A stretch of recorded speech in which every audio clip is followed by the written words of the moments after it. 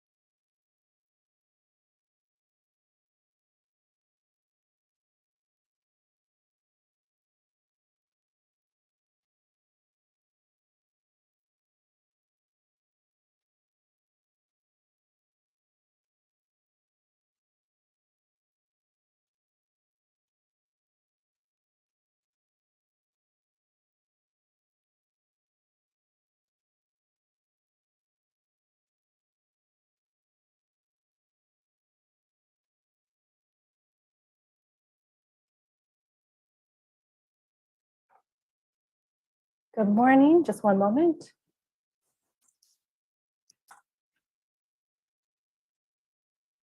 Recording in progress. Thank you. Chair Gore and board, can you hear me?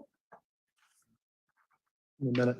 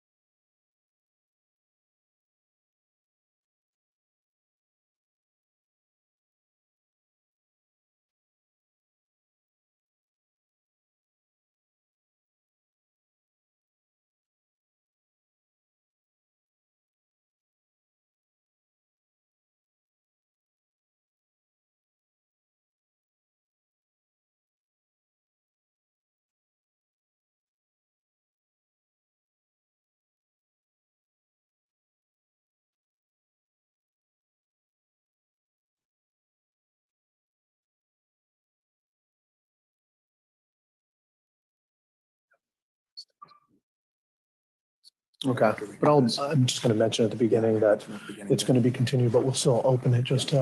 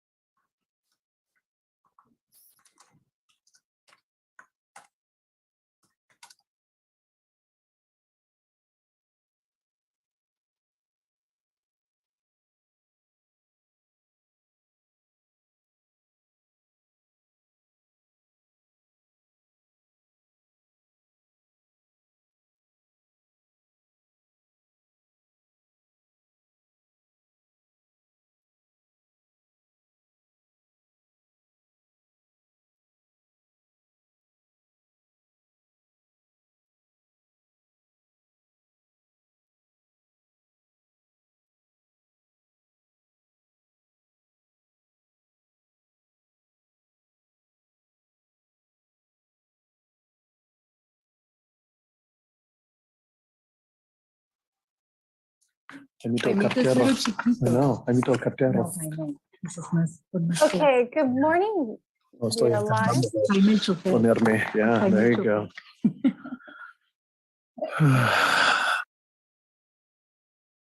Good morning. Can you hear me in the chambers? Okay. Yes, now we can hear you. Excellent. All right, Chair Gore, we're ready to begin when you are. Okay, we're going to call our meeting to order for May 3rd. First, hey, bienvenidos a todos ustedes. No sé si es la primera vez que ustedes han venido a la Junta de Supervisores, pero es un placer a todos modos tenerles aquí. Quiero que sepan que ustedes están acomodados. Estamos aquí para servirles. Somos su gobierno. No me importa, no nos importa de dónde naciste, dónde llegaste. Si ustedes aquí trabajando en la comunidad, brazo a brazo, somos familia, ¿ok? Voy a intentar de hacer toda la traducción posible para asegurar que estamos dando la mejor palabra a ustedes y a nosotros. Pienso que tenemos señor Raúl que va a traducir de ustedes a nosotros en inglés, porque todos no hablan español. Mi español es un poco chueco, entonces necesito también. Pero aparte de eso, yo voy a intentar de decirles que estamos pasando también. Hay traducción por internet, pero es un poco más difícil aquí. Entonces vamos a empezar con la Pledge of Allegiance, no sé cómo decirlo, y después vamos a seguir con algunos de la agenda para revisarlo y ir a la agenda donde ustedes pueden compartir su palabra, ¿ok? Ándale. Okay. Let's start with the Pledge of Allegiance. I would love to have Oscar, would you mind leading us into the Pledge of Allegiance? Oscar Chavez. Levantan, por favor. Allegiance to the flag of the United States of America and to the republic for which it stands, one nation, under God, indivisible, with liberty and justice for all. Thank you. Oh.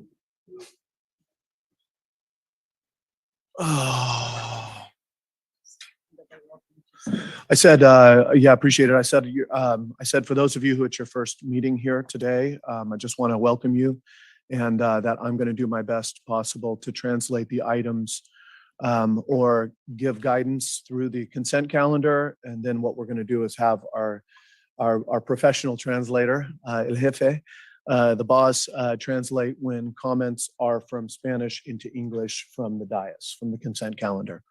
Okay, so I want to go through a roll call. We're going to call on each individual. So Supervisor from District 1. Present. District 2. Here. District 3. Here. District 5. And I'm here too from District 4. So please note that translation services for those of you who are listening on Zoom are available.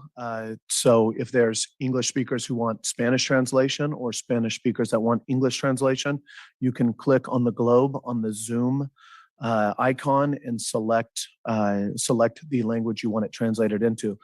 Tengan en cuenta por todos que están escuchando o viendo por Zoom que interpretación al español está disponible. Para usar los servicios de interpretación, haga clic en el icono de globo al pie de la pantalla de Zoom y seleccione español. Okay, so we are going to move over to the approval of the agenda. Okay, so just a couple points of clarification. Item number 45 has been pulled from the regular calendar and will be brought back at a later date.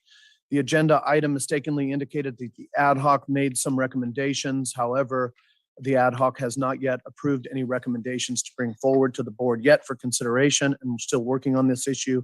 It will be continued to another date.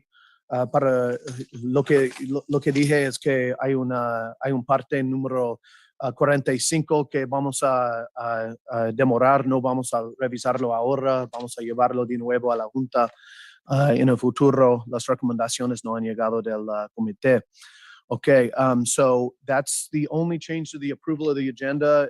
Wait, excuse me, I think there might be one item that's pulled from consent, but we also have, just for everybody's knowledge, item number 48, which is scheduled for a 1:30 hearing. We will open that item since it was noticed, but the land use item is being continued at the request of the petitioner or the applicant, and will come back at a later date. Íbamos a revisar número 48 a la 1:30, pero vamos a demorar también en eso. Las personas que quisieron el proyecto y el permit quisieron esperar un mes o 2 meses para llevarlo a nosotros. Is there an item that we want to bring off of consent, Supervisor? Remind me real quickly, I didn't read it in. I would like to take the item on I'm sorry, I haven't had my coffee yet. I'm looking up the number right now. I'm looking for it too. Number 18, which is the county telework policy. Okay, number 18, county telework policy. And then I also wanted to, over to our county counsel, Bob Pittman. We received some note about some of our contracting issues. Would you remind us our rule of if a member of the public requests consent and how it actually works? So just a reminder to supervisors. It's Rule 20 in the board's rules of procedure. If a member of the public requests to speak separately on an item on the consent calendar, you take it separately from the rest of the consent calendar. We have received requests today to pull items 5 through 9, as well as item 30. You will handle those after you handle the rest of the consent calendar. Can you restate those items real quickly? It's items 5 through 9, which are the community fund grant awards. Sorry, 5 through 8, which are the community fund grant awards for districts 1, 2, 3, and 4. And it is the item 30, which is the amendment to the rotorcraft agreement for the Sheriff's Department. Okay, so the point here is that items 5 through 8 and 30 are still consent calendar items, even though we're separating them. So we have consent 1, we have consent 2, and then we have the item pulled from consent. Consent 2 is these contracting issues. So when we review those, I'm going to have Council Pittman go through and just give a little background on our contracting, because there's continued accusations of LLCs and EIN numbers and other things like that. But we're just going to set the record and allow some comments on that. So what that means is that for let's go to the, first of all, approval of the agenda as stands, as I just mentioned. So pulling item 18 for afterwards, have it going over consent calendar item 1, and then bringing back, and during consent calendar item number 1, we have a quarterly ad hoc update. That is when I assume the comments are going to be made here. So what I'll do first is go to approval of the agenda, then consent 1 with comments from the individuals in the room.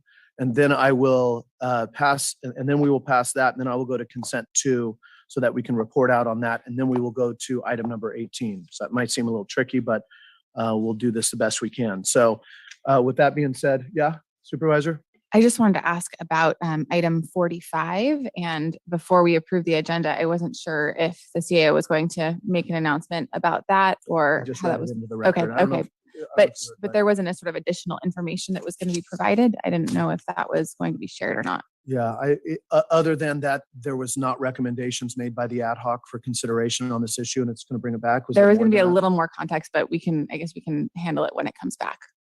Okay. I mean, you can make a comment if you want to. I'll by all means, even though why don't we just do it right now? Sure. Yeah, totally. I'm going to Just look go at the attorney and make sure that that's okay. Is that okay? We're not hearing the item, We're so. not hearing the item today. We're continuing it to a future date. Not knowing what the additional information is, it's hard to make a call. I'll just hold off Okay, thank you. to make sure that we're There's also- legit. There's also an ad hoc update if you want to give an ad hoc update on item number 12. So, okay.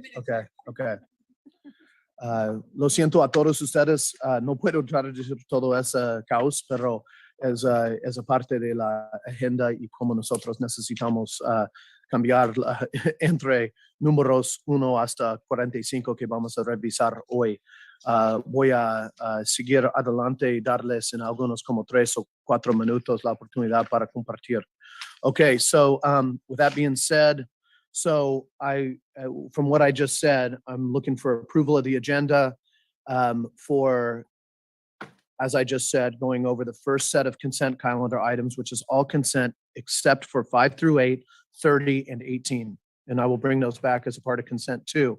So Supervisor Gorin, we have approval of that as the agenda? Can you repeat that? No, just No, kidding. please don't. Aye. Okay, Supervisor Rabbit? Aye. Supervisor Corsi? Yes. Hopkins? And then Gore, yes. Okay, so we're going to move on to the consent calendar. So the consent calendar we're taking up right now is items 1 through 4, and then 9 through 17. Well, let's just say we're taking all of them except for items 5 through 8 and 18 at this point. And item 30. What's that? You're also pulling item 30. Thank you. 30 is the other contract one. 5 through 8, 30, 18, once again. Okay. So with that being said, what I'm going to do first is go and see if there's comments from the public. First, I have Mr. DeWitt. And okay, este es el número donde todos pueden participar. I'm going to give 2 minutes to each person. And voy a dar 2 minutos a cada persona. Y si hay algunos que van a dar comentarios, por favor, hagan una línea y pueden aparecer Lo siento para mi español. Por favor, si están aquí para hacer comentarios sobre un número, hay que decir el número. Pienso que el número de las personas que trabajan en los viñedos y la industria es número 12. So, I was just referencing the number for which I believe is for folks to mention the number that they're commenting on. So for you, any number in particular you'd like to comment on, sir? Yes, sir. And I'll be specific and want to thank you folks again. My name is Dwayne DeWitt. I'm from Roseland. And again, it's another day to be grateful and say thanks for 2 items that are on the consent calendar. That was 1 and 7. I'll just make a comment on 1, but then also 11 and 18 are on this calendar. I can't stay for all of these events, but I will make comments that are positive. The AmeriCorps Trail Matching Grant Program in Sebastopol is a really good program. I think it would be really nice if you could also work with Mr. Corsi perhaps and get something like this in Santa Rosa in District 3, where Roseland has been trying to get a Roseland Creek Trail for decades. It's the kind of thing that could be helpful. I had wanted to make a comment about number 7. I can't stay for the whole meeting, so I'm just going to say thank you to give some money over into Roseland. But we're uncertain who the Roseland Community Initiative is. I wondered if it was from the Community Action Partnership or was it from St. Joseph's Providence Hospital's Community Benefits Program. And I bring this up because both of those organizations are multi-million-dollar organizations, and this small amount of money could be used elsewhere where it would have a big impact on small organizations in Roseland.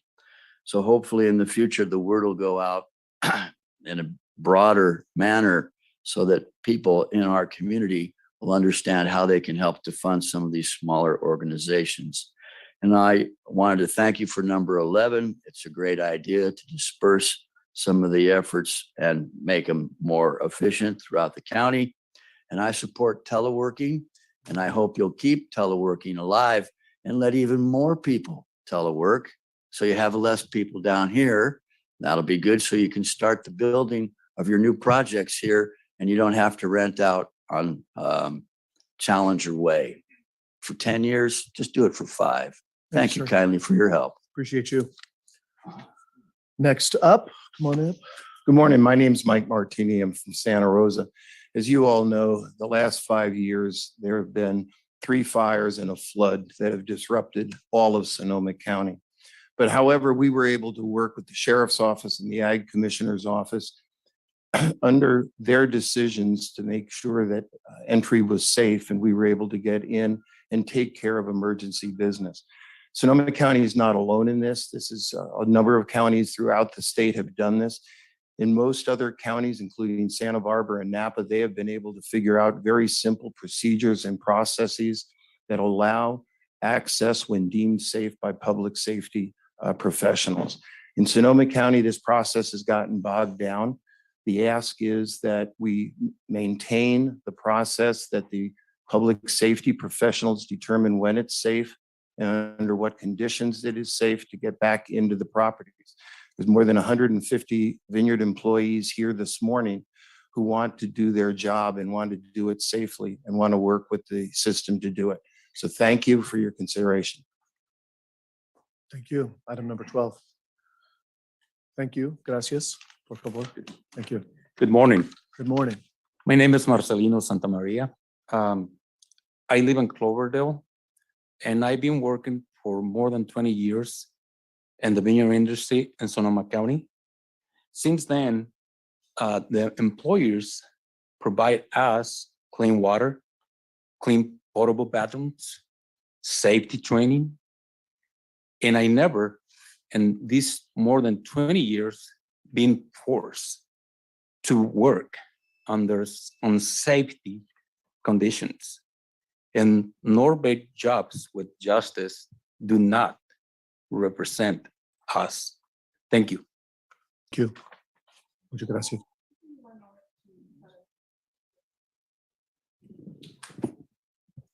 Yeah, absolutely. Are you gonna? Hola, buenos días. Inglés o español. Español. Entonces, por favor, el señor Raúl va a traducir. Entonces, se puedes como decir algunas cosas y esperar que traduce. Sí. Y voy a darles más tiempo para la traducción también. ¿Ok? Muy bien. Para que terminen. Buenos días a todos. Mi nombre es Emigdio Olivera. Good morning. My name is Emilio Rivera. Olivera, perdón. Olivera, excuse me. Ok. He trabajado aquí en este condado de Sonoma por más de 25 años. I have been working in Sonoma County for over 25 years. En las compañías donde yo he trabajado hasta ahorita, todo ha sido con respeto.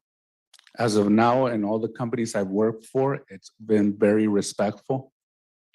Y como algunos compañeros lo dicen, lo han visto, siempre hemos tenido la precaución con todos, baños, agua, todo en orden y todo a la disposición de cada uno de ellos. And as my coworkers will attest, we've always had many things available to us, such as water, clean bathrooms, and they will attest the same. Así que yo diría que, o lo digo, lo reafirmo con todos mis compañeros aquí a mi espalda, que esta compañía de North Bay Jobs no nos representa en nada. Gracias. So my final comment is that I speak on my behalf and many of the individuals who are standing behind me, that this organization, North Bay Jobs, does not represent us. Thank you. Muchas gracias, señor. Hola a todos, buenos días. Mi nombre es Fabián García. Vivo en la ciudad de Cloverdale. Tengo 12 años trabajando en la industria. Y Good morning. al igual- My name is Fabián Garcia. I live in Cloverdale and I've worked in this area for over 12 years. Y al igual que el señor Emigdio y Marcelino, comparto su opinión. Durante estos 12 años jamás he sentido que fui forzado a estar expuesto a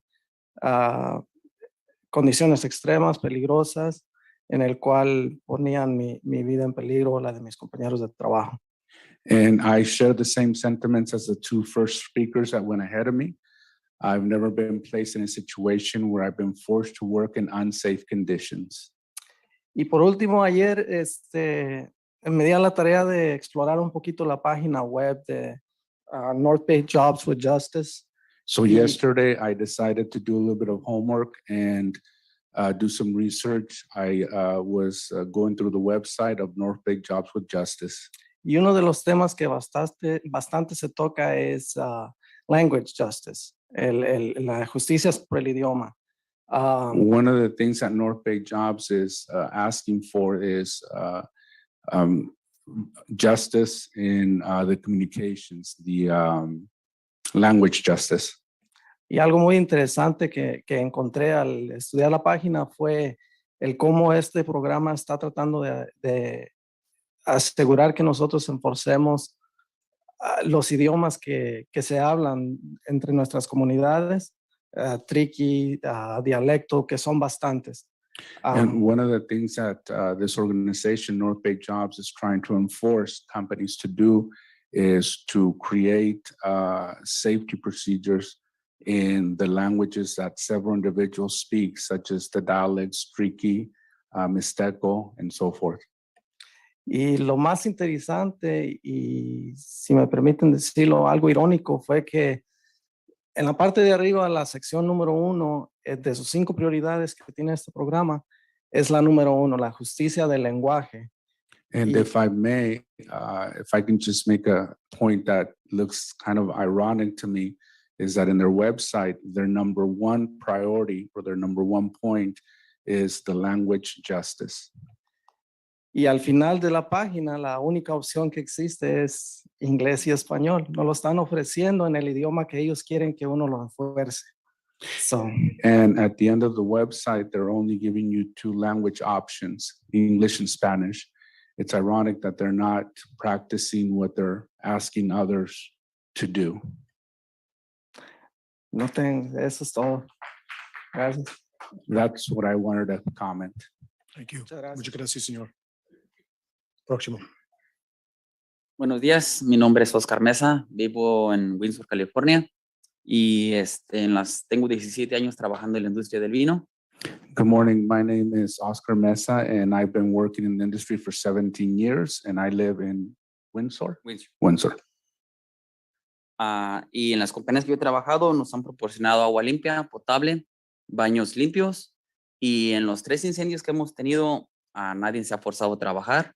Todos, o sea, cuando es el área de evacuación, In all the companies that I've worked for, we've never had any issues with clean water, portable potties, bathrooms, and through these 3 fires that I've gone through, no one has ever put me in a situation where I felt that I was working in unsafe conditions. y Norbert Jobs no nos representa. And North Bay Jobs does not represent us. Gracias. Thank you. Buenos días. Mi nombre es José Núñez, vivo en Gilbert. Tengo 35 años trabajando en la industria de la uva con una sola compañía. Good morning. My name is Jose Nunes, and I've been living in ¿Dónde vive? Gilbert. Hillsburg, and I've been in this industry for over 33 years, and all with the same company. De que yo me acuerdo, voy a platicar por mí, de que me acuerdo siempre me han tratado bien, siempre. As far as my experience, I've always been treated very well. Recuerdo que un año que llovió mucho, el patrón sin decir nada nos dio $300 cuando el carril se llenaba con $100 en la freeway, nos dio a muchos 300 a cada uno y eso no se me olvida.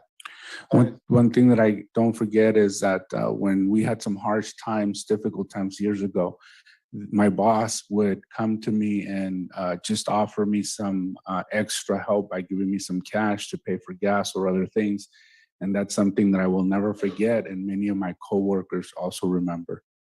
Y nos tienen con mucha limpieza, nos tiene baños, agua, nos tiene baños con luz para los que trabajan en la noche. Si van señoras, tienen su luz allí en el baño, los tienen bien limpio. Yo pienso que yo estoy bien contento con esa compañía. I am very happy with the company. And as far as the bathrooms are concerned, I've always had clean bathrooms. I've always had water. Many of the bathrooms even have lights for those of us who sometimes have to work at nights. Y le doy a él que llevé a mis hijos a la universidad a 2 y estoy bien contento con la compañía que me dio trabajo. And I'm very grateful and very happy with the company. This company allowed me to put 2 of my kids through college. Gracias. Thank you. Gracias, José.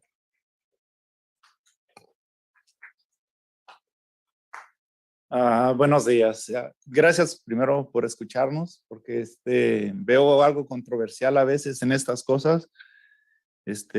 Parece que hay algunas personas que nos quieren representar, al cual ignoro yo quién sean. Nunca había escuchado de ellos. I want to first thank you for taking the time to listen to us. I want to mention that there is a controversy going on right now, and I want to make a comment that there's some individuals that would like to represent us, individuals that have never spoken to us. Tengo más de 20 años trabajando en lo que es los ¿Nos viñedos. permite con su nombre, por favor? Oh, perdón, mi nombre es Elías Alfaro. Okay. Mi nombre es Elías Alfaro y tengo alrededor de 20 años trabajando. Me da gusto ver a diferentes personas. My name is Elia Alvaros, and I've been in the industry, ¿cuántos años? Alrededor de 20 años. Almost 20 years in the wine industry. Veo diferentes personas aquí que han trabajado conmigo en diferentes lados y yo veo que se está hablando mucho de los lenguajes. En las compañías donde he estado trabajando siempre nos han mantenido información principalmente de seguridad. I've looking around and I see people from different areas and I see these different topics that are coming up. And one topic that continues to come up is this language justice. Siempre tenemos agua fresca, baños limpios, principalmente respeto entre los compañeros. One of the things that we always have is that whenever individuals are given instructions or given in the language that they understand, we've always had water, clean bathrooms. ¿Cuál era el último punto? That we've also always been respected by our companies. Otra de las grandes cosas que quisiera decir, para mí, pienso que el lenguaje de cualquier persona no ha sido un problema, porque he tenido la oportunidad de trabajar con diferentes personas, algunos que hablan diferentes idiomas nativos. Right now, I'd like to make the comment that as far as language, there's never really been an issue. I've had the opportunity to speak with individuals who speak various language, including some that are native languages. Y con estas personas con las que he trabajado yo, veo que trabajan muy contentos alrededor con todos, cuando siempre se les ha dado un respeto y principalmente en el área de trabajo siempre se les da información a modo de que ellos lo entiendan y veo que no hay quejas hasta ahorita que yo sepa. And in my experience in working with individuals who speak these different languages, I've never had an issue. We always treat them with respect and we always give them information in a way that they understand. And it's that respect that has shown that they are individuals that do their work and are not individuals who would go and complain of non-existing issues. En estos 20 años que tengo trabajando en el área de los viñedos, ignoro quién sea Norway Jazz. Thank you. And in these 20 or so years I've been working in the wine industry, I would like to just say that I am going to be ignoring North Bay Jobs.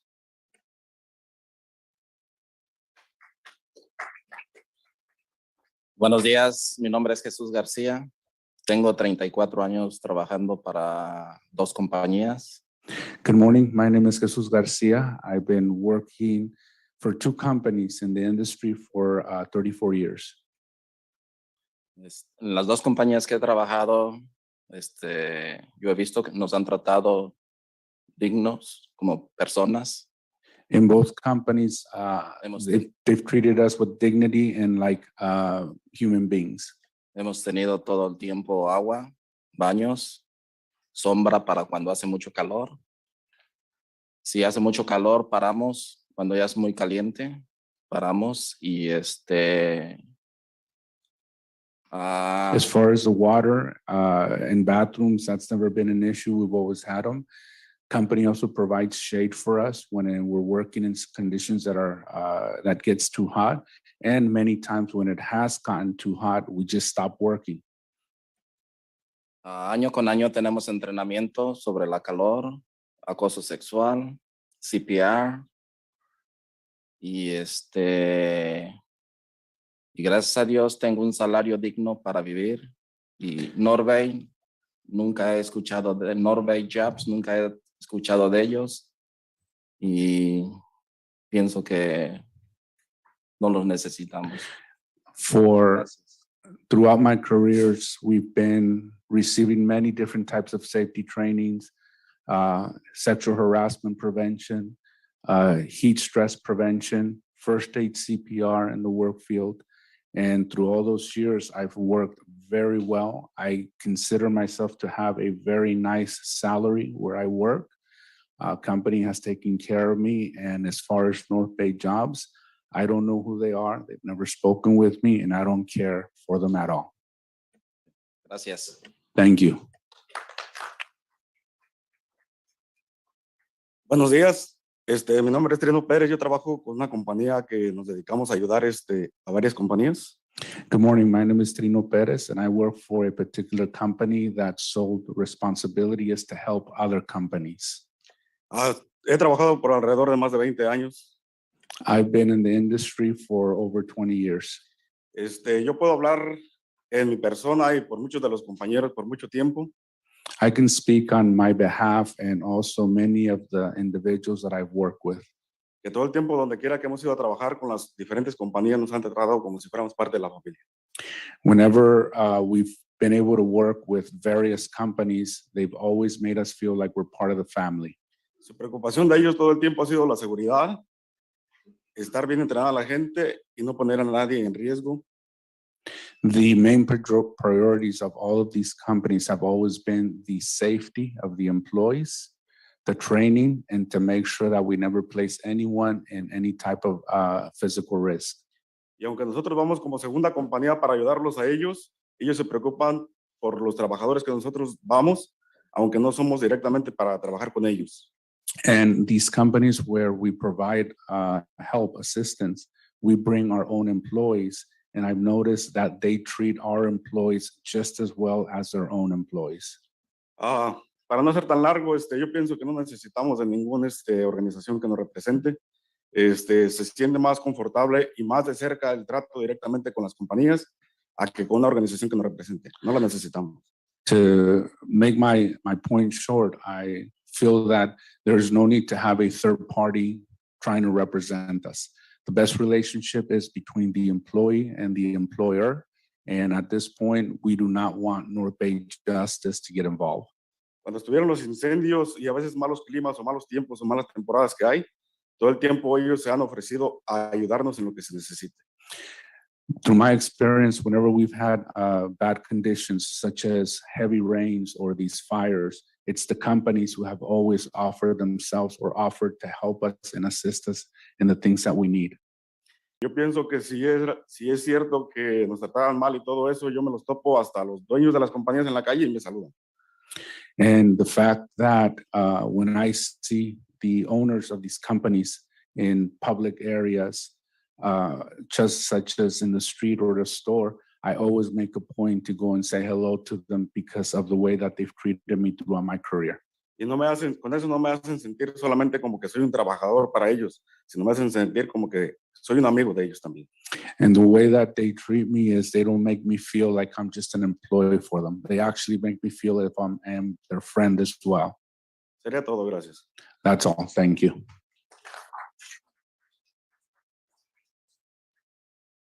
Good morning. My name is Lupita Flores. I stand here as a proud employee of a vineyard management company located in Sonoma County. I am proud to be part of a team whose purpose includes providing a safe place to work for my fellow vineyard employees.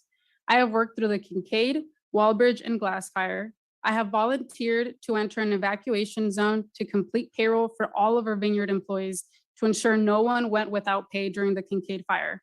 Our team maintained sufficient stock of N95 masks and distributed these to our vineyard employees free of charge through every single Dwyer fire event.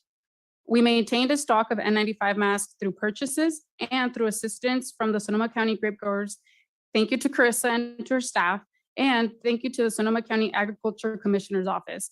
Thank you, Andrew Smith, and your staff as well. Our team checked the air quality index twice daily to ensure our employees were working under the safe air quality conditions. These are just a few of the multiple steps that we take to ensure that all of our employees are working under a safe environment. I welcome constructive criticism to continue improving the well-being of our agriculture workforce. However, I will not accept false accusations that our industry is mistreating our employees when I am boots on the ground, ensuring that each of our employees have the necessary resources to work in a safe work environment. Thank you.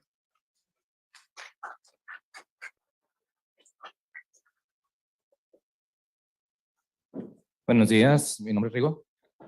Tengo 9 años viniendo, soy contratado de las H2A y vengo voluntariamente, ahora sí que sin que nadie me haya forzado. Good morning. My name is Rigo, and I am an H2A worker. I come from Mexico every season to come and work here, and I want to let you know that I am here on my own behalf. I am here voluntarily for myself. No one has asked me to come here today. Yo he encontrado en esta empresa donde actualmente trabajo, ahora sí que la comodidad para mí, para mi familia. Las personas con las que trabajo me tratan como personas y nunca han forzado mis trabajos en el campo. In the company that I work for, for several years now, the company, I feel that it's more of a community. I am treated as family. I feel that I am respected, and I come here year after year for that reason. And I've never, ever felt that I've been placed in a situation where I've been in danger. Y reitero también los tratos que hemos tenido, el agua que es bebible, ahora sí que los baños limpios. Siempre hemos tenido la prioridad para los patrones que somos nosotros. Ellos han visto más bien por nosotros como si fuéramos su familia. And they've shown us time and time what their priorities are. Our employers constantly have clean bathrooms for us, no issues with clean and clear water for drinking. And it's clear that they constantly show me and our employees that we are their priority. Y yo pienso que para mí, Norveg pues ahora sí que está falseando toda la información sobre nosotros. Nosotros no tenemos nada que, o sea, que no nos interesa su organización de Norveg. Norveg Jobs is twisting the facts. They are not being truthful. And it is that's one of the reasons why I am not interested in Norveg Jobs with Justice. Sería todo, gracias. Thank you very much for your time.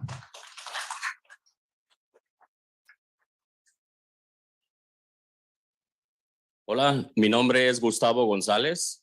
Good morning, my name is Gustavo González. Yo he trabajado poco más de 3 años en la industria. I have about 3 years in the industry right now. En lo personal, lo que está haciendo esta otra compañía es que está diciendo que nos representa, sin embargo, nunca han hablado con nosotros, nunca se han acercado con nuestra gente y eso se nos hace una falta de respeto grave. One of the greatest comments that Norveg Job is making is that they represent us, that they speak for us. And in reality, they've never come and spoken with me. I don't know any other individual that they've gone to speak with to get their opinions. And in my opinion, that is a huge level of disrespect. En mi caso, yo y mi familia estamos muy agradecidos con esta industria, ya que ha mejorado nuestra calidad de vida. My personal belief and with my family is that we are very grateful for this industry. This wine industry has made our lives better. En donde yo trabajo, la seguridad y las condiciones laborales se trabaja muy fuerte para que sean las mejores y las que nosotros nos merecemos. Where I work, the safety conditions, the safety practices are enforced very strongly, and they are among the best in the industry to ensure our safety. Esta compañía o asociación Norveg Jobs no nos representa. Norveg Jobs does not represent us. Gracias. Thank you.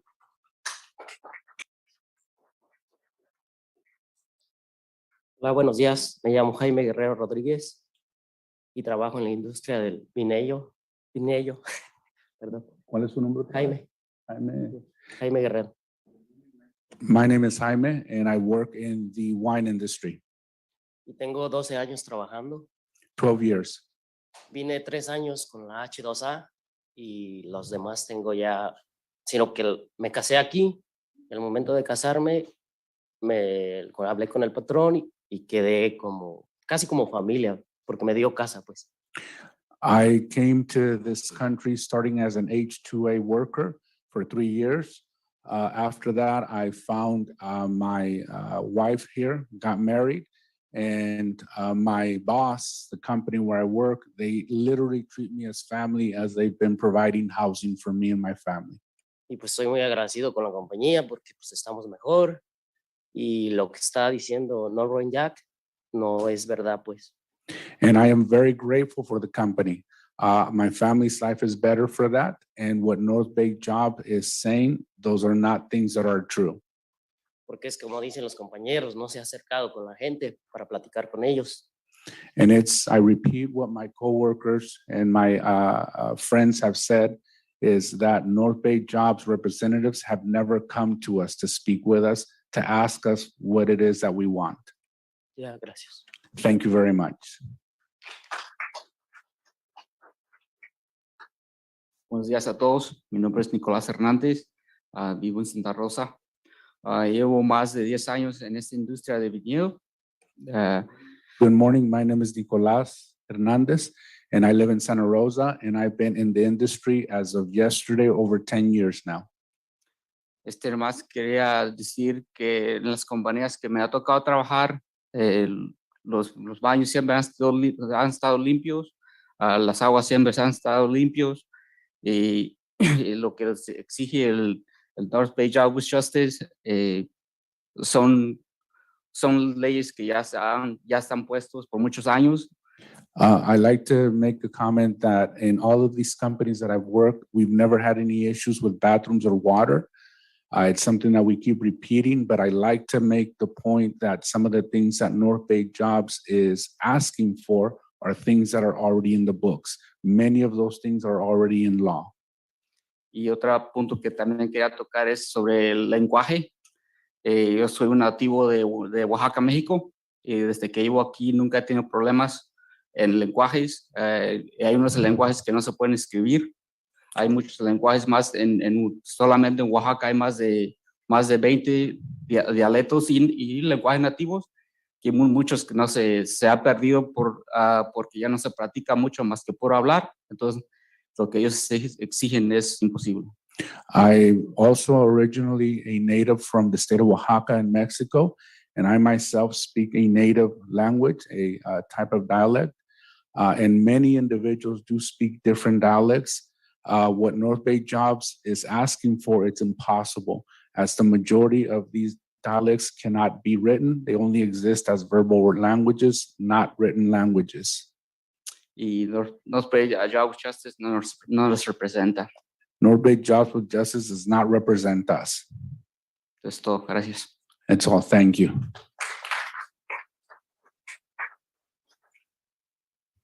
Good morning, Carissa Cruz with the Sonoma County Grape Growers Foundation. If it's okay with all of you, I'd like to ask Raul to translate what I say back into Spanish for everyone. Is that okay? Mhm. Okay, good morning. Thank you for hearing us all today. I've also been in my role working in the wine community and ag for about 10 years. And I have to honestly say today is the proudest day I've had in my 10 years in this role. Buenos días. Yo tengo más de 10 años en la posición que tengo en la industria del vino. Y en primer lugar, quiero darle las gracias al grupo que nos están escuchando y al grupo que están platicando. Y quiero decir de que hoy es el día muy honorable para mí y estoy muy, me siento muy apoyada por el grupo. Because today is the day that our vineyard employees have come forward to tell you how they feel about working in agriculture here in Sonoma County and how they feel about their employers. Hoy es el día de que muchos de los empleados que trabajan en la industria del vino tuvieron la oportunidad de venir a expresar qué es lo que piensan de sus compañías con que trabajan y a expresar qué es lo que piensan de la industria en general.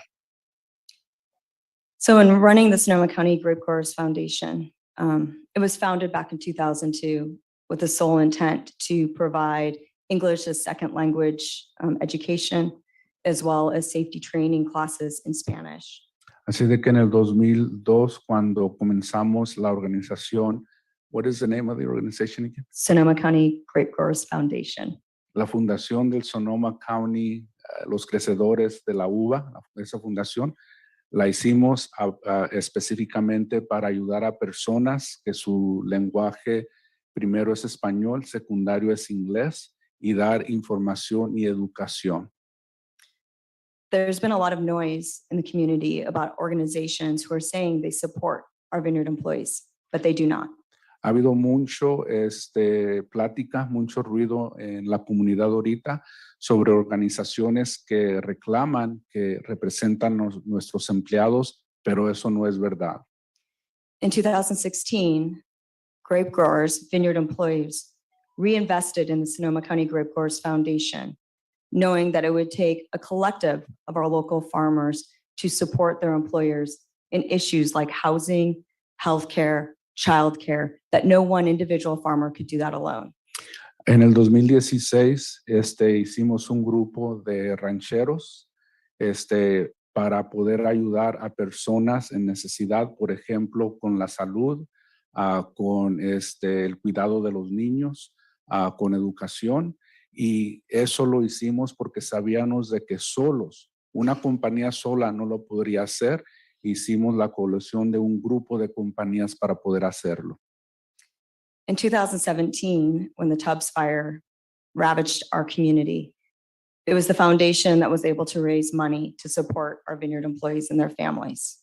En el 2017, cuando llegó uno de los incendios fue ese grupo de compañías que pudieron juntarse para organizar y juntar dinero para ayudar a nuestros empleados.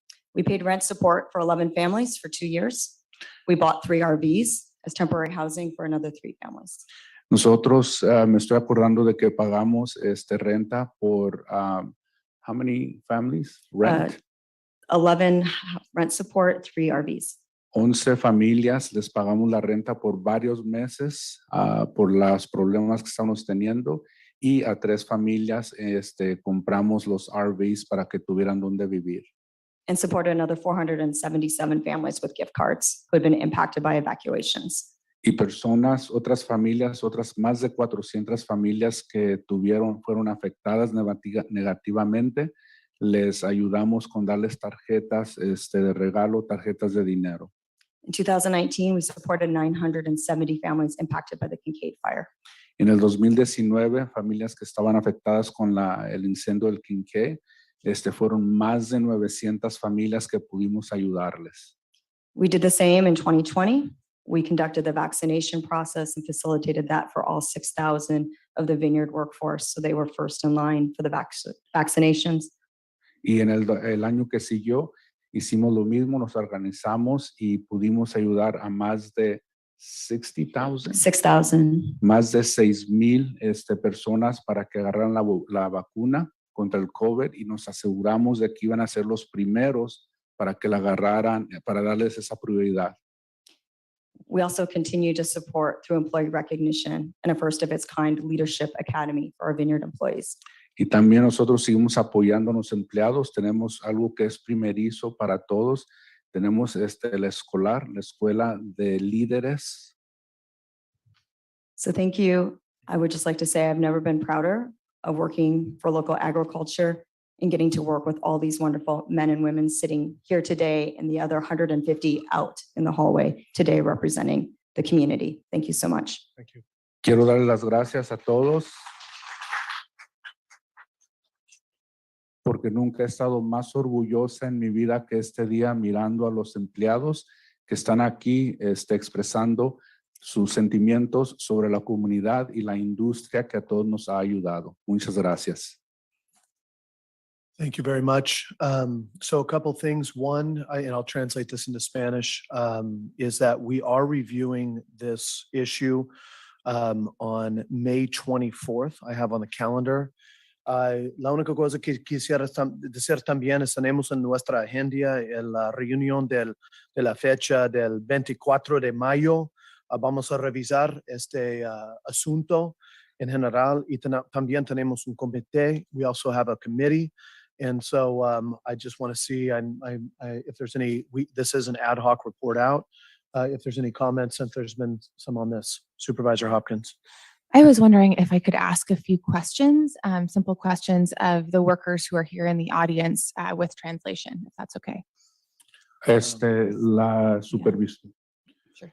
Is that okay?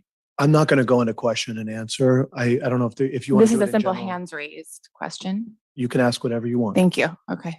La supervisora Hopkins le gustaría tener la oportunidad de hacer algunas preguntas a algunas de las personas que están aquí ahorita presentes. And I wanted to also just start by saying thank you so much for coming here this morning, and I really appreciated the opportunity to listen to you. Quiero tomar un segundo para dar las gracias a todos ustedes que están aquí. Lo aprecio mucho y en realidad es un gusto que pudieron venir ustedes hoy. I just want to start off with a simple question, and I know it's maybe a little bit tough question to ask in public. You can go ahead and share that. Thanks. Quiero comenzar con una pregunta que es simple, pero yo entiendo de que a lo mejor va a ser un poco complicada porque es en el público, pero es una pregunta simple. But I want to sort of get a sense of, in general, the financial health and well-being of our agricultural workforce. Quería tratar de dar una idea en general sobre la salud de las finanzas de nuestros empleados que trabajan en la industria del vino. So I'll start with an easy question, which is raise your hand if you make more than $10 an hour. This should be everybody. Así de que voy a comenzar con una pregunta simple. Por favor, levanten la mano si a ustedes les están pagando más de $10 la hora. Is that I also, I want to respectfully say, just para todos ustedes que están aquí and everybody is here, pueden, es su derecho responder o no. It's everybody's right to be here. Este es un lugar público. I just want to say that. Sí. And I'm just wondering if you could raise your hands if you make more than $15 an hour. Igualmente, you're si willing. pueden levantar la mano los que les están pagando 15 o más por hora. Great. Would you mind raising your hand if you make more than $20 an hour? ¿Podrían levantar la mano, por favor, si les pagan 20 o más por hora? Silly questions.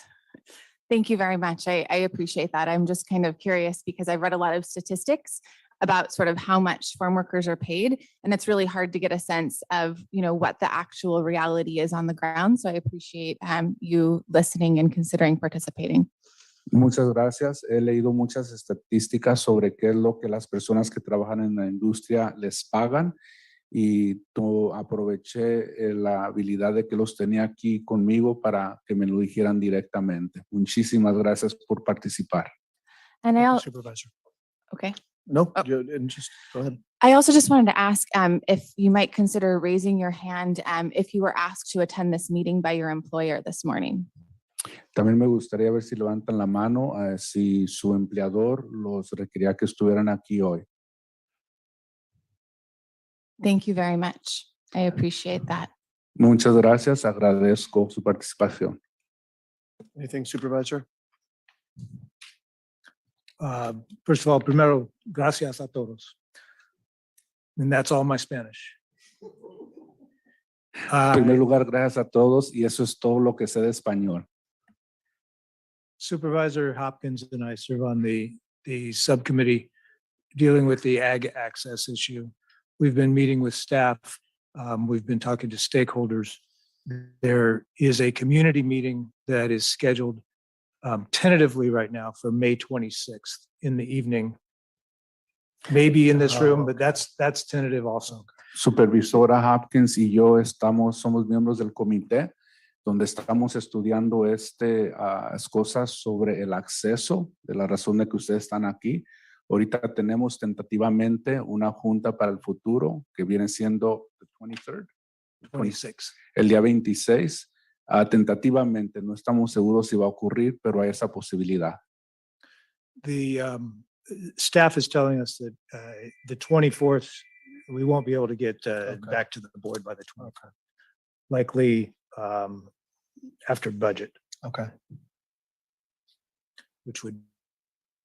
Nos están informando de que hay la posibilidad de que esa junta que está tentativamente para la fecha que mencionamos a lo mejor no va a ocurrir y puede ser de que ocurra hasta en julio.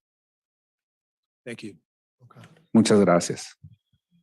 Thank you, everybody. Muchas gracias a todos. So that's consent calendar. That's quite a bit. So I want to also just finish by thanking you for being here, everybody, for whatever reason. También muchas gracias a todos ustedes que han venido aquí para participar en el proceso democrático. No es la cosa que muchos se meten. It's not one of the things that everybody puts themselves into. So, Supervisor, yeah. I just wanted to say one more thing, which is it saddens me whenever we have such deep schisms and divides in the community. And it also saddens me when people feel like they need to shift to particular sides of an issue. Quiero dar un comentario de que me da tristeza mirar de que hay tanta separación y división en nuestra comunidad y en veces también me da tristeza mirar de que hay ciertos grupos o personas que sienten que necesitan irse de un lado o al otro. And I want to say that I hear you and I believe that there are many grape growers who do treat their employees like family and do treat them with dignity and respect. Quiero decirles de que aprecio de que vinieron a hablar aquí conmigo hoy y que sí los escuché y que yo reconozco que hay varias compañías que los tratan con respeto, con dignidad y como familia. And I also believe that there are workers in our community, in agriculture, in hospitality, in other industries as well, who are not treated with dignity and respect and need our help and support. Y yo creo también de que hay empleados en diferentes áreas, como los hoteles, restaurantes, diferentes áreas de trabajo, de que posiblemente no los tratan con esa dignidad y respeto y se merecen nuestra ayuda. And it is my hope that working with Supervisor Corsi and the Board of Supervisors, that we find a way to move forward with supporting all workers in our community. Y espero de que trabajando con Supervisor Kersey y el grupo que podamos encontrar una manera de apoyar a todos los empleados en la industria. And I look forward to the town hall meeting that we will be hosting, and I would encourage you all to attend that. And I also look forward to a conversation during budget hearings about potential investments in worker support. Y estoy esperando yo para la junta que mencionamos hace un poquito y espero y ojalá que nos puedan acompañar en esa junta también. Okay, so also I just want to say that, maybe you can translate for me because I'm having trouble with my own translation. Is just as the chair, we're going to respect that this is a conversation that needs to come back with respect. Quiero, como la persona que está manejando este grupo aquí ahorita, quiero expresar de que vamos a regresar a este tema y vamos a decir comunicación con respeto. One of the issues that we're dealing with is a lot of comments from different sides and demands. And the key here is, I think, looking at the ad hoc is to make sure that we work with our professionals in safety and in safety regulations. Uno de los retos que estamos teniendo es de que estamos oyendo diferentes cosas de diferentes organizaciones y en este grupo del Hawkeye, una de las cosas que tenemos que asegurarnos es de que sí nos podamos comunicar con los profesionales de seguridad. Thank you. So a pleasure to be here, ma'am. Are you here for this item, for another? Item 12, PLA ad hoc public comment. Oh, okay. So I wanted to- That'll be in a bit. It's not yet, okay. Well, I I guess, well, this is not, you said item number 12 and you said PLA, the PLA ad hoc, I guess, all the ad hocs at the same one. So yes. Primero de todo, ¿hay alguien más que quiera comentar sobre este asunto? Okay, vamos a seguir con otros updates on the agenda. Maybe you can help me say that. And if people want to stay and listen, they can. But if they also, it's up to them what they want to do at this point. Hay otros puntos en la agenda que tenemos que repasar y el tema sobre las personas que vinieron, por ahorita ya lo hemos platicado. Todos ustedes están, pueden quedarse, seguir oyendo. Si gustan, tienen que regresar a otras áreas, también tienen ese derecho. Muchas gracias a todos. Gracias por estar aquí con nosotros. Okay, ma'am. Even though it's a little, it's there. We're here with you. If you want to keep going, would you like to make a comment? Just FYI, the PLA regular calendar item has been pulled to a later date, not specified yet. I just wanted to make sure you know that. But go right ahead on updates on the ad hoc.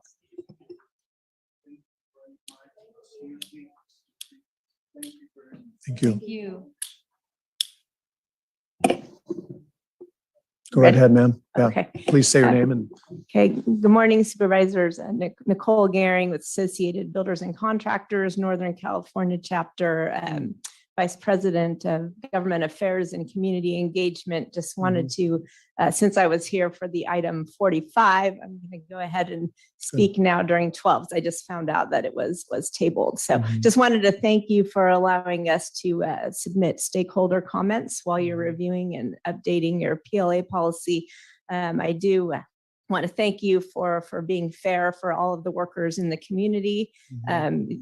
Everybody employs a diverse workforce, and the construction industry, as they come in, we do a lot of pre-apprenticeship and apprenticeship courses, and the diverse work group of the individuals is getting more and more diverse all the time. So it's a good industry to bring the workforce into. So just wanted to say a couple of comments. I support that you're looking at exempting the disaster and emergency projects. I think that's very important because a lot of times that takes niche contractors. So you want to make sure, especially in times like that, you're using the most qualified people to deploy and deploy quickly. We also do like that you originally had established a very high threshold, and you are a leader among high thresholds in the industry for PLA. So I want to thank you for taking the leadership role on that, and want to encourage you to continue to keep that high threshold, because with the core workforce language,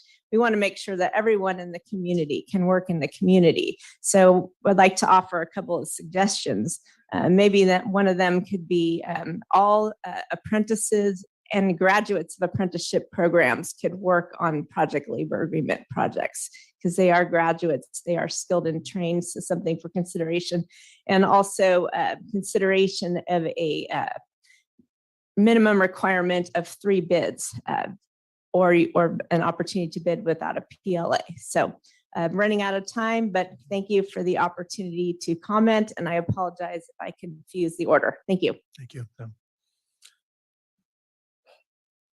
Comments on consent? Good times. Okay, we're bringing consent calendar sans items 5 through 8. Yes, I will. Thank you very much. Comments on Zoom for the items on consent aforementioned? Thank you. And again, we're excluding 5 to 8, 30, and 18, correct? Correct. Thank you. If you can please raise your hand in Zoom if you would like to comment on any of the consent calendar items before the board today, excluding numbers 5 through 8, 30, and 18. Please raise your hand in the Zoom app or press *9 on your phone keypad to raise your hand.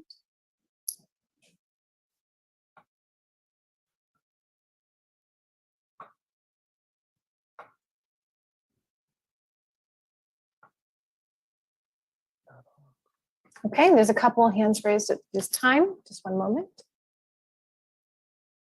Eric and Jack, then Max. If you can please unmute and state your name and begin. Good morning. Can you hear me? Yes, we can hear you.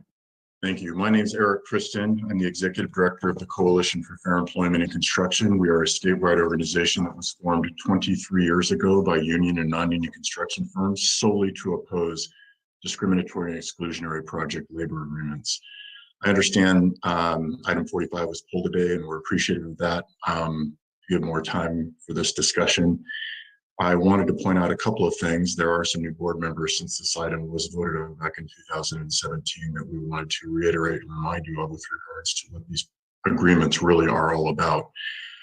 Bureau of Labor Statistics is quite clear. In California, 86.7% of the construction workforce wakes up on a daily basis and chooses to work in a union-free environment. Project labor agreements make it almost impossible for those workers and the contractors that they are represented, that they work for, to bid and work on projects covered by a PLA for 3 main reasons. All non-union apprentices that are in state-approved apprenticeship programs simply cannot work on these projects. They are explicitly discriminated against and excluded. Workers that are allowed to work under the PLA have to pay into union health, welfare, and pension plans they will never vest in due to the vesting requirements. That's wage theft. Non-union contractors not going to subject their non-union employees to that. And lastly, the non-union contractors themselves are only reduced to a couple of their own workers. The rest have to come from union hiring halls. Nobody can be expected to be productive and efficient in that kind of environment. So what's being asked of you by the big labor special interests who are pushing these and who represent just a minority of the construction industry is for you to lower the threshold so that projects that have been going out to bid with bidders without a PLA will now be subject to the PLA. And I sent you an email today to show you what staff reminded you would happen to a project 2 years ago, that it would raise your project cost 10 to 15% with the PLA. So thank you for your time, and we'll continue to work with you on this issue. Take care. Thank you. If the next commenter can please unmute and state your name. Yeah, good morning. My name is Jack Buckhorn, Executive Director of the North Bay Labor Council. And it was over 10 years ago that the very first ad hoc went to work on the project labor agreement ordinance. At the time, we agreed to a $10 million threshold, which the folks that are in opposition to PLAs are thanking you for today.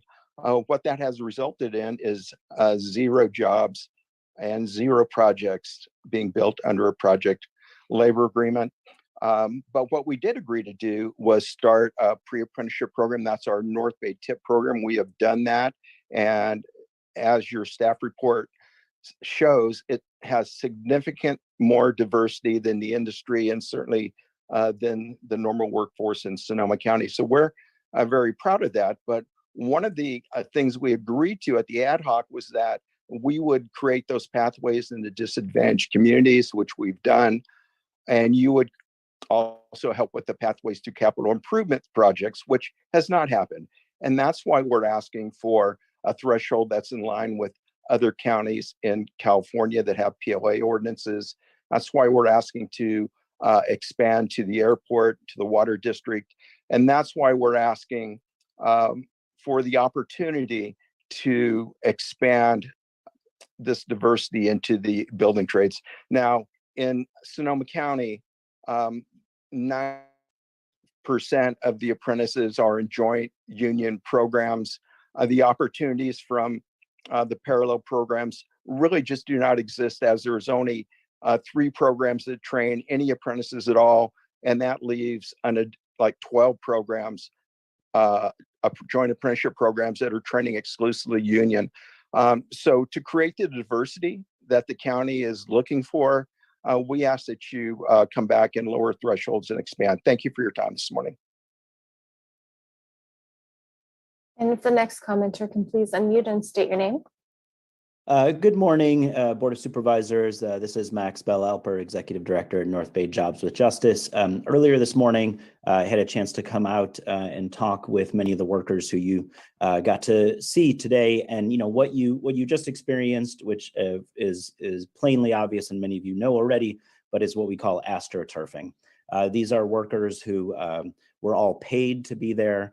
Not only were they paid by the companies, but they were given shirts by the companies to wear. They were brought in company vehicles, including some company vehicles that actually covered up their logos of their companies to do this. And so we wish that the wine industry would actually spend their time and money trying to make improvements for workers rather than pretending that everything is okay and paying workers to say that.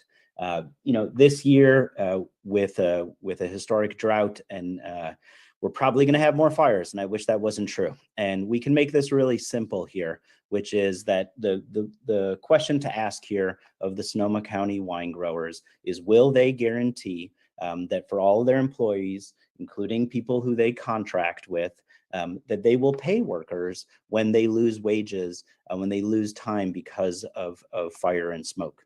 And if they can guarantee that and provide proof of that, then that would be great, right? Then we'll be in a good place. That's where the rubber meets the road rather than smoke and mirrors. And the real question here is, will they pay hazard pay when workers go into evacuation zones? And if they won't, why are they opposed to it? If it's that important, that they should be recognizing the workers who do this important work. And lastly, we want to come out very clearly that North Bay Jobs with Justice supports improvements to the PLA, especially lowering the threshold. Thank you for your time. Looking forward to the community meeting on the 26th.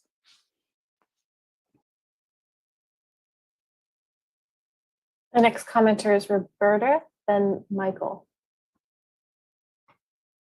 Yeah, hello, Board of Supervisors and everyone watching. My name is Roberta McIntyre, and I'm the President and CEO of FireSafe Sonoma, and I'm speaking to item 43 on the consent calendar under the heading of Presentations, Gold Resolutions. I want to thank the Board of Supervisors for proclaiming this month as Wildfire Awareness Month, or Wildfire Awareness Week, if you want to go with the weekly version of it. And I'm not here really to talk about FireSafe Sonoma like I usually do. What I want to do is officially thank the many smaller community groups that FireSafe Sonoma as a countywide FireSafe Council interacts with on a day-to-day basis in terms of reducing wildfire risk throughout the county. And I'll try to do it in my remaining 1 minute or so. So thank you, Count Meeker, COPE of Northern Sonoma County, FireSafe Occidental, thank you, FireSafe Fort Ross, thank you, Gerke Road FireSafe Council, thank you, the new To the new Glen Ellen Fire Safe Council, thank you. Grove Street Fire Safe Council, thank you. To the Guerneville Fire Safe Council, thank you. Hollydale Canyon and Terrace Fire Safe Council, Mayacamas, Mill Creek, Northeast Geyserville, Oakmont Firewise, Occidental Fire Safe Council, Safer West County, the Springs Community, the Sea Ranch, the Upper Mark West Fire Safe Council, Vacation Beach Fire Safe Council, and West Sebastopol Gold Ridge Community Council. As well, I want to thank you all of our participating organizations we interact with, the Resilient Landscape Coalition, CAL FIRE, Santa Rosa Fire Department, both of the resource conservation districts, and many, many more. I'm out of time, but thank you, everybody. And I look forward to being in person at the actual presentation of the gold resolution. Hi, if the next commenter can please unmute and state your name. Yes, Michael Allen. Thank you. Please go ahead. Thank you. Good morning, board members. Michael Allen. I know I'm well known to all of you. I'm calling in this morning to let you know that I was recently elected to be the Secretary Treasurer for the Building Trades and Construction unions, and that I look forward to working constructively with all of you. You know that I've been involved over the years with many nonprofits, as well as representing your workforce in the past. I really understand that these issues are complex. There's a lot of levels to them, but I am totally convinced that project labor agreements, for instance, are in the public interest, and we can show they are in the public interest. From my long experience regarding working, for instance, on construction projects that have been done in the public sector, most cost overruns are due to either poor planning or change orders or unanticipated circumstances. The labor component of it with prevailing wage is not the motivating factor. The most motivating factor should be the quality of the construction, and also providing opportunities for disadvantaged communities through apprenticeship programs to be able to work on public projects as well as private projects. So in working with all of you, I just want you to know that I will do my homework. I will work with all of you. And I truly appreciate, I've looked at all the agenda items you have this morning with the reading materials behind them. I don't know how possibly you can study up on all these issues to the degree you want to, because there's so many demands on the Board of Supervisors. But what I do pledge to you is that I will always try to give you my very best information and work with you in a collaborative fashion so we can do something for this community, for the workers, for the private sector, the public sector, and all of us working together. And so God bless and thank you for your work during this pandemic.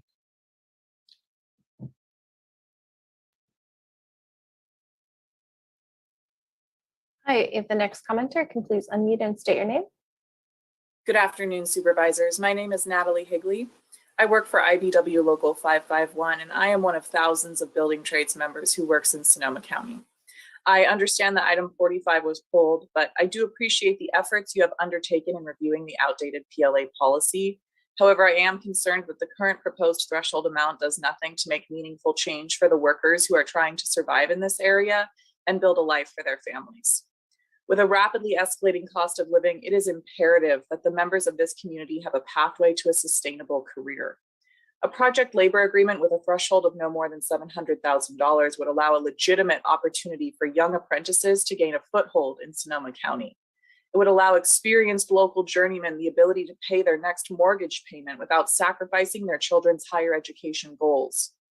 The oversight provided by a PLA ensures that the individual on the job site, who may not know how to stand up to a boss when they are sent to do work they aren't trained for, has someone to stand up for them and keep them safe. If, as does commonly occur on non-union work sites, a worker is misclassified and forced to work on an inaccurate pay scale, they have representation ready to defend them. That worker does not have a need to question their path towards homeownership because they have a clearly stepped pay scale through the apprenticeship program. Their quality of life is improved by transparency of expected working conditions and their compensation. I urge you, for the sake of workers in this community, to lower this threshold and to reject the misinformation from large construction corporations looking out for their bottom line and not the workers and families who build their wealth. Thank you.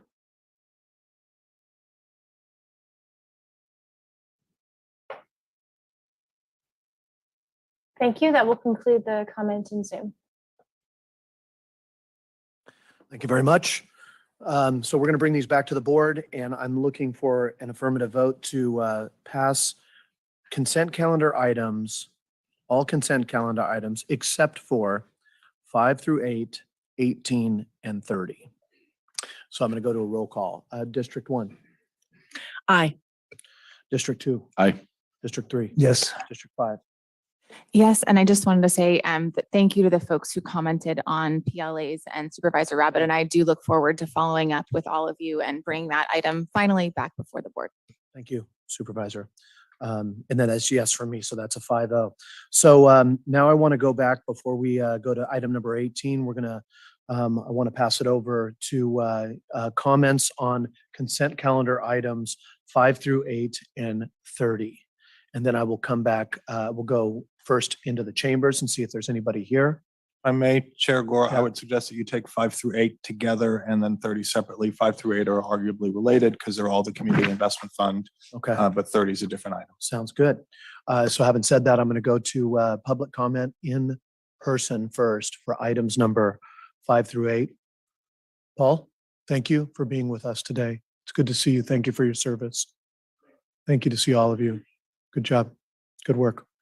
So Can I just, yeah, before yeah, sorry. they leave, thank you so much for being here this is in regards to item 24. We have 2 directors from the Two Rock Fire Department built a new building that was much needed since the rodents were actually eating through uniforms or turnouts, hoses, and everything else in the old building. But no good deed goes unpunished, because there's an attorney who lives behind this piece of property that has made life hell. And we're going through a process to rectify some of these issues, and very much appreciate the board taking original jurisdiction on that, but appreciate all the work that the fire department has done to keep the community safe in spite of some of the community members. Great. Supervisor, thank you for bringing that on original jurisdiction, and appreciate you very much and your patience this morning. Thank you. Blessings. Yeah. Okay, we're going to go online for Zoom comments on items 5 through 8 on the consent calendar. Thank you. If you can please raise your hand in the Zoom app or press *9 on your phone keypad if you are an attendee by phone to raise your hand for these items.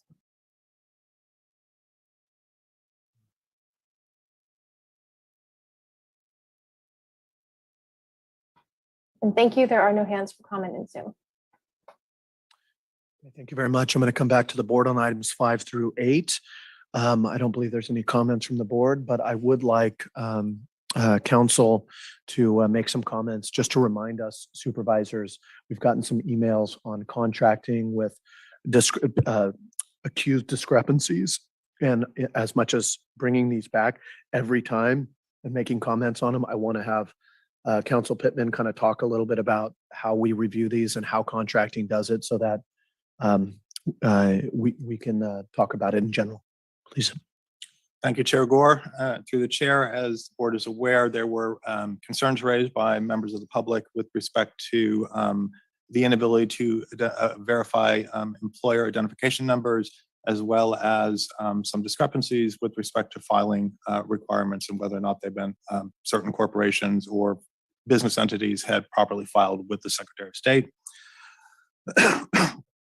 Starting with the employer identification number, the county has a process in place for obtaining EINs to comply with our legal obligations to withhold taxes or report payments to the state and federal taxing authorities. The county only obtains this information in its official capacity and is prohibited from disclosing it because of privacy concerns and identity fraud.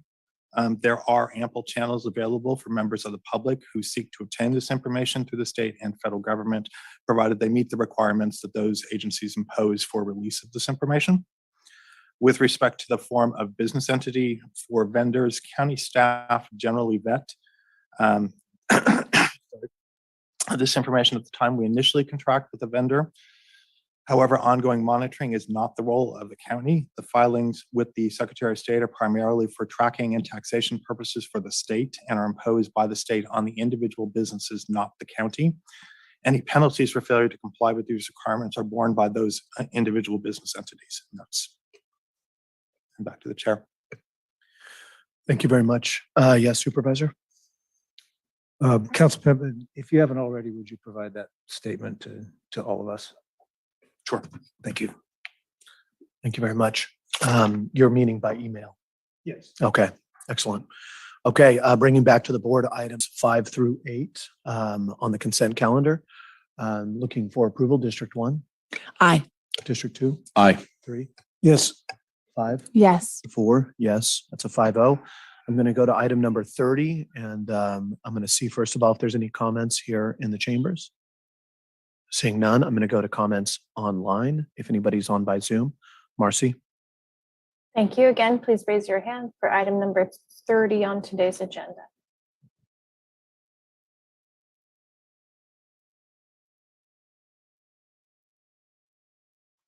There are no hands for comment. Okay, thank you. I'm going to bring it back to the board. I don't believe we need any other comments from council or us on that. So item number 30 on consent, Supervisor Gorin? Aye. Rabbit? Aye. Corsi? Yes. Hopkins? Yes. Corsi, yes, that's 5-0. So I want to move us from the consent calendar at 10 a.m. Appreciate everybody. So we're going to go over to item number 18, and then we're going to get back into our routine for the rest of the morning. So item number 18, Christina, you're going to be presenting this. I'm going to pass it over to you. Just a reminder to everybody that item number 18 is the county telework policy.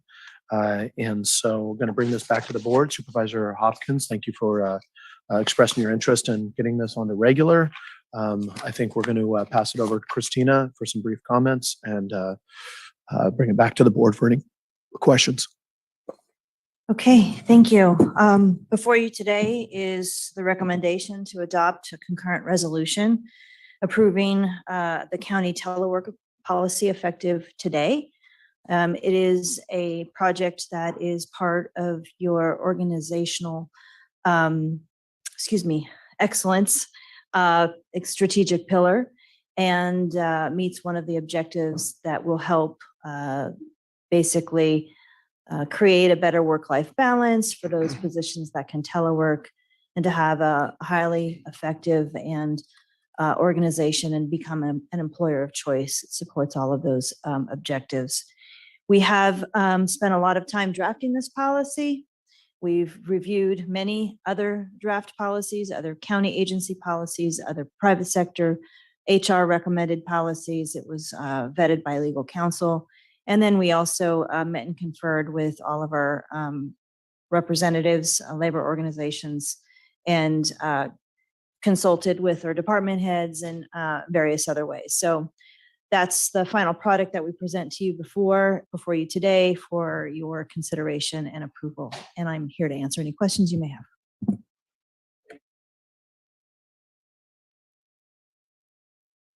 Thank you, Christina. Passing it over to the board. I want to acknowledge that as much as this is an individual item on the board, this is really part of a larger conversation, which is the future of work. Dun, dun, dun. And I want to just acknowledge that there's been a lot of colleagues who have weighed in, because although this is a telework policy during a pandemic or moving to an endemic, we are also figuring all of this out. And with the excitement for the opportunities of telework with respect to reduced greenhouse gas emissions, people traveling time, and yet at the same time being able to get all the work done at the county in the different job classes that go in and out. So I want to pass it over. Supervisor Hopkins, do you have any questions or comments on this before we go to the public? Yeah, I have no questions. I was going to reserve my comments after we hear from the public. Thank you. Anybody else? Questions or comments? Okay, I want to go to the public on this. So 2 minutes and offer an opportunity for folks to weigh in. Anybody here in person? Does not look like it. We will go to Zoom comments.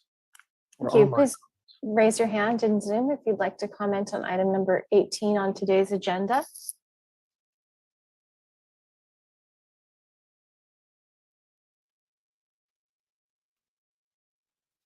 And there are no hands. Yeah, so I know there are some folks who wanted to speak. They had to go back to work.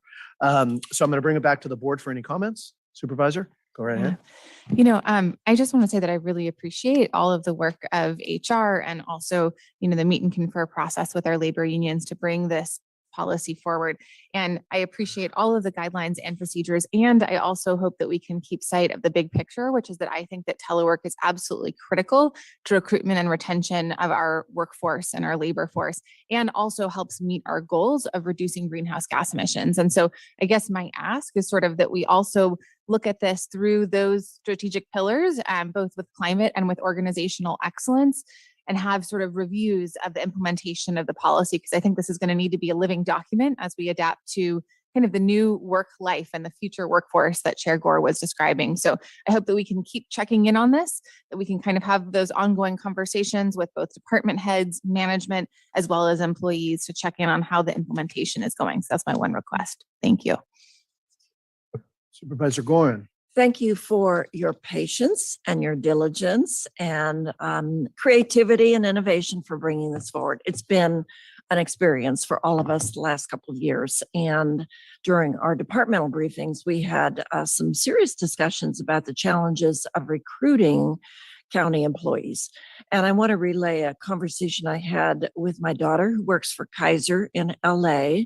She's an audiovisual engineer, which means she has been arranging for Zooms and all of the virtual gatherings for many, many people. And she has not been able to work remotely until recently. And so she now is able to work remotely 1 day a week, and she gets to trade off with her partner. And if that goes well, then they can work remotely more than that as the company Kaiser moves forward.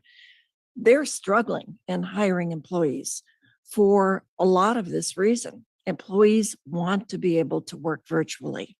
And so I think this is the best telework policy we can come up with now to allow the flexibility in each department to manage the needs of its department and the job functions and responsibilities. And we are not alone, as I just said.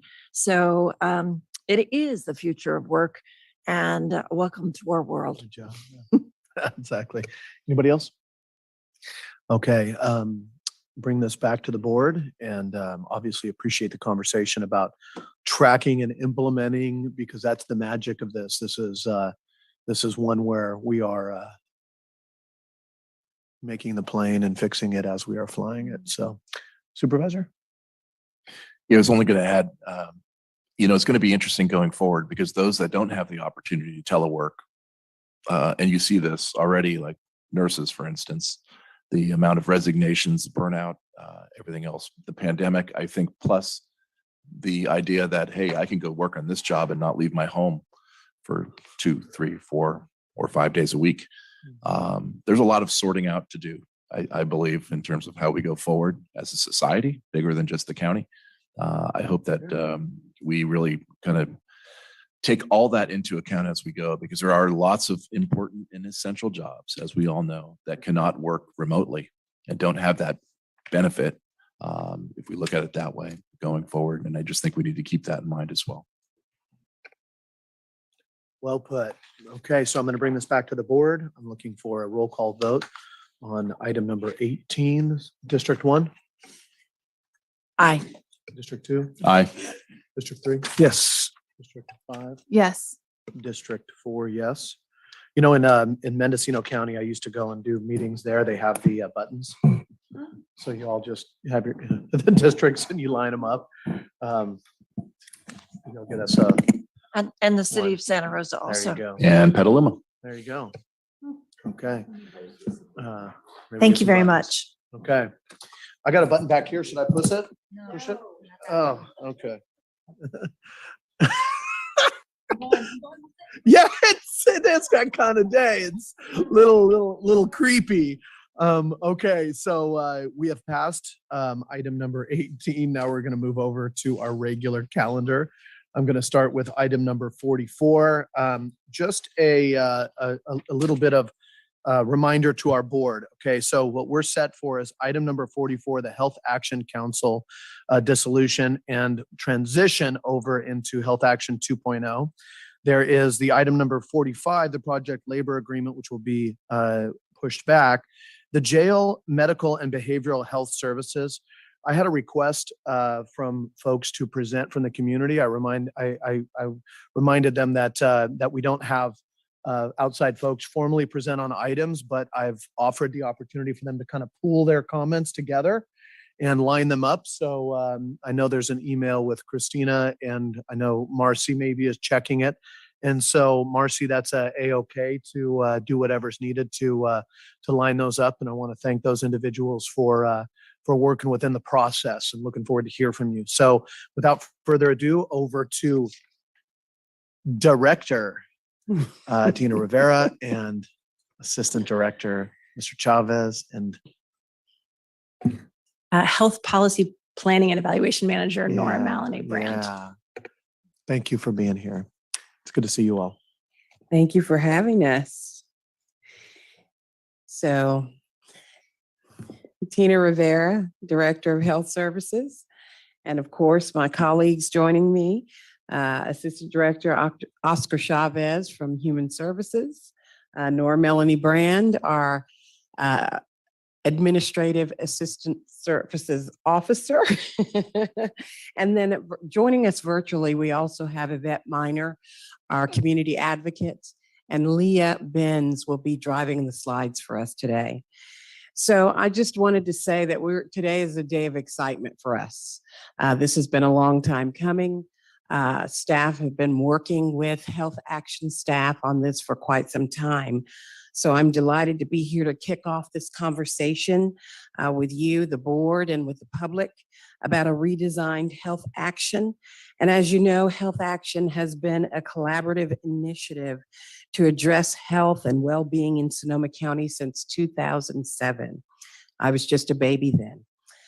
Over the last several years, a group of community members and county staff have worked to rethink Health Action and what it means to address inequity and achieve greater collective impact.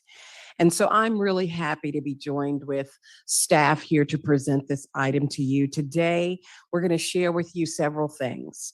Some of the history of Health Action, why there's an urgent need to think differently, a new aspiration for Health Action and our community, and the role of the county and the Board of Supervisors in this new vision. This work is extremely important to my vision of a more engaged and equity-centered Department of Health Services. And I hope this presentation will leave you feeling as excited as we are about a new way of operating in Sonoma County. So without further ado, I'm going to kick it over to Nora to begin our presentation. Thank you, Director Rivera. Thank you, Chair Gore and members of the board for having us here today. I am going to kind of kick us off with a little bit of a reminder about the history of Health Action and share some of our accomplishments.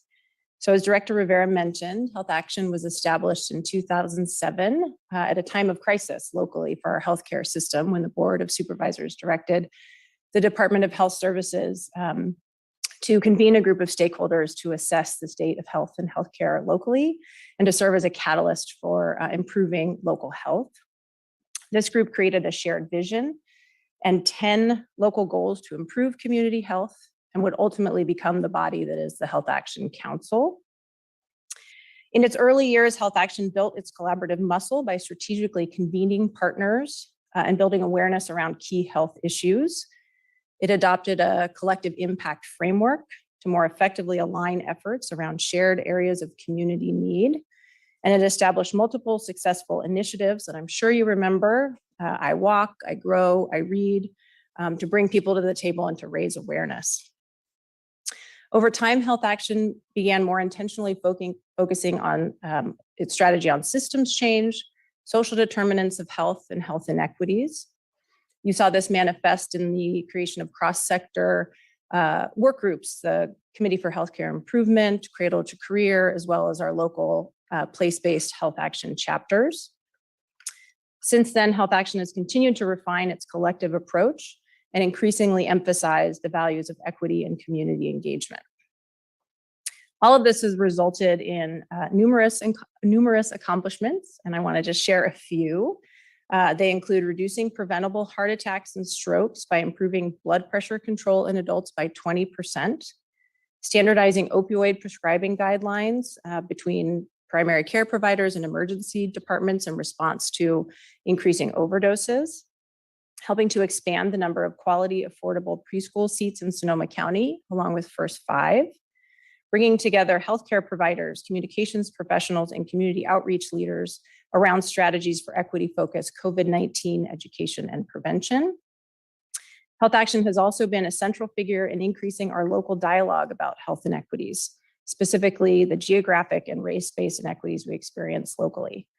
As you know, in 2014, Health Action helped develop the original portrait of Sonoma County, which provided a deeper understanding of the role that geography, race, place of birth, and other factors play in determining one's health and well-being. With the release of the latest portrait of Sonoma County 2021, Health Action again has an opportunity to play a leadership role in championing a collaborative effort to address deep-seated inequities and focus acutely on the racial disparities in our county. So I share this history just as a foundation of what Health Action has been over the last 14 years, a celebration of all that it's been able to accomplish, and really an example of the amazing things that we can accomplish when we come together, our hearts and minds and resources are aligned to address community needs. And as you also know, in spite of all of this work, a significant gap still exists between the inequities in our community and the level of our collective response. It is clear that the status quo cannot sufficiently address the magnitude of inequities in Sonoma County. Over the last 2 years, Health Action leaders, so community members along with county staff, have been asking themselves the question of what Health Action needs to do differently to close the gap between our collective and collaborative response and the results we really want to see in the community. Through this process, we have come to recognize a number of things. We need to create a new approach that focuses on equity, centers community in design and decision-making, and addresses the systemic causes of disparities. We know that county government and other institutions absolutely must continue to be part of this work, but community members must also hold power and decision-making authority to achieve authentic systemic change. We need to further refine our collective approach in order to adapt to complex issues, develop more flexible funding, and connect what is happening on the ground in our communities with what is happening in our institutions. In order for Health Action to move in this direction, we've established a vision for what we are calling Health Action 2.0 and look to you to help sunset the existing structure of Health Action. But before we get into what it will take to achieve this vision, I think it's important to step back and really ground ourselves in a shared understanding of what we mean when we talk about inequities in Sonoma County. So as I mentioned, earlier this year, an updated portrait of Sonoma County was released, and it absolutely warrants its own deep dive and deep conversation, but it's a central character in today's conversation and today's presentation, and we wanted to ensure that everyone tuning in has a shared understanding of what that report contains. So I welcome my colleague Yvette Miner, who is on Zoom, to share some of the key takeaways of that report. Yvette has been a resident of Sonoma County for almost 30 years. She's an active community engager and has held several positions in school districts as an employee and engaged parent. She's heavily involved in a number of community groups, boards, commissions, and committees, including Health Action. So Yvette, I pass it to you. Well, thank you for that. And thank you, Chair and Board of Supervisors. I'm grateful to be here today, and thank goodness for hybrid model. I thoroughly enjoyed the conversation prior to this. So as you all know, you are very familiar with the portrait of Sonoma County and have been champions of this work. As Nora mentioned, I want to discuss a little bit about the portrait to help ground us in shared understanding of what we mean when we talk about inequities of Sonoma County. The Human Development Index recognizes that while many factors influence our health and our access to opportunities, there are 3 particular elements that are critical. According to this measure, our well-being is influenced by 3 vital areas. First, if we have a long and healthy life. Second, if we have access to formal education. And third, if we have a decent economic standard of living. The Human Development Index combines these three areas of well-being into a single score that is expressed as a number between 0 and 10. The latest portrait of Sonoma helps us witness, in general terms, how well-being has varied in different ethno-racial groups over the past 7 years. In this graph, we see that between 2014 and 2021 reports, the Human Development Index declined for Asian and Black communities. In particular, the Black community suffered the greatest decline. On the other hand, well-being increased for Latinx and white residents. This data demonstrates a systemic racism that particularly affects the Black community in our county. This is a serious problem that we need to address with urgency. It is important to ask ourselves, what are the conditions in our community ecosystem that contribute to these inequities? What can we do to change these conditions so that all people can enjoy better health, education, and income? In order for Sonoma County to be truly equitable to all community members, we are going to have to undertake a huge collective effort, fueled by conviction, but anchored in solutions that value the human dignity of all our residents.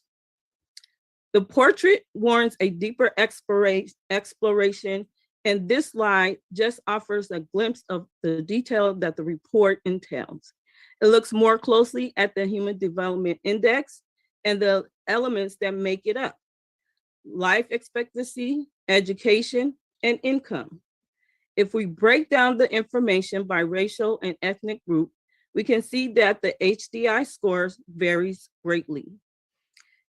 As residents have the highest, Asian residents have the highest HDI score in the county, although their score has decreased since 2014 report.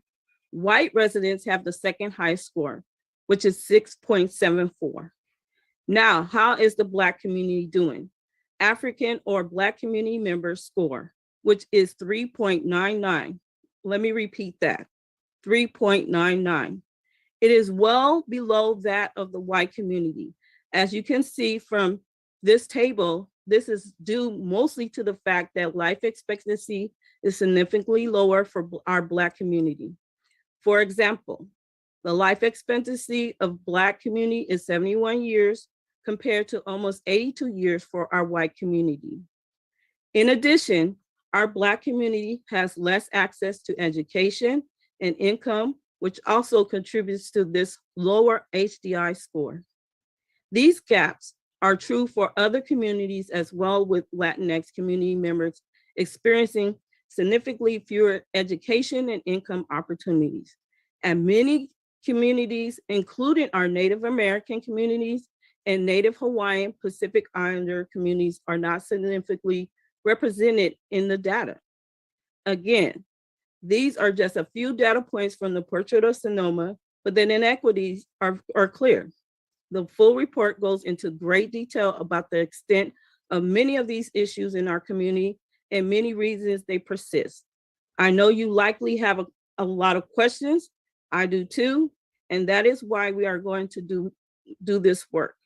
I will pass it back to Nora to go back to the questions of how Health Action sees itself helping to address these issues with the resources, collaborations, and commitment they deserve. Thank you so much, Yvette, for sharing that information about the portrait of Sonoma and giving us a grounding in data for today's conversation. It really is with that information in mind and with a sense of urgency to change our status quo that Health Action has reimagined itself. So Health Action 2.0 aspires for a Sonoma County where a person's skin color, zip code, or place of birth does not determine their health, education, or income. It centers values of equity, so identifying and acknowledging the racist and discriminatory structures, policies, and practices that produce gaps in health, education, and income, and commits to dismantling these. It values an upstream focus, so ensuring that efforts fundamentally address root causes, as well as policies, relationships, and norms that produce and reinforce inequities. It values community by centering decision-making power with individuals and communities closest to the challenges. It values integration and collaboration, working to align efforts and resources, share ideas and expertise, and increase impact. And it values shared outcomes, defining our success measures with those closest to the issues, setting clear goals, and openly sharing successes and failures. What will be different about a new health action? Health Action 2.0 will be a collaborative action network, a network of systems changers focused on addressing the political, institutional, and resource investments producing inequities in Sonoma County. It will help create an agenda for action informed by the portrait of Sonoma County and with the expertise of community to drive meaningful change to reduce inequities. It will help lead a campaign to align efforts and resources around these priority areas. It will facilitate action at the grassroots and systems level to address the agenda for action and work as a bridge between the work happening in our communities and the work happening in our institutions. Health Action will work to ensure that our most disproportionately impacted communities are centered in the design, decision-making, and implementation of solutions. We hope that this new approach creates a shared understanding that inequities in Sonoma County are not inevitable. They are the result of policy and investment decisions, and we can make different decisions and produce better outcomes for everyone. We also hope that it acts as a new model of change where community members most impacted by communities lead the policy, investment, and change efforts to address their needs, and where local systems and institutions respond to priorities and solutions set forth by impacted communities. Next slide. Thanks.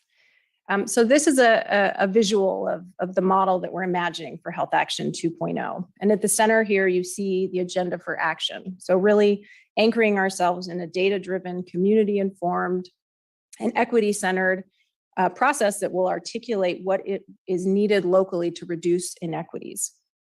At the top, we use the agenda for action to prioritize one area that will benefit from collective cross-sector effort, policy and systems change, coordinated resources and efforts.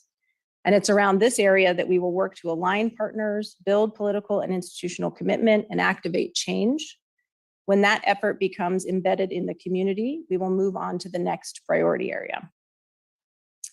At the foundation of this visual, you see our ongoing commitment to support and cultivate grassroots efforts around the county. So these efforts will determine their areas of focus and their solutions, and Health Action will provide convening, technical assistance, training, and fundraising support.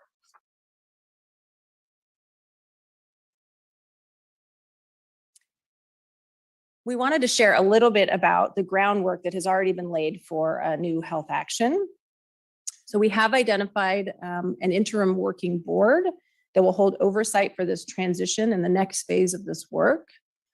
We've identified backbone support. So we've identified a fiscal sponsor that will help hold the operational needs of this during this transition, an implementation team that consists of county staff from health services, human services, and the Office of Equity, as well as some consultant support to develop our implementation plan. We've developed a comprehensive set of funding strategies. We know this costs money. So we want to think ahead about how we resource this work. I'm really excited to share that to date, we have secured over $500,000 for this new effort.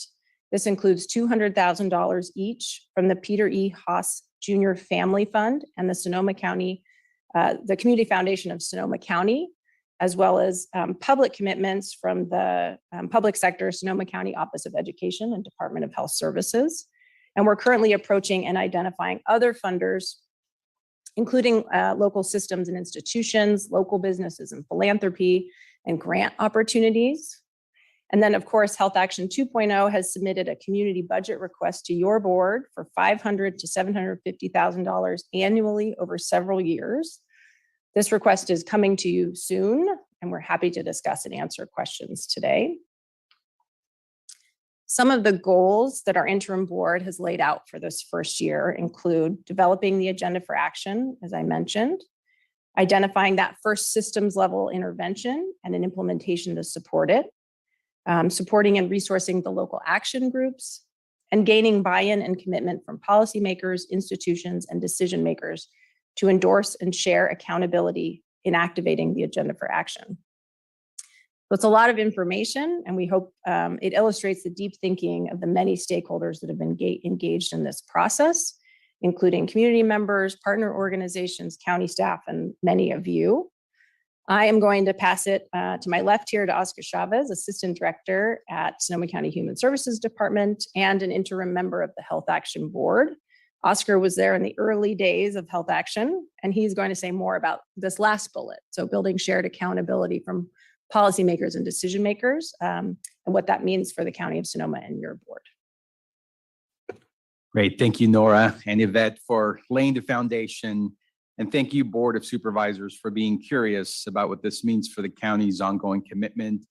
I'm really grateful to be here today to present, having been a founding member of the council and past co-chair. I think Supervisor Rabbit, you were here as well when we launched Health Action. So it's really come a long way. And I think it's a testament to the fact that it still has so much more to go. So first, I want to share with you a little bit about the role of county departments in this work. Staff from Human Services, the Office of Equity and Health Services have already spent countless hours in partnership with community, developing the vision for Health Action and developing an update to the portrait of Sonoma. These staff and leaders will continue to help advance a vision of equity that centers our community members experiencing the greatest impact of our county's inequities. We stand behind our community members to ensure their voices rise to the top when it comes to identifying solutions, and we will share accountability to make sure their needs are met. In addition, we call on department leaders to continue showing up differently in our communities, valuing the expertise of community members with lived experience as we advance solutions.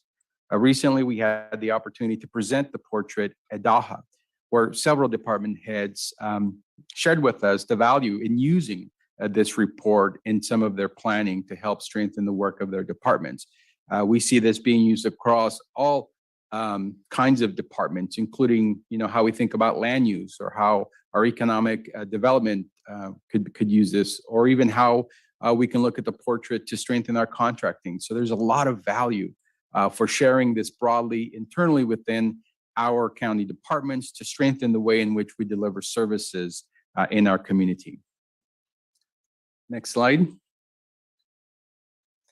And so what does this mean for you, the Board of Supervisors? Well, we ask that you continue to lead the way on the work that your board established in 2007. Build on this great work and deepen our thinking about how systems must adapt to achieve better outcomes for everyone in our community. Please help us champion this work and encourage others to join us. Remain engaged and open to hearing new voices and thinking about how we can work differently together. You've already made a strong commitment to achieving racial equity, and we hope that you look to Health Action 2.0 to support ongoing county work, including the goals you've laid out in the racial equity and social justice pillars of the strategic plan, and to address the needs laid out for you by the American Rescue Plan Act Community Equity Work Group. You can also demonstrate your ongoing leadership and partnership by considering the budget request that will be put forward by several members of your board in the coming months, and commit your own leadership and that of your staff to designing a new way of working and to remain accountable for impacting our inequities. Also, to continue to support your staff to engage and align their own work with that of the community to achieve greater impact through this new private-public partnership. And as Supervisor Gore, we've done a lot of work around private-public partnerships. And as a member of the California Stewardship Network, I've seen the incredible work taking place across our state through the work of private-public partnerships who are committed to improving government and creating inclusive, sustainable growth for all of its community members. And we believe that through a strong private-public partnership, supported by institutional investors such as the county and other large businesses. Our hope is that the new Health Action organization will lead innovative solutions that can be scaled up to help solve some of our county's most pressing economic, environmental, and social well-being challenges. We've known for a long time that government can't do this alone, and through the collaboration and partnership of other sectors, we can actually make a dent on some of these persistent community challenges that continue to plague our community. So with that, I'm going to turn it back over to Director Rivera. So in closing, what does this all look like for us today? What does this look like for the board today? We're asking that you accept our recommendation to adopt the resolution before you today that would dissolve the current Health Action as an advisory body to the Sonoma County Board of Supervisors to make way for this new collaborative action and public-private partnership. We also ask that you would do the following things. Continue to build on the county's 14-year investment. Commit to the aspiration of Health Actions 2.0, where a person's health, well-being aren't determined by their race, their place of birth, or their zip code. Share accountability for the agenda for action and for making meaningful change to reduce our county's systemic inequities. And then lastly, to help support the success of Health Actions 2.0 through alignment of strategy, policy, and resources. And with that, I'll turn it back over to you, Chair Gore. Well, thank you to the three of you for presenting, but also, I don't know how many people are watching that have served on Health Action. I use that word intentionally, it's served, because it's true public service. And I want to applaud the fact that we're bringing an item before the board that has what are some distilled recommendations and actions, but then there's been a ton of blood, sweat, and tears on this transition and on this process. As a appointee to Health Action for a variety of different years, you know, this whole idea of a collective impact organization, you know, being really the only way to deal with the fragmentism of how we manage our services in Sonoma County, underlined by the fact that our Department of Health Service is not a direct service provider in the hospital sense like it used to be with patients. You know, all of these things lead to the same point, which is that if we don't operate as a true partnership and as a family and with a nexus and a backbone organization and commitment to holding that together, then we, quite honestly, we fall behind on the areas that we're seeing that we need to invest more in. So, you know, everybody can talk about the different areas of equity investment and other things, but I want to underscore the fact that it's a pleasure to be with you here, and there's been a lot of work put into this 2.0 envisioning. I want to go to my colleagues if there's any questions, and then go to public comment. So I'm going to start with this side, or anybody want to jump in? Go ahead, Supervisor Hopkins, questions. Oh, okay. Supervisor Gordon, any questions? I do Questions. I Thank do you, have a by the way, question. for reminding me that that's the way you did it last year. It was a good way. You did a good job of being a strong mom for us too, at times. Thank you. I am delighted by the presentation, delighted by the discussion, and it's been a long time coming because I've served briefly on Health Action and for a while on upstream investments. And I felt that these organizations were so important, so seminal in their organization at the very beginning. And maybe it was time for a reboot. And so, yes, Health Action 2.0 is well received. But the question that I have, of course, you and I talked with some of you about the budget requests. Where's the funding coming from? And the next question is, what are the hospital's contributions towards Health Action? You list a couple of the philanthropic contributions. I don't see hospitals or medical associations listed as potential partners here. And I'm although you are requesting county support for whatever we come up with over the next 3 years, is this ongoing forever? Or should we consider an initial investment and tapering down in the next year or two after that? So my questions really revolve around, how do we support this? How do we sustain this in the light that we have decreasing resources at the county? Unless Tina has or Oscar pockets of untapped revenues or sources of funding. Well, I'll take a part of that. A lot of meat in your question. I'll take the piece about the hospitals. A part of Health Action 2.0 with respect to the hospitals, the CHI, which stands for Committee for Healthcare Improvement, they're a part of this new redesign. And so this includes hospital partners, our FQHCs. So they absolutely are engaged in this redesign. And so when we talk about what their contribution is, they have actually put in some financial contribution.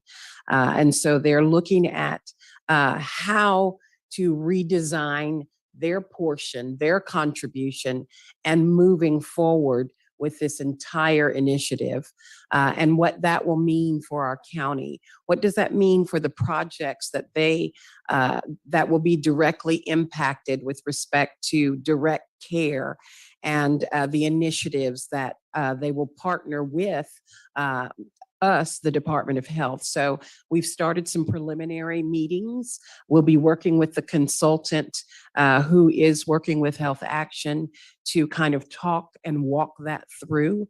So there has been some financial contribution around that. I cannot remember the exact amount from each of those particular hospitals and FQHCs, but I can get that for you.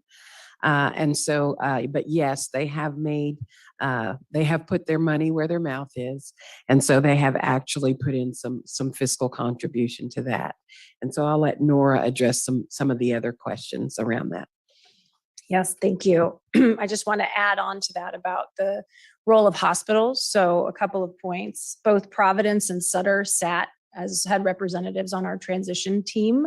So we had representation from 2 of our 3 major hospitals. Kaiser obviously has been a long time leader in the health action space as well.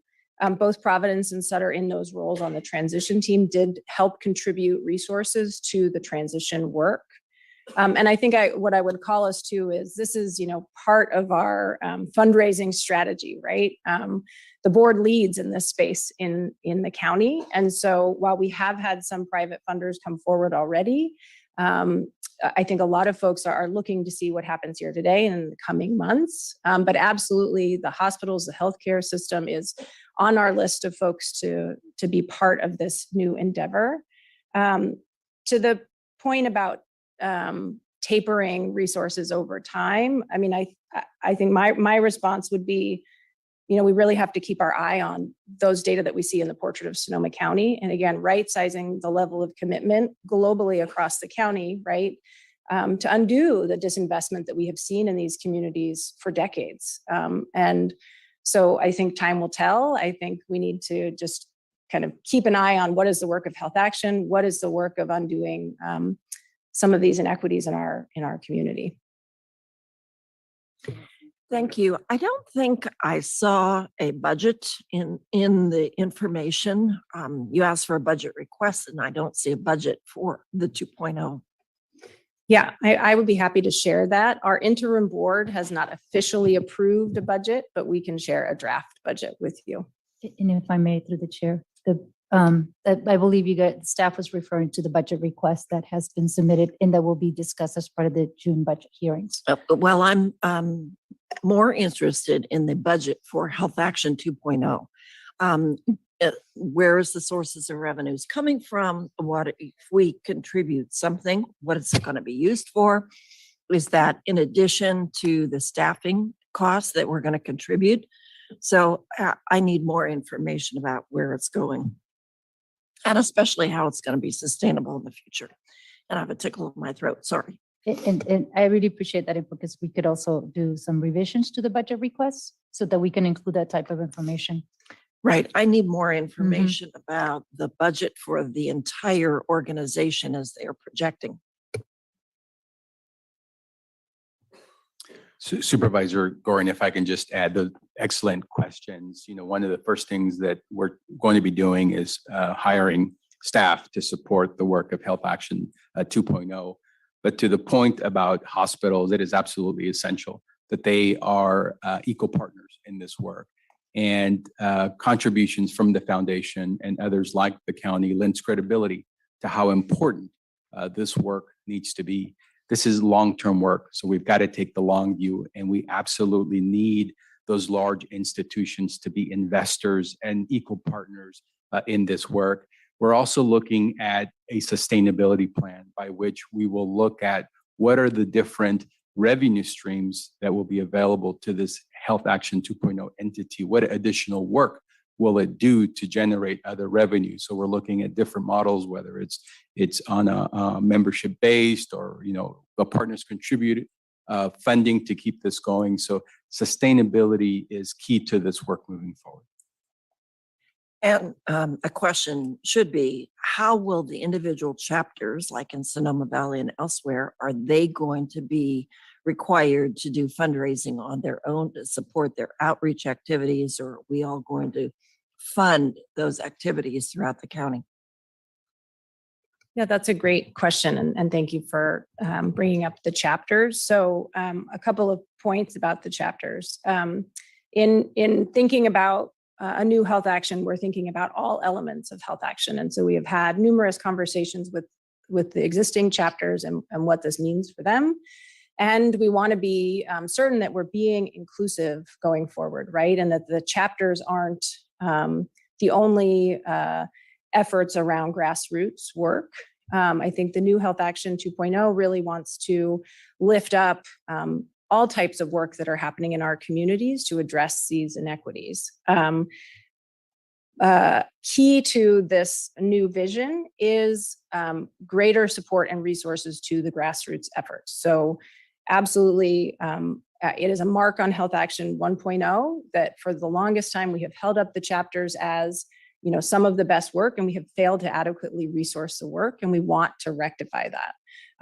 I would point to actually some of the data points that were received through the ARPA community equity work group, and some of the needs that they've identified, because they absolutely mirror the things that we've been hearing from chapters over the years. So increased technical assistance to support small BIPOC-led or focused nonprofits in disproportionately impacted areas to increase capacity, providing and supporting leadership training, ensuring humanizing demographic data collection, and funding and creating more wraparound and cooperative interagency structures and spaces that can address interconnected issues. We're really hearing that feedback that you've already collected and thinking about how do we do better in this next vision to make sure that those small grassroots efforts, those small CBOs, those people, those entities that really have the trusted relationships in the community are getting the support that they need to do the work that they are experts at.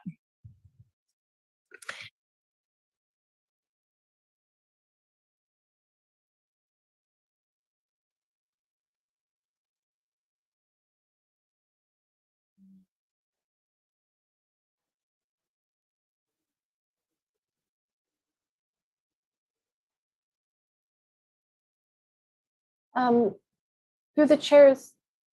Is there Sorry, anyone speaking Marcy, on I this? didn't have my microphone on. Thank you. Thank you.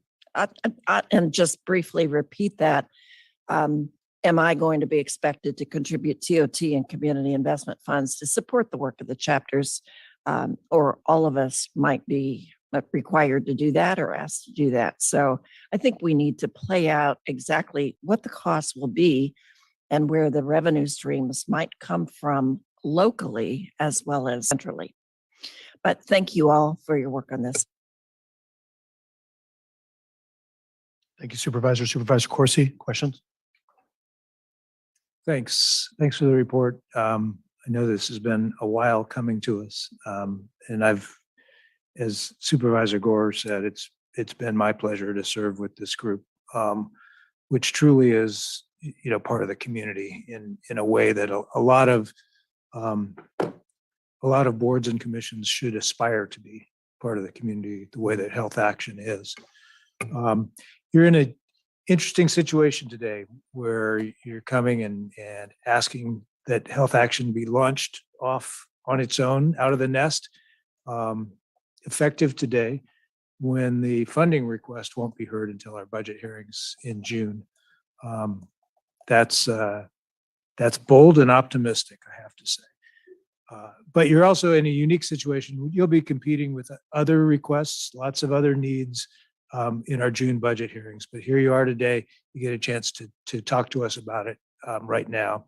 So can you talk about what Health Action, what the county's cost to have Health Action for the last 14 years, what it is today, what it has been over that time, versus what you're asking for going forward.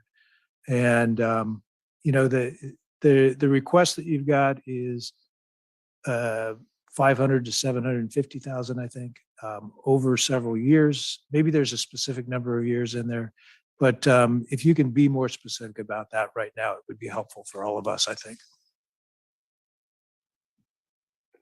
Sure. So it's a great question. And I just want to acknowledge that the backbone support that has been held in the health department has changed over time. And so when we think about the 14 years, there is not 1 year, right, or one period that represents the entire time. So for the last, I want to say 10 years or so, the contribution for staff time has hovered around $650,000 annually. Now, let me add some caveats to that, which is with direction from this board and our previous director, around 2017, 2018, Health Action staff who had previously been 100% dedicated to Health Action began supporting more work for the department and for the county. But we didn't necessarily document differently how we spent our time. But I think it was in recognition of the superb work that staff were doing around aligning work in the community and wanting to make sure we had some of that resource reserved in-house. So currently, we have 4 FTE assigned to Health Action. And again, the caveat is that those staff also work on other projects with the same funding source, realignment, health realignment funding. And we don't always distinguish that. So my best average right now is that of those 4 staff who are budgeted to Health Action, about 2 FTE go to Health Action. Other projects that those staff work on From their cumulative time, you're saying? Yeah. 4 full 4 FTEs, but put 2 FTEs of time. total. Yes, thank you. Yes, Okay. yes. And other efforts that those staff work on include the Portrait of Sonoma, Measure O, Whole Person Care, the Continuum of Care Board. Part of what has enabled us to make that shift in resources is also grant funding that the health department received. So in 2017, we received the beginning of a 5-year commitment of over $1 million as an accountable community of health. So offsetting and kind of allowing some of that time to be dedicated elsewhere, we had a grant opportunity that provided an additional $250,000 to do the work of Health Action. And that included both staff time as well as infusing through grants and contracts funding into the community. So I think the question is, we're hovering around $650,000 annually over the last 5 years, and knowing that some of that funding supports other projects in the department and in the county. Does that get a little closer? Yeah, that helps. And I guess the other part of the question is, how long do you think you're going to need that continuing support from the county? So it's a great question. And again, I'm happy to share the draft 3-year budget that Health Action is developing. Health Action 2.0 is developing to think about where we want to be over the next few years. I think in addition, again, it is going to be anchored in the question of what are we able to accomplish and what are the resources really needed to make significant change in the community. I think it will also, rely on what other partners come to the table. We've identified a number of potential state grant opportunities that align with Health Action. And so we're looking to all of that. But I don't know that I have a perfect answer for you now. And that's fair. Let me ask this. You mentioned realignment and grants within Health Action now, or within the department now that props up Health Action. Are those types of funding sources available for this ask that you're making from the board to reduce the amount that we have to take from general fund to support Health Action 2 into the future? I can answer that. I would say what would be available would be a portion of realignment, because what we would continue to leverage would be one staff moving forward. Because our point is to pull away those other 3 staff to address capacity within the department, to move them into our behavioral health work, for instance, our mobile support crisis evaluation work, to center them more into the continuum of care work, our CalAIM work, our drug Medi-Cal work, all of that work that our department is holding. This staff can assist us with that capacity as Health Action 2.0 stands up on its own. Then those 3 staff can continue to address capacity within our department. But we are willing to have them retain some of that realignment through the leverage of that one staff at 100% and maintain that going forward. Okay, and I understand that the needs are always going to be greater than the resources that we have to put toward them. But as we develop this agenda for action, that's going to identify more needs. And that's going to be asks on the general fund as well. So I'm just asking us to suss out as much as we can to figure out, how we can spread this out over those needs as efficiently as possible. And if I might add, and this doesn't directly answer your question, but I think one of the asks here today too is ongoing commitment from county departments to be engaged in this work. So again, health has led in this space, human services and upstream have been partners in this for a long time, and Office of Equity has really stepped into this space. So I think it's also a question of what is happening in the county that we can leverage and align with to ensure that the resources are distributed across the county and not just through your board and general fund. I'll have comments afterwards. Thank you. Thank you, Supervisor. Thank you very much. I do remember Supervisor Tim Smith did appoint me in 2007 back with Rita Scardacci and the whole crowd, and very much appreciate the appointment, appreciate the work, and I think Health Action. And it's ironic, right? You got there's a special. I think Oprah Winfrey is producing it's the Color of Care, which is essentially the same thing that we're talking about, trying to make sure that the health access is within all communities, and those health disparities are brought to a close. So still struggling through those issues, but I appreciate the work, the approach that we have taken. I guess my questions go to kind of following up on Supervisor Gorin's questions, really about it's a big ask. The timing of the ask is prior to the budget. There's priorities that need to be set. We don't know what those are yet, quite frankly, even with our workshops. What happens if you don't receive county funding or enough county funding to launch? I assume that you wouldn't going forward. And I guess, and that's kind of throw that one out there. Then I'm trying to also understand through the local affiliates. I'm very familiar with the CHIPA down in Petaluma, right? The Community Health Initiative of the Petaluma area. They have $57 million in assets because of the hospital deal that they have down that way, and they participate within the as a local affiliate.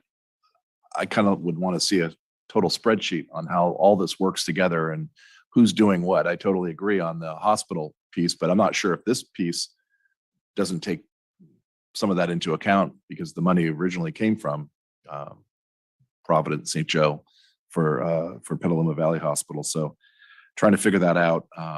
And then, it would be interesting. And I know that it's a chicken and the egg kind of question, because you want to launch, but you want to have coverage for 3 years before you can start bringing in the outside dollars, which is totally get it. We've done that in the past where we've done leverage requirements, whether it's 1-to-1, 1-to-2, 2-to-1, whatever it may be, especially after looking through kind of the funding scenarios that are out there and what the pool of funds are that are moving in this direction. I just personally would love to see all that to kind of understand it from a bigger, high-level financial picture. But obviously that gets into the weeds too, which I think is when you're launching something, kind of have to understand that going forward. So that's not really a question. There's kind of one in there, maybe the what if question, but really just requesting some additional financial information, how the affiliates would work with the eventual organization, and how that the funding sources are, where they're coming from and how they're being spent. So to the question about what happens if the board doesn't contribute funding, I will say that first and foremost, county staff, these 3 departments who have worked on the portrait of Sonoma, along with the funders who helped ensure that that report was completed, are committed to creating an agenda for action. So we have the funding that we have now will go to support a community-centered, equity-driven agenda for action that really helps articulate what we need to do to change those inequities in HCI that we've seen. So that will happen. That's where the funding that we have received so far will go, to ensure that we get to that next phase of the work. I think, again, a lot of our partners are looking today to see if we can launch this as a partnership. So we have had $400,000, as I mentioned, in private funding committed to doing this work, anchored in the portrait of Sonoma and some of those early steps around hiring leadership to continue doing this work outside of the county structure. I think that there's a lot of momentum and excitement. I would say if you're wavering, let's talk more, because I think that this is really an exciting opportunity to really do things differently and set a different tone in this county about how we operate and how we engage all of our constituents into helping design and implement solutions to challenges that are really centered in certain communities and certain census tracts in our community. Supervisor Rabbit, that's a really good question. And as we've articulated, we're sort of building this as we go. We had the initial investment to be able to hire staff, the executive director who's going to be actively seeking funding to continue this work. I guess what we're really talking about is how much of a runway do we need to be able to launch and to secure the resources for ongoing work. Regardless of what we do, I think the work that we're talking about is absolutely critical and essential to the county. It's essential to us. We've recognized how powerful the last 14 years has been in being able to convene stakeholders together to talk about the work that we can't do on our own. So there will be a void if we don't continue this work. Perhaps others might feel that, but we've seen the value of this, and we already have 2 investors that are willing or who have already committed, and we hope that we want to inspire others to do the same. But to the point that Supervisor Rabbit's making, who are the other partners? I think it's on us to start to identify who those other investors are going to be and what role are they going to play and what's going to be the ask. So we don't have all of that fleshed out at the detail, at the granular level that you might want to see it, but that is in the works as we sunset from this phase into the building phase of an external private-public partnership.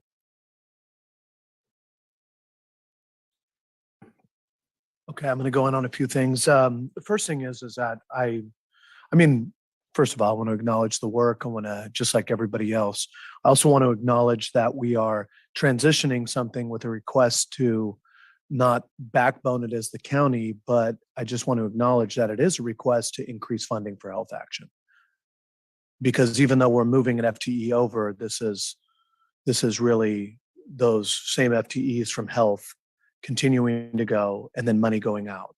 And so I just want to be clear that that is what we're asking for. We're not, I mean, this idea of, and once again, that's not, I'm in general support of what we're talking about, but let's just be very real, right?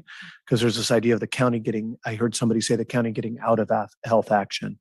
That's not what's being proposed here, right? It's for the county to get in, to continue to move forward. I do have a couple questions about the individual requests and a couple other things. The first is health action an applicant for ARPA dollars in any No. way? Just was there any consideration of applying for ARPA dollars for this amount of money for the next 3 years? Yes, absolutely. And Uh-huh. I think what you see reflected in the request is the rationale for not applying for ARPA Mhm. funding, which is that, Mhm. the types of services and programs that ARPA is dedicated to are not the types of thing Health Action is going to work on. The types of things that Health Action is focusing on are many of those things identified in the equity work group that are about capacity building, technical assistance, alignment, networking, et cetera. Mhm. And we didn't understand those to be things that ARPA would fund. Well, I think one of the things too is that has there been discussion with Health Action about not just the base level funding, but the fact that the majority of the ARPA community investment funds are directed towards issues with the social determinants of health and how to be a part of that? Can you maybe expound upon that a little bit? And opportunities? So rephrase the question. So we're putting $30 million out into the community from ARPA. Basically, a lot of it is in community investment grants. It's really related to social determinants of health. It's really related to equity investments. You could consider this to be into the health network of Sonoma County through the community-based organizations, the largest investment the county has ever made, right?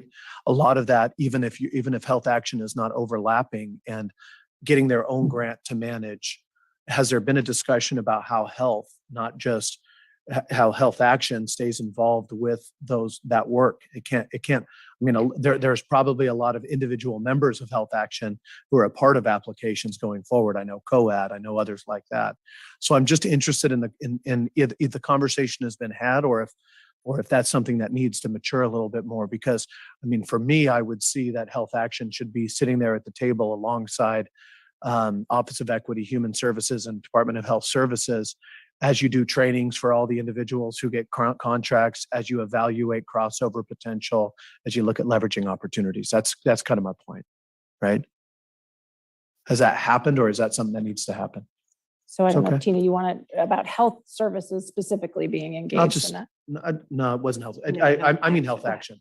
This is You told Health me. Action. You got a group of 30 plus service providers, and we're putting $30 million on the ground. I don't want there to be a disconnect. That's kind of like framing it as a question, right? Like, yep, this is the biggest investment for basically Health Action, even though it's not led by Health Action or through Health Action, but really a lot of the tenants established by Health Action.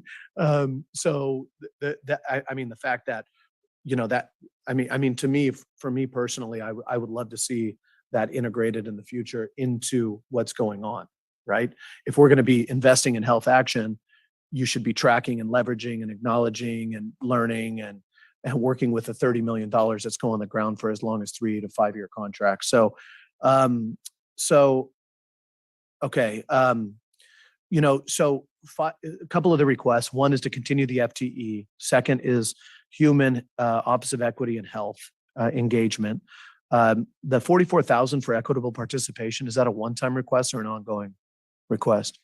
To health services. So there's $44,000 for community participation, and that is a contract that Department of Health Services has already entered into or is in the process of entering into. And so is that, I mean, we've worked a lot on this, is like, do you have individuals who have to take time off of work and don't have, is this really stipend focused? And And I mean, is that what it's focused on? Yeah, we want to make Providing the sure that backbone. community members can Okay. participate. And is that considered to be a one-time investment, or is that a continued investment year by year? Okay. And then we'll have to determine One going time, my forward. mic was not on. Yeah. We have to be, because one of the other things is that I look to the request, which is for the budget request, the community budget request, and it says for multi-year commitment of $500,000 to $750,000. A lot of times what we do, if we put one-time money towards something, we look at kind of max it out as a 3-year contract. Is that kind of what the consideration is for the community budget request? Yeah, I mean, I think the point here is how do we move toward a true public-private partnership, and what does that look like? If I may, through the chair, Yeah. the community budget request as submitted requests between $500,000 to $750,000 annually for the next 4 years. Okay, thank you. Thank you. Okay, well, that's good. That's clear. Okay, I want to go to comments. Anybody here from the individuals here in the chamber? Health action on that item? Come on up. Thank you for your patience. You've been waiting for a while. I've seen you since this morning, and it's 11:15, so come on up and provide 2 minutes for you to speak your piece. Thank you for being here with us. Sure.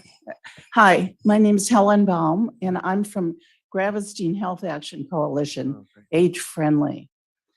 And this is very informative for me because I didn't know all the pieces, and there's many of them.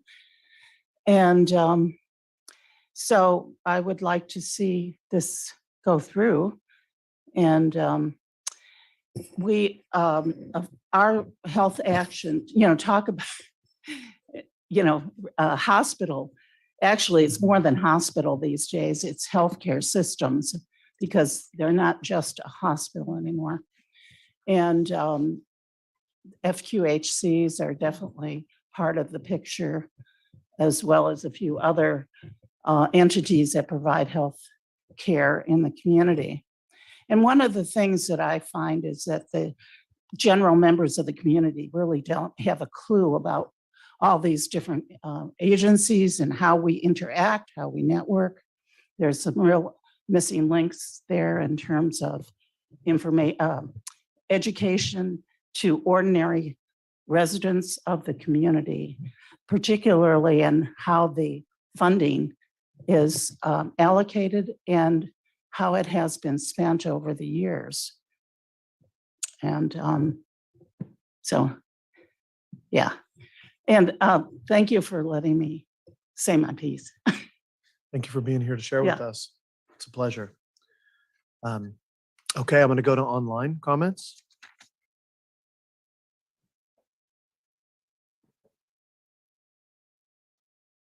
Thank you. There's a number of hands raised.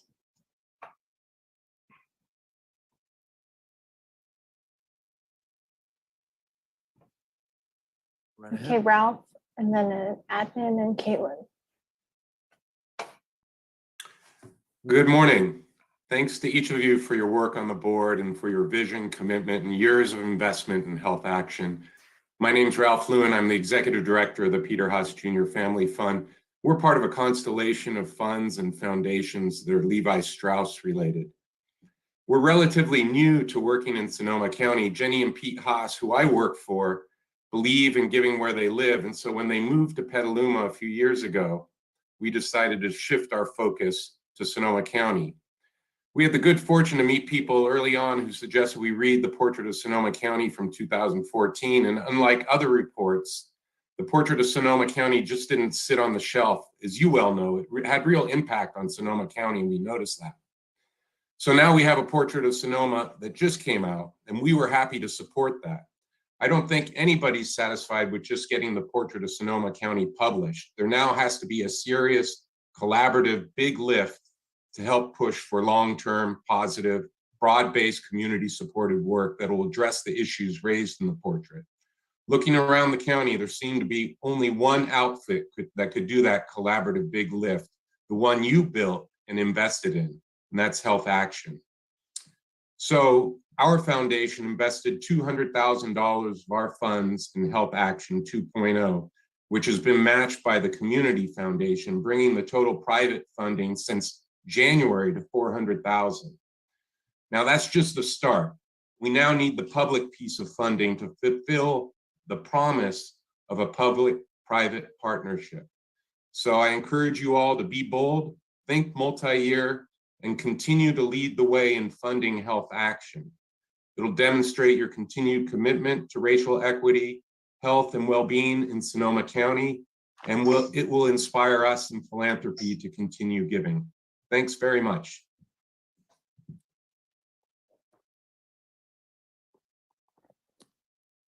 And thank you. If the next commenter can please unmute and state your name. Hi, can you hear me? Yes, we can.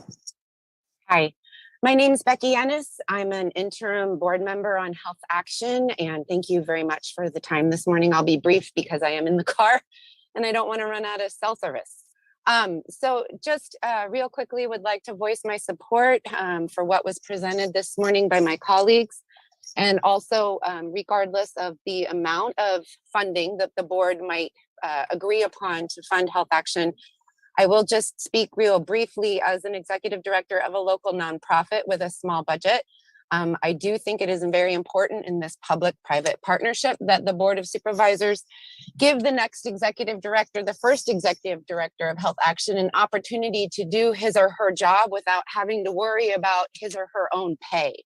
I think it's really important that this new organization starts the executive director off right. It will be a small organization, I'm sure, of only 1 or 2 individuals working on such a huge agenda for action for our entire county. And so that money is very important to those incoming staff members. And I can speak from experience, you can keep your eyes on the vision a lot better when you don't have to worry about your own household pocketbook. So thank you very much.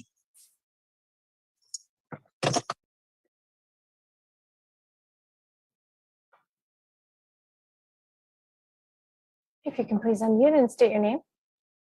Hi, my name is Caitlin Cornwall, and I am the project director for one of the Health Action chapters. It's the one serving Sonoma Valley, the Sonoma Valley Collaborative.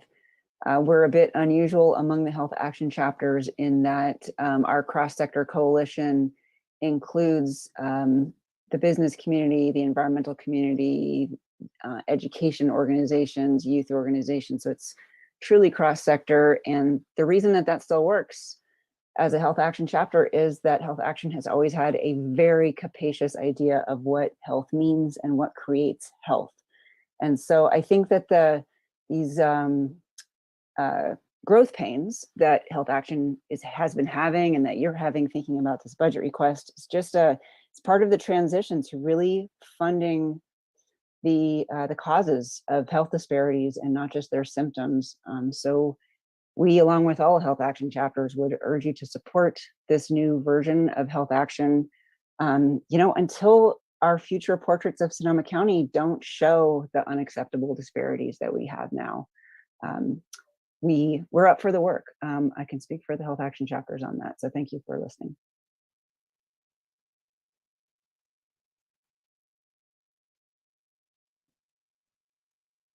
And thank you. That will conclude public comment.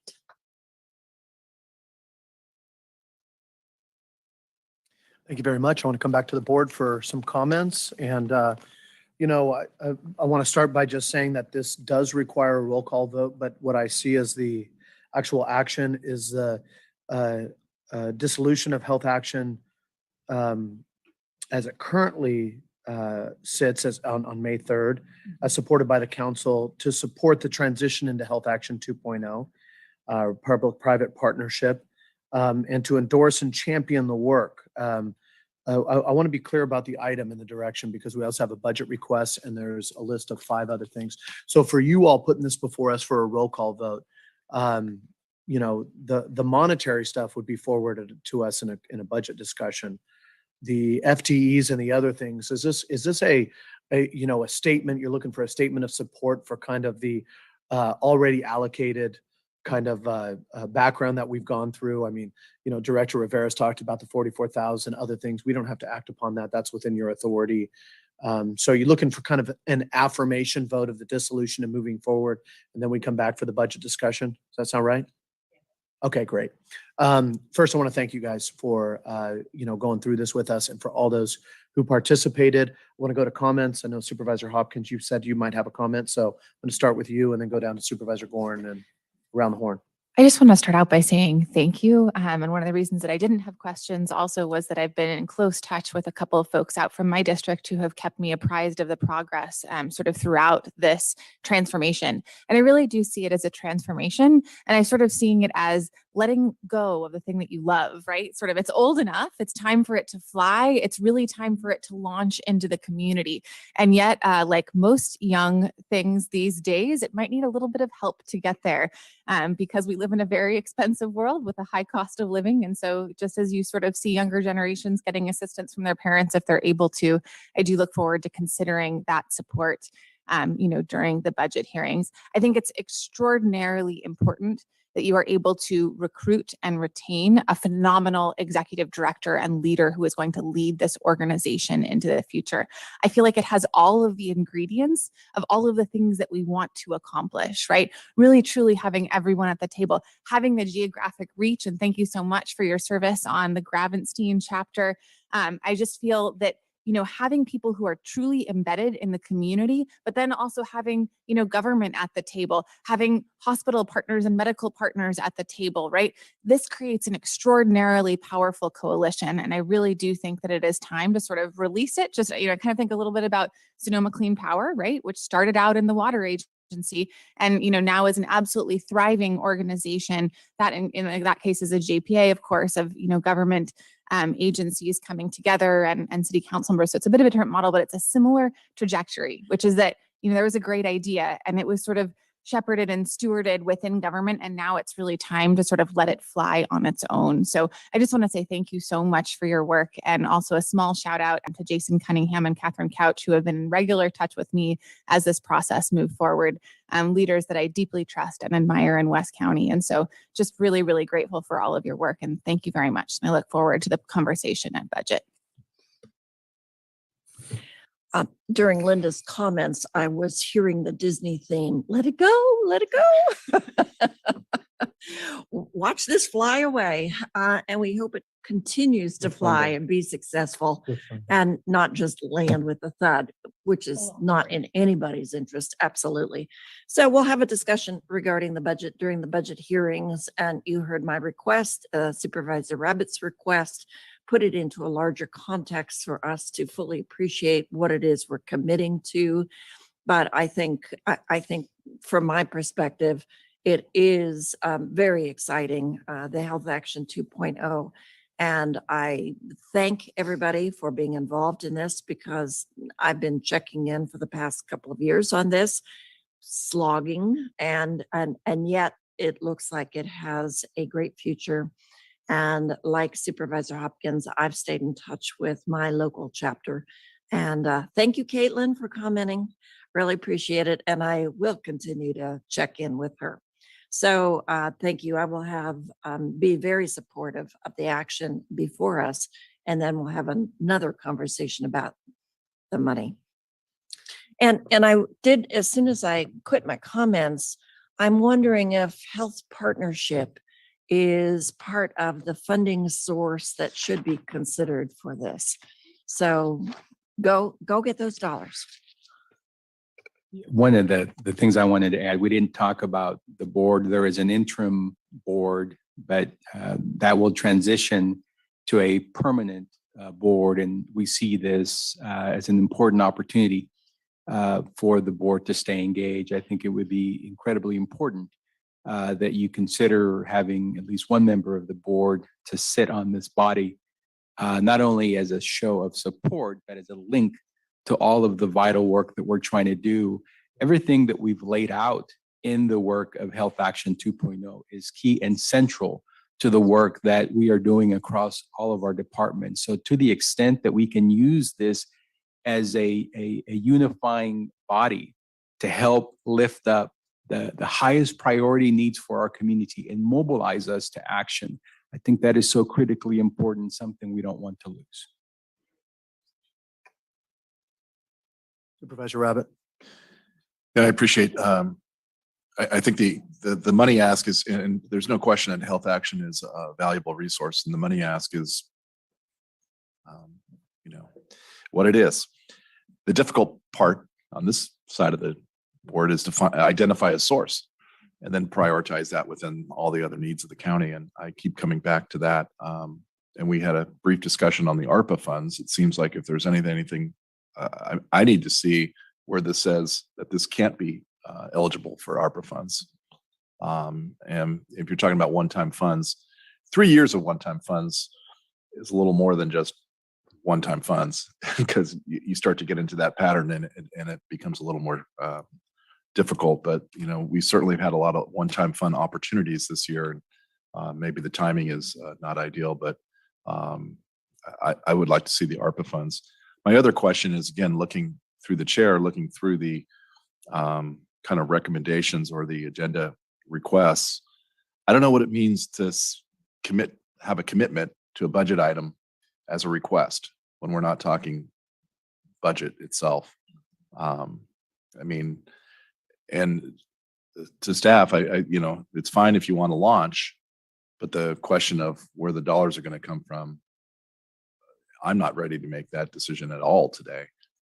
And I'm not sure how that works within what's being asked here. Thank you, sir. Supervisor Corsi.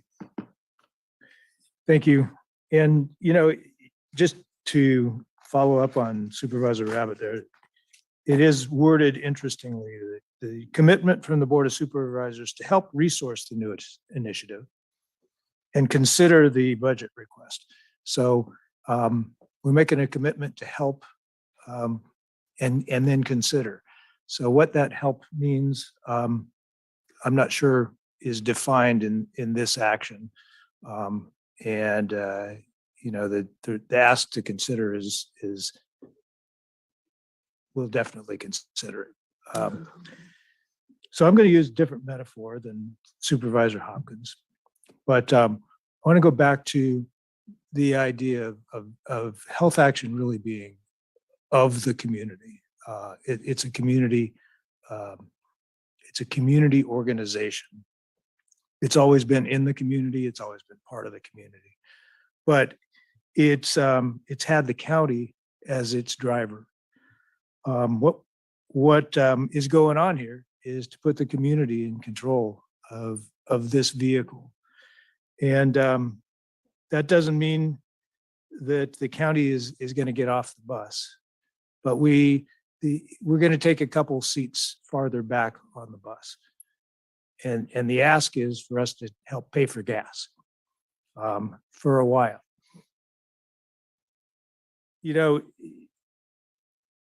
We've all read The Portrait of Sonoma, the first one, and now the one that's in front of us. And it makes, to me, the priorities that we need to pay attention to very clear. It's a call to action. I think that all of us hear that call. And again, to me, that call is the core of what we should be doing as a government organization, as leaders of this community. We have the ARPA funds, and I don't know whether I agree with us butting into that process now that it's already launched into the community.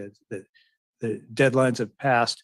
The review is underway right now, as far as I know. We have ARPA funds, but we have other funds too. I think that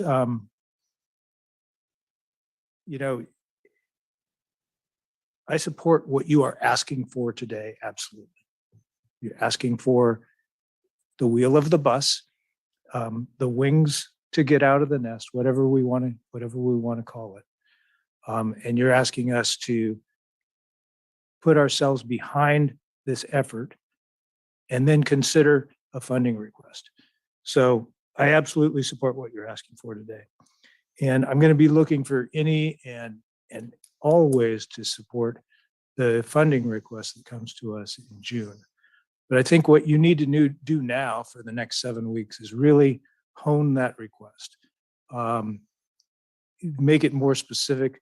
Take a look at what other sources might be available.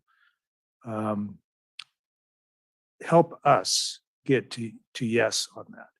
And for now, the request that you put in is just fine. It's a placeholder, but I think it can be honed. I think it can be improved and clarified over the next 7 weeks. So help us get to yes on that.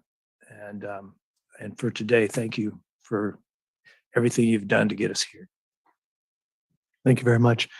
For my part, I'm in as well, and I'm excited. So when we look at it, I'm not going to give you another metaphor. I think we've mixed as many of them as we need for today. And I acknowledge what's going on here. I think one of the things when we bring back the contract and the funding is one of the ways that this sometimes we see it happen at the board. I think back to the CTE Foundation funding and others where it's a matching. So it affirms a commitment that you're going to continue to fight for the one-to-one match and the other things. I'm just saying for this supervisor, that would be a supportive thing, to kind of look at getting a long-term investment. I assume we'd be looking at one-time money. So whether that's 4 years, 3 years, 2 years, we'll have to talk about that as we get into budget deliberations. But on the side that we are not acting upon a budget item, I will ask for a change in the item. I don't know, County Administrator, Assistant County Administrator, if we need one, because the way it's listed in the board summary is it says, the item also asks the Board of Supervisors to confirm its ongoing commitment as a public-private partnership through ongoing investment to the new initiative, and the investment will include the following. And we are not. I'm just saying that you have not asked for, and we are not committing on an exact number. So I can't leave the word "will include" for $500,000 to $750,000 because that would be an affirmative vote before budget. So I might ask for that, could include, or that maybe you guys could give me a recommendation, because we could say will include the items except for that one, and then it's listed as a second item. Take that item out that says 500 to 750 and say also the board, the request is for the board to consider this funding term. But I think just kind of looking at my colleagues, if that's appropriate. If you heard what I said, it's so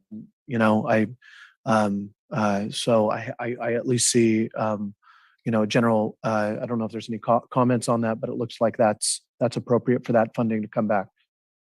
Did you hear what I said? Yeah. Did you? I don't know if you heard what I said, but I just can't have an item that says will include this funding in that level on the record if we haven't decided upon it. So that's my point. So if that's so, does that need to be read into the record, or is there anything that Mr. Pittman or staff, is anybody that we need to make that correction?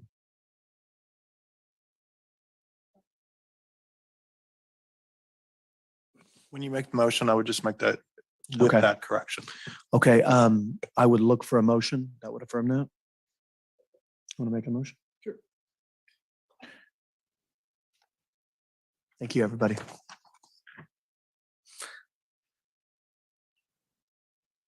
I'll move that we approve the recommendation with the change that instead of saying the investment will include the following, that it, what do you want it to be? May include?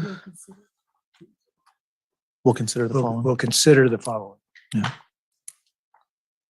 you have a second? Second. Okay. First of all, we've been all morning translating and doing other things, and we sound tired. And this is actually an exciting moment for a lot of people who've worked on Health Action 2.0.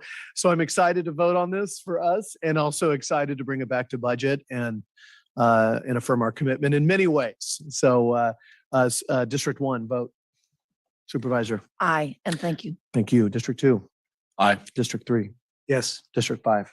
District 4 is a yes. Thank you. That's a 5-0. Looking forward to seeing you in June back for the conversation about the gas card. Is that right?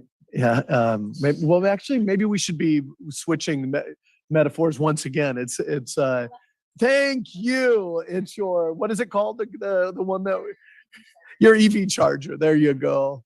Okay. Thank you all very much. We have one more item before we go to closed session. And a reminder that in the afternoon, when we come back, we only have the item, which is at 2:30 for public comment on items not listed on the agenda. Actually, let me just reframe. We will bring the land use item before us, but just to acknowledge that it was a public hearing and it has to be read into the record. So with that being said, I want to ask our Assistant Sheriff, Eddie Ingram, to come on up. It's good to see you, sir. And just for the board's recognition, I said this a minute ago, when we get to the public comment time, what we've asked is for Marcy to line up.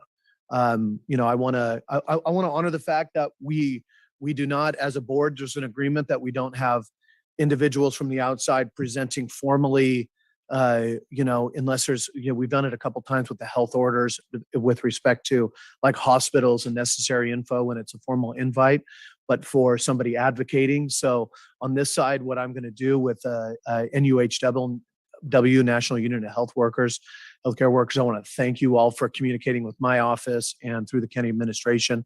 What we're going to do is have Marcy go through and just line up those comments so that they can provide them all at once. And we've done that in the past here in the chambers as well. So without further ado, Assistant Sheriff, want to pass it over to you and acknowledge that I kind of came up to you earlier and just asked also about, there's a conversation to be had, but I also am hoping that as a part of your presentation, you can talk to us about how to get the best input from the board to acknowledge what you think is needed also in terms of a contract or contract flexibility, or what you think from an operational standpoint, as much as not as an advocacy, but to be able to have a continuity of services and get done what you need to get done. Okay.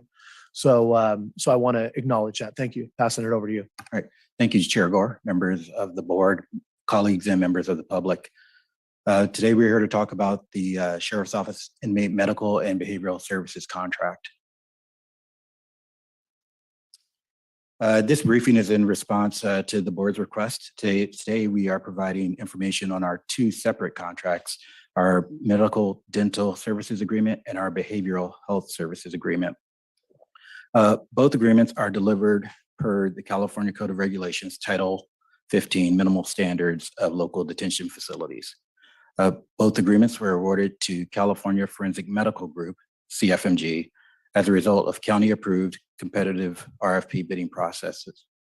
WellPath LLC is the management organization for California Forensic Medical Group and provides services such as general accounting, license filing, regulatory compliance, and assistance with responding to claims and litigation. I'll give you an overview of both agreements and the services provided, starting with the medical and dental contract.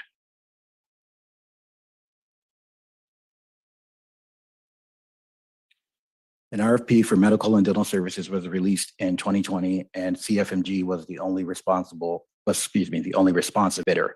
CFMG has been providing medical services to Sonoma County since 2000.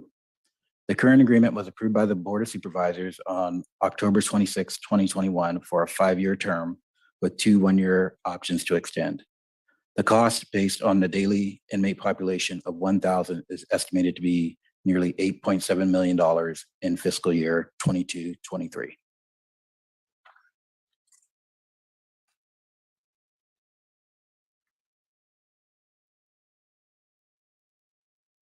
Title 15 medical services are provided 24 hours a day, 365 days of the year.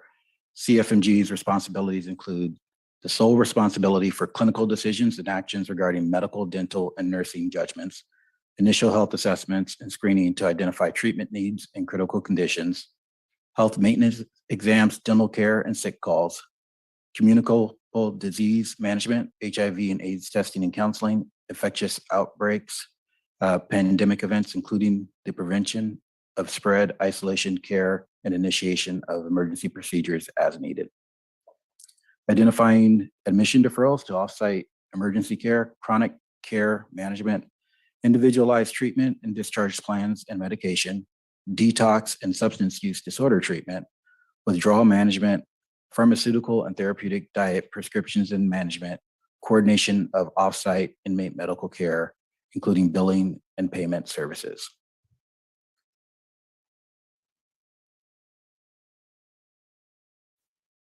Positions were added to this current contract in order to achieve the goal of accreditation from the National Commission on Correctional Healthcare.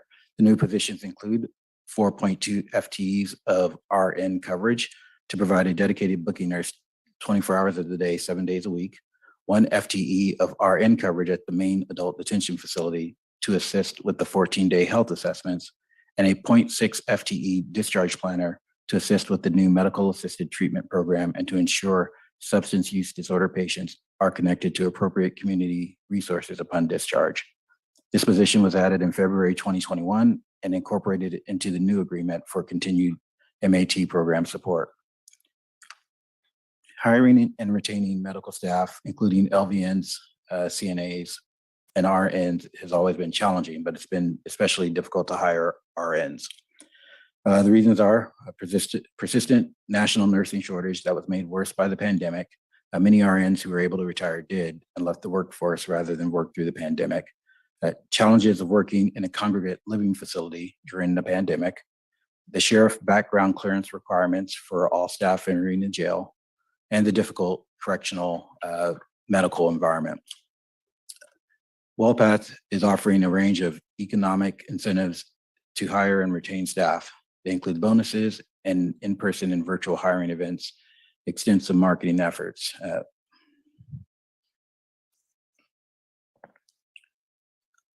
We are monitoring monthly staffing reports and submitting quarterly memos to the board as directed. This is our staffing overview. The North County Detention Facility is closed and the jail population is relatively low at approximately 740 average daily population. So some vacancies can be absorbed under our current conditions. Of the 16.4 FTE RN positions, 4.2, which is about 26%, are allocated to NCDF. The remaining 12.2 RN FTEs are allocated to the main adult detention facility, which has housed all incarcerated inmates since NCDF closed in November of 2020. Gradual progress has been made in hiring RNs since the new positions were added in November of 2021, with an additional 1.8 RN FTEs more at the end of March than in November of 2021. But the RN vacancy rate still remains high.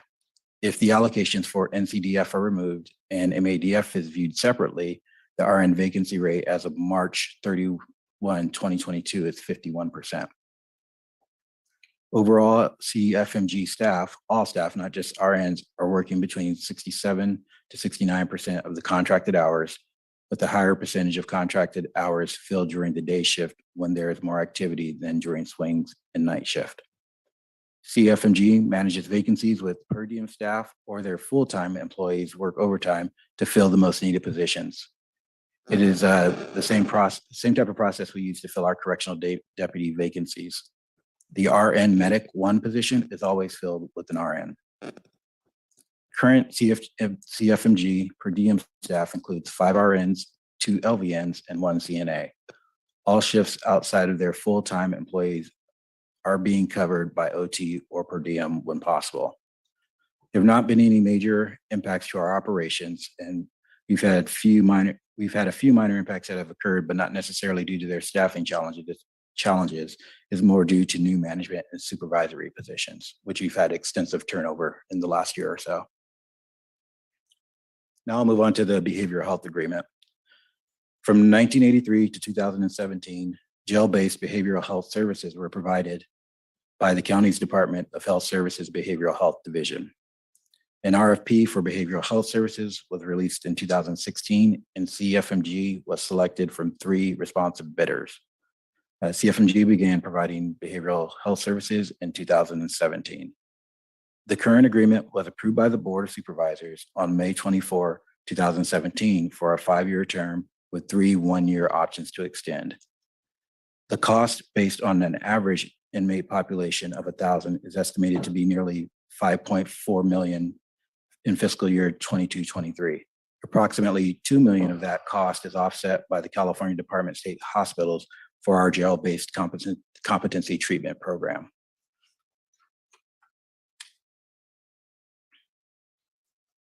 Behavioral health services are provided 24 hours a day, 365 days a year, and those responsibilities include clinical care provided by clinicians and psychiatric staff, suicide prevention, individual and group therapy, discharge planning to help connect the individuals to services such as healthcare, counseling, housing, and employment services, restoration to competency services for qualifying individuals who have been determined by the court to stand trial for incompetent. That's our JBCT program, and we have an item coming to the board on May 10th to increase our number of beds in that program.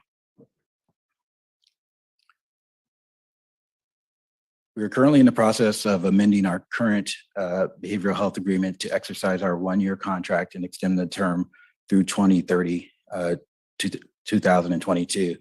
However, we will be releasing an RFP later in the fall of this year. We anticipate returning to the board with a recommended provider by the spring of 2023.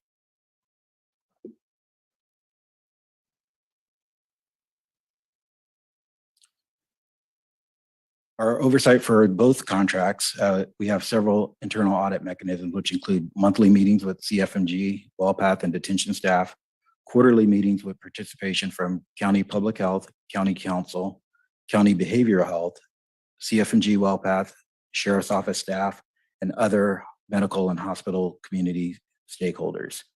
We also conduct third-party audit. We also have third-party audits, which include the Board of State and Community Corrections, which occurs every 2 years.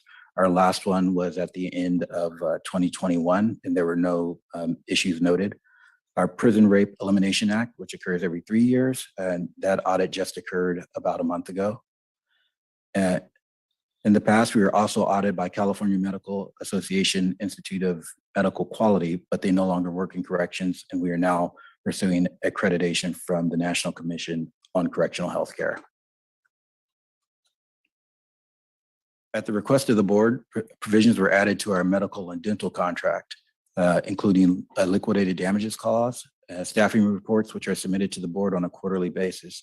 These same provisions were added into our behavioral health amendment, which we hope to have signed soon. Alternative payment language is also under consideration for the upcoming behavioral health RFP to ensure that we are recouping funds for positions that are not filled in the next contract. With that, I turn it over to you, Chair Gore, for any questions. Yeah, thank you, Assistant Sheriff. I appreciate it. I'm going to go to my colleagues for questions. The first thing I wanted to though is maybe use your expertise in managing the jail. And I believe you started your career in corrections too, didn't you? And I did. yeah, and I want to acknowledge that I wasn't able to be here. I sent you and some others a note, but this morning there was a gold resolution, and Supervisor Corsi was there honoring our correctional deputies and the work that they do. I am astounded each and every day, not just with our own individuals, but the contractors that we bring into the facility, what it's like to manage this place, which all the differences and realignment over the years, you know, the higher acute, not only behavioral health issues, but the more seasoned inmates. Seasoned is a kind word. Came back into the system out of what used to be called state to county. All the ups and downs, the intense level of scrutiny, ever increasing scrutiny on individuals to act perfect as they manage both control and also care at the same time. And then the needs on the ground, which is that by the numbers you've given us in the past, is that, you know, this our facility is the largest homeless and largest mental health institution in this county, as it is in most places, not only around this state, but around this nation, with the deconstruction of other institutions because of sometimes sordid history, but also passing along the buck. And so I want to acknowledge everybody who leans into these issues, including the inmates, who oftentimes, I think you all have said, up to 50% with mental health diagnoses, and a quarter of the entire population requiring direct intervention.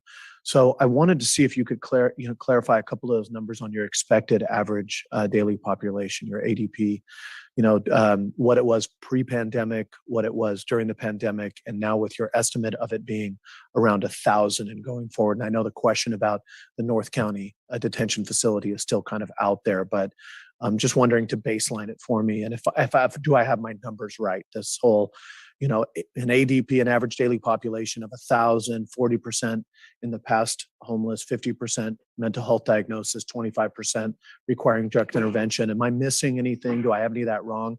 Or is there anything else you'd like to add to that? Well, thank you for your comments about National Correctional Officers Week. But those numbers are pretty accurate. But I think that we are in a unique time, and it's very difficult for us now to really predict where our population will go. There are different things, legislation and zero bail, which is still in effect, which we don't really have any idea when or if zero bail will be lifted. And when it is lifted, what it will do to our population. Historically, pre-pandemic, we were about 1,050 ADP a day. We were as low as, I believe, 580 during the pandemic. In the past quarter, 3 months or so, we've held pretty steady at 740, which is a little different than what happens in the past. We have times of year where the population swells, starting probably in the spring, getting highest towards the end of summer, and then decreasing as we reach the fall.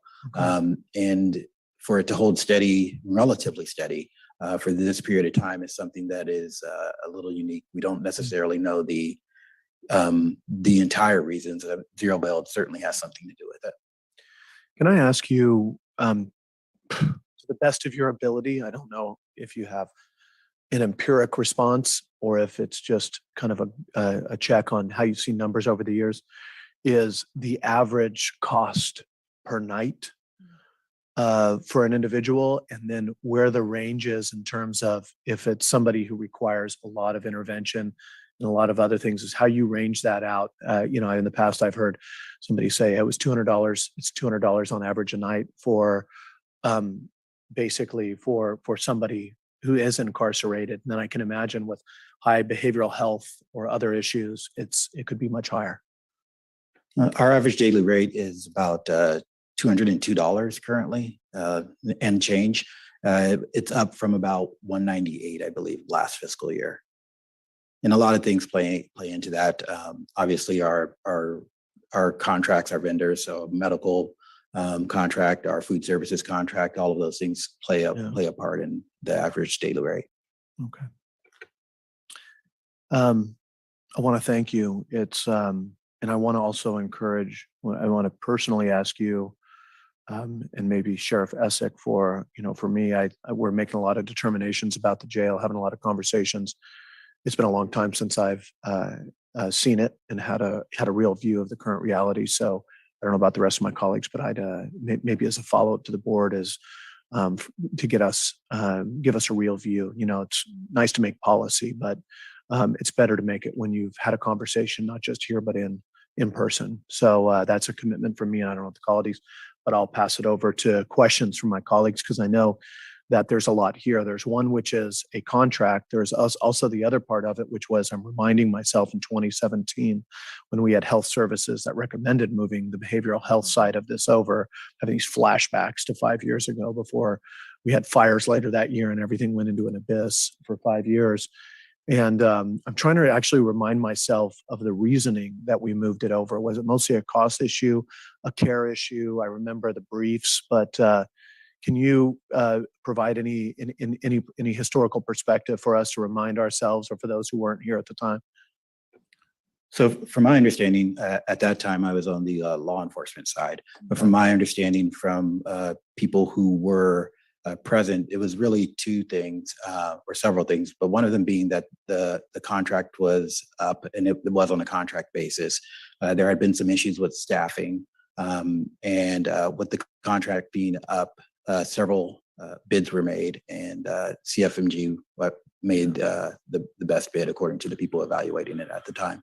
Yeah, I can't, I remember reading those briefs, but I don't remember exactly what they said, but I know there were challenges even at that time. And it is a challenging environment. Let's acknowledge that. Can you give us as best as possible a view of what it's like to manage a high level of acuity in the jail? Yeah, it's certainly difficult, and it's important to note that they really are two different service agreements between the behavioral health side and the medical dental contract. The staffing issues that we see in the medical dental side aren't the staffing issues that we see on the behavioral health side. I think we are in a lot better state as it pertains to staffing on the behavioral health side. Really? People, Really? yeah. People, it's a smaller contract, so fewer employees, but there were some challenges in 2000, the summer of 2000. The director of the behavioral health contract was replaced, and there've been several staffing changes at the higher end of management. So we've also had those changes recently on the medical side within the last 6 months or so as well. So I would say that though we do have staffing challenges, that WellPath has been receptive in making changes within our facility. As far as the inmate management piece, there are several programs in place in managing inmates with behavioral health issues. And as I said, with the staffing being better on the behavioral health side than it is on the medical side, we've been able to deal with those challenges. Remind me when the behavioral health unit comes online. The most recent estimate is 2025. Okay. In between now and then, how do you foresee you or Sheriff Essick in your strategy? How do you see this contract, these services in county as kind of a transition into that? Well, I think it's really important that we, when we do the RFP, hopefully we receive multiple bids. It's always a little disappointing when you only receive one bid because you don't really have a choice at that point, which is something we saw with our medical RFP. We only received the one bid, and leading into that, the hope was that we would have the opportunity to look at other companies, because it's no secret that there have been some criticisms of the medical staff within the jail. So ideally, we receive multiple bids, and we are able to work with the next vendor, whether it's this vendor or another, into the transition to the behavioral health housing unit. Can you summarize to the best of your ability what you just referenced, the either accusations or attestations about the medical side, like the status from your perspective as a manager, of if you're kind of saying, here's where we're at, me as a manager with the behavioral health, we have a solid, we have the right, as you mentioned, do we have the right staffing, the right level of care, medical, these are the types of allegations, this is what we're seeing, this is our conversation back and forth with the contractor for those kind of two. Yeah, so, as I said, when it comes to the staffing, ideally, I would like not only WellPath to be fully staffed, but every position in the jail to be fully staffed. But I understand that that's not the reality. And I think that when it comes to the medical care in the jail, that sometimes there can be an unreasonable expectation that the care provided in the jail is better than the care that we receive from our medical providers. I'm sure that everyone in this room has a friend or relative who has chronic complaints about Kaiser or Sutter. You hear them all the time. But the care that is provided is the care that is quality care. We've never had an issue in passing any of our audits from any organization, whether it be BSCC or IMQ. So the service that we provide are well within or above the standards of Title 15. Other questions from the board? I'm going to start down to Supervisor Gorn. You have anything? Supervisor Hopkins? You. Okay. Thank you. I really appreciate you, very clearly outlining the challenges. And I wanted to reference the slide that both sort of suggested that we were going to be increasing the staffing of RNs in order to achieve this accreditation, while also, right, we're struggling with actually being able to fill those positions. And I was looking in the report that was provided, and I saw that for January through March of 2020, actually, this was just the month of January, that we had 1, 2, 3, 4, 5, 6, 7, 8, 9, 10, 11, 12, 13, 14, 15, I believe, vacancies in the registered nursing section. And I had also heard that some other counties are offering hiring bonuses and incentives to try to get, nurses, particularly in this capacity, to serve inmates. And I'm just wondering if there have been conversations with WellPaths about that, because I'm concerned, right, that we might potentially lose out to counties who are offering those kinds of bonuses. So how can we, it's great to see that we're adding RNs, but if we're not really adding RNs because we can't get them in the door, right, then it's sort of a zero-sum game. So I'm just curious your thoughts on what conversations you've had in particular with the provider around how do we get folks to fill these vacant positions? Because that was a, majority of registered nurse vacancies there in January. Supervisor, you're absolutely right. That is a conversation that we've been having internally about the positions we've added, which have not been filled, and how we are going to be able to reach that NCCHC accreditation. And as far as what the provider has done, they have done retention bonuses, they have done some salary increases, and they have done some hiring bonuses. I think that the environment that we are in, not only just for nursing or law enforcement, but overall, hiring is difficult. And the board had an earlier conversation today about teleworking and the opportunities that we may be losing for quality individuals to work for the county if we don't have a telework option. So I think that just all across the board, the pandemic has changed not only the behavior and how we deal with health, but how we deal with work as well. Thank you. So I guess, do you feel like they should be doing more? Because I was kind of tracking also, those vacancies over time, and it looks like, okay, added one in February, but then sort of lost ground again in March, right? So it doesn't really feel like we're necessarily making progress on this. Are you comfortable with the efforts that WellPaths is making, or do you feel like there need to be more efforts, or are there sort of outside of the box solutions that we can partner with them on? Any ideas on this? Well, when it comes to partnering with them, I think that we as a county and us as a sheriff's office need to be careful, because we have a vendor for a reason. And in the event that there is any type of litigation that could possibly be following WellPath for liability, that's why we have a vendor. So we keep the county out of that liability.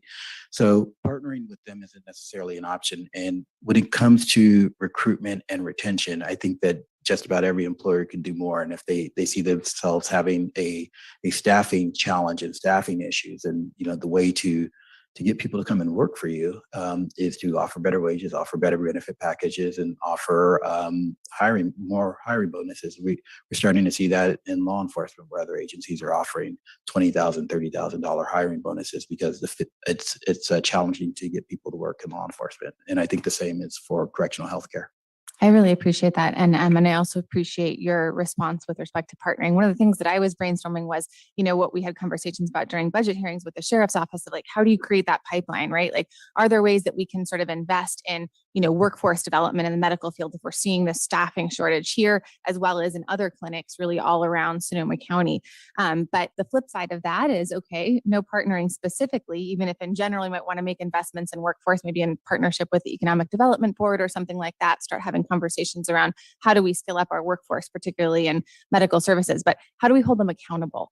Because really, this is 3 months of really no change. And then we're trying to add additional RNs, and yet they're just going to be vacant positions, right? Sort of paper positions as opposed to actually filled positions.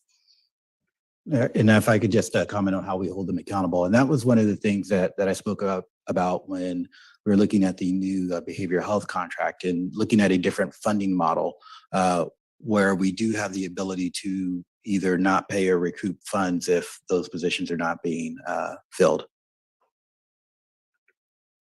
So I guess my request would be is, I would love to revisit this conversation and sort of make sure that we are moving the needle forward on filling these vacancies, even if it's just an update or a consent calendar item at some point, but I would love to see WellPass really put the pedal to the metal in trying to get these vacancies filled and for us to exercise the authorities that we have within the confines of our contract. Because I do think that ultimately this is a critical issue for our county and we need to make sure that folks have access to the services that they should. Thank you very much, Assistant Sheriff. Appreciate it. Thank you, Supervisor. Jumped to comments on me, didn't you? I said you jumped to comments on me already. Good job. Well, you went on for so It's long okay. as chair. I thought No, you were I supposed to love wait to go that. last. Hey, it's okay. It's okay. They were all questions though. And I will just Go echo ahead, those Supervisor Gorn. questions provided by Supervisor Hopkins. Thank you. I understand that I snuck a lot of comments in under your purview. Supervisor Corsi. Questions and comments. Well, just start with a comment that I appreciate that, you're dealing with a difficult environment and it's not just inside the jail on the labor side. It's a difficult hiring environment for everybody. It's even harder for you because it's a tough place to work. So I want to acknowledge that. I'm concerned though with the numbers that you put in front of us that,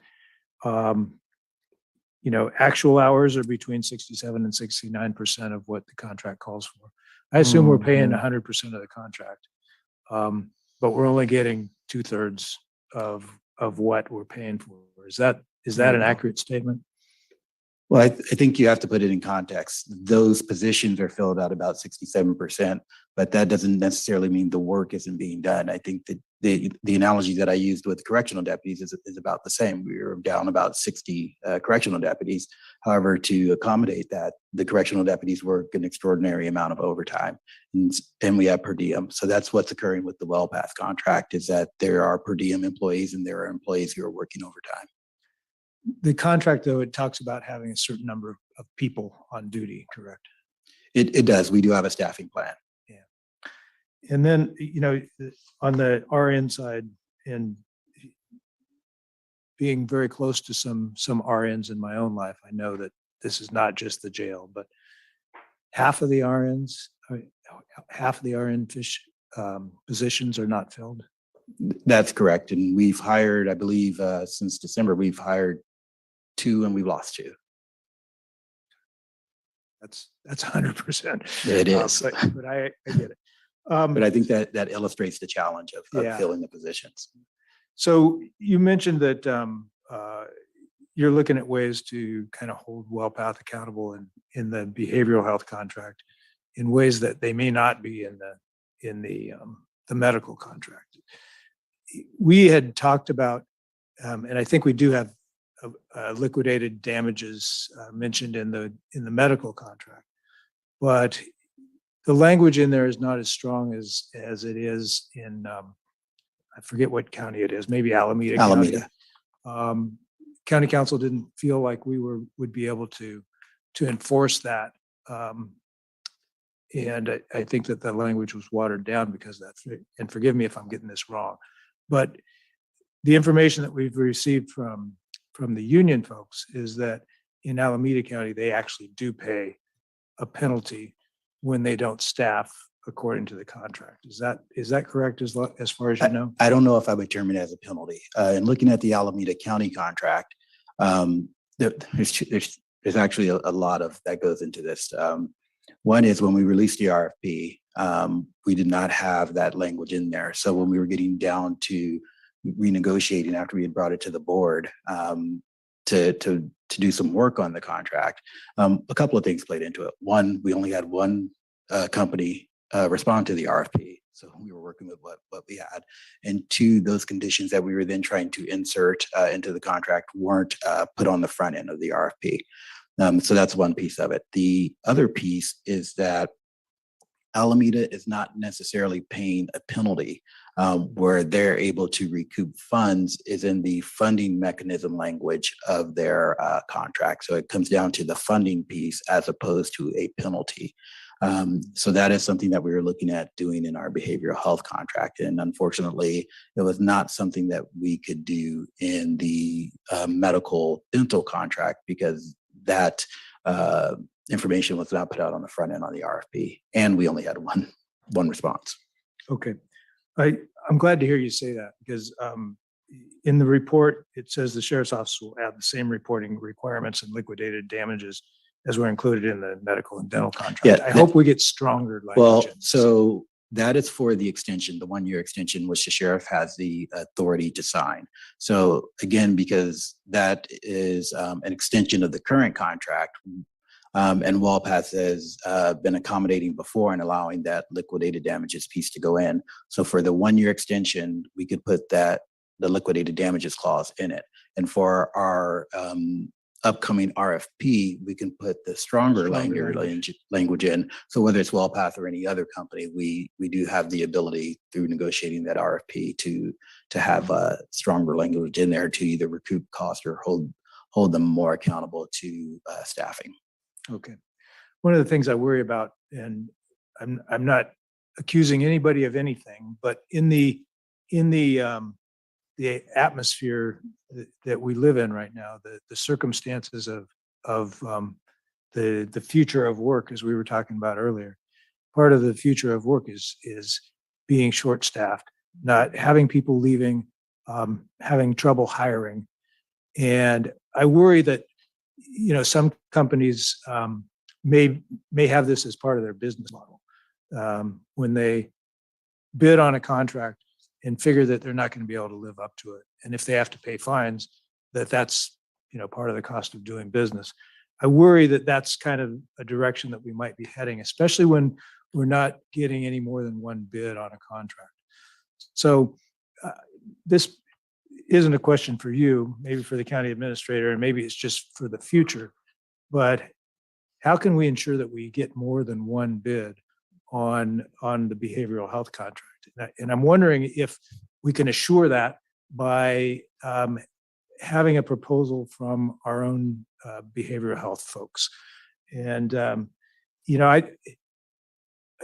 if that's something that we have moved beyond, as we've moved beyond running a hospital in Sonoma County, I don't know if that's ever a conversation that the board has ever had as to whether we never want to do that again or whether we might want to do that again. And I think that the board should weigh in on that at some point.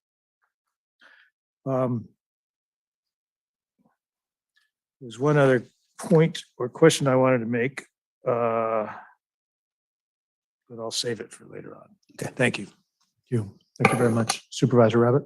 Thank you very much. Thank you for your work. Thank you for the report. Very much appreciate that. Just a quick comment. I mean, previous boards did kind of get out of the direct healthcare business for a reason, and it was because we couldn't do it, quite honestly, as inexpensively as the private sector could. And I believe that still remains the case going forward. Fortunately or unfortunately, if we did get back into that business, then the hiring practices would be on HR, and there would be no difference in attracting employees. I think I've said this before.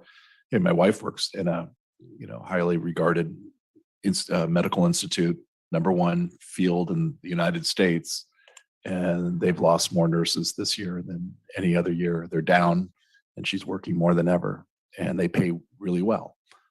So it's just really that what I said earlier, I think about the opportunity to not work remotely through the pandemic and everything else that we're seeing in that changing workplace, I think is really kind of coming to grips. And I think the most important thing with the contract, obviously, is compliance and accountability, but performing, as you said, in one way or another to get the job done and to make sure that the inmates are receiving the services that we're contracting for. In spite of whatever and obviously it's important to get the numbers right in terms of the staffing for the regulators, but there's also the other side of that, just making sure that they're being cared for as they should within that. And I guess, how do you assure more than one bid? Well, I mean, at the same time, we have to think about the other side of the coin is if you want to have stricter liquidated damages than, say, Alameda County, I would say you're probably less likely to get any more bids. So it's really kind of straddling that that place. And I think what right now what you're seeing is nothing. Honestly, I wouldn't go to any kind of nefarious thoughts about how people are dealing with contracting. They're basing the contracts on pre-COVID, perhaps, but everyone's trying to figure out what to do post-COVID, including this county and this board, for that matter. So I think there's a lot of still head scratching going on about what the future holds, the immediate future, the long-term future going forward. I appreciate the report. I appreciate the work and you and your deputies. We would just have to stay on top of it, make sure that we are getting the compliance that we need, the accountability that we need, that we don't run afoul of the regulators or the WellPath doesn't going forward, and see how the future, what the future holds in terms of the workplace, including the workplace at the jail. Thanks.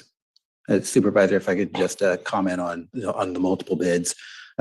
What we see, and people may not believe it, but Sonoma County and our sheriff's office and our jail especially, we are one of the larger jails.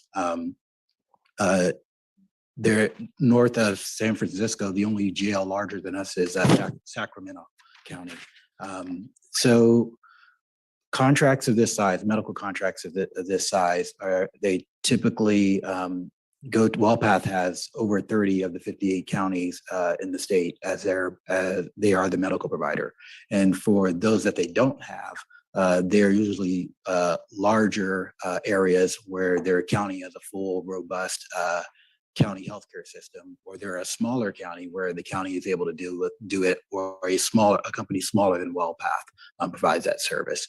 So what you tend to see in correctional healthcare, and I would say in other correctional vendors, are regional monopolies, for lack of a better word.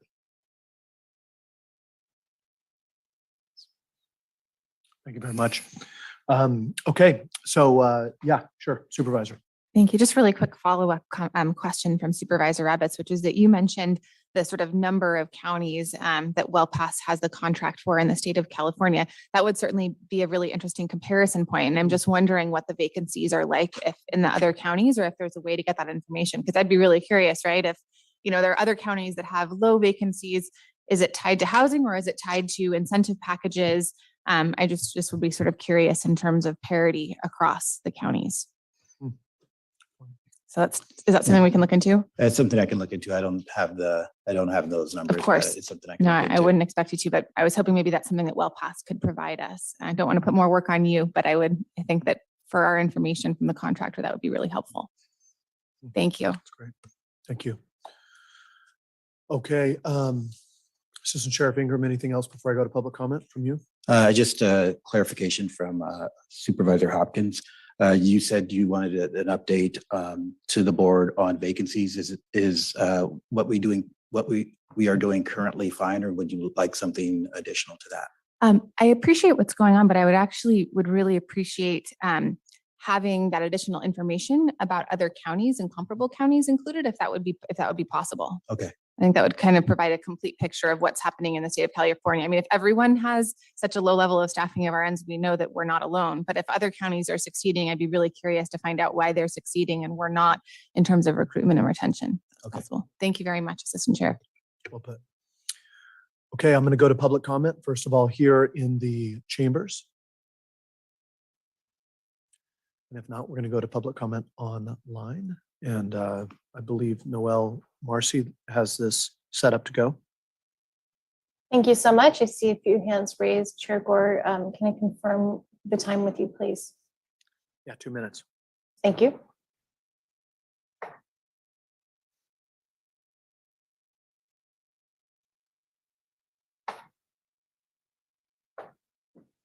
Okay, thank you. Just one moment. Chair Gore, I'm going to support the group and their kind of series of comments that you outlined earlier. Just one moment while I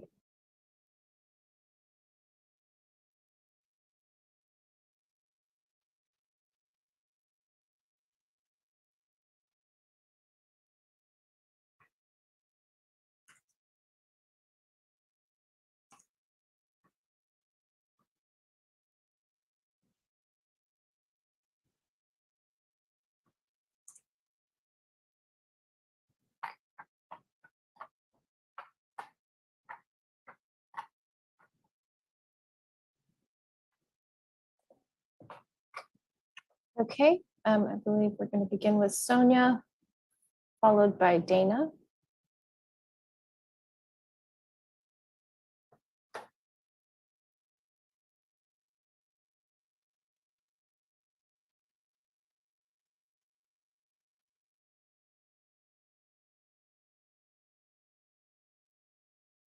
Hey, Sonia, are you able to unmute? Yeah, I'm unmuted. Can you hear me? Yes, we can. Great. Thank you. Hi, good morning, supervisors. My name is Sonia Rifkin with the National Union of Healthcare Workers. Hopefully you've had a chance to review the report we sent, but here are just a couple takeaways. And we have a number of members here to speak as well. So you saw, WellPath has been operating with an average of just 2/3 of contracted staff hours and just 59% of contracted registered nurse hours.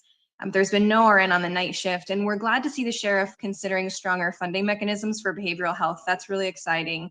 And, as far as the staffing challenges, at the end of the day, as has been said, unlike the county, WellPath is a company with $1.5 billion in annual revenues and a lot of latitude to be creative to meet the challenges at hand. At the very least, as Supervisor Hopkins alluded to, hiring bonuses for LVNs and nursing assistants that they have in other counties, but not in Sonoma. And in terms of, competitive wages, they've really resisted passing the CPI increase that's built into the contract onto workers. They've spent the first year of negotiations hedging at less than a 2% annual raise while everyone else in the county gets at least 3%. So we continue to negotiate about that. And I ask you to, keep this thing in mind. Residents incarcerated in county jails in California are indeed sicker and incarcerated longer than they used to be, and no sheriff's office is designed to do healthcare administration. But relying on this powerful private contractor for that expertise is pretty risky. And in Sonoma, Black and Latino residents are incarcerated in disproportionate numbers. Translation services are inadequate. So these risks are also inequitably distributed, which bears mentioning. And we know this isn't a voting item, so we're asking you to consider future discussion about whether the support of other agencies like health services or the county administrator would support the sheriff to enforce. We're also concerned that actual service levels haven't really been reported on. So I'll pass it on to the rest of the members to speak. Thank you. And thank you. I'm moving on to Dana, and I'm hoping that this is the correct Dana. Yes. Hi, my name is Dana Martin Greger, and I am an RN at the Sonoma County Jail. I have been there about 6 years.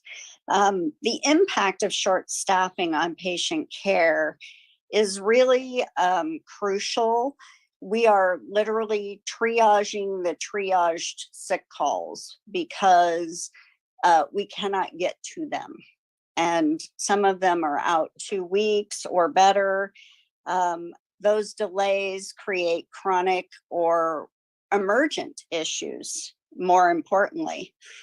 As far as the short staffing, that actually has been going on before the pandemic started. We had 2 pretty massive walkouts, of just people quitting and moving on because of pay, more importantly, and the hours, the staffing hours. While we're much safer in the jail than we are in a hospital, you still can't pay us, 2/3 of the wages that you would get in a hospital. I think that there's some specific ways to achieve retention of staff. Of course, there's pay and benefits, and also fairness across the board. Like they gave a raise to some of the RNs, but they didn't do it across the board. And when you do that, you create, problems among the staff. And this is a crisis for our most vulnerable community members. And we can't, let a private contractor lead that charge. We really need to take the bull by the horns and do some more effective staffing. Thank you.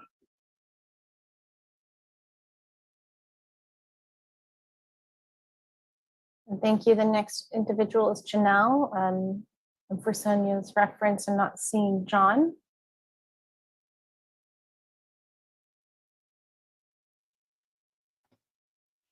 Hi, my name is Janelle and I'm a nurse practitioner at the Sonoma County Jail. Thank you for giving me a couple minutes of your time.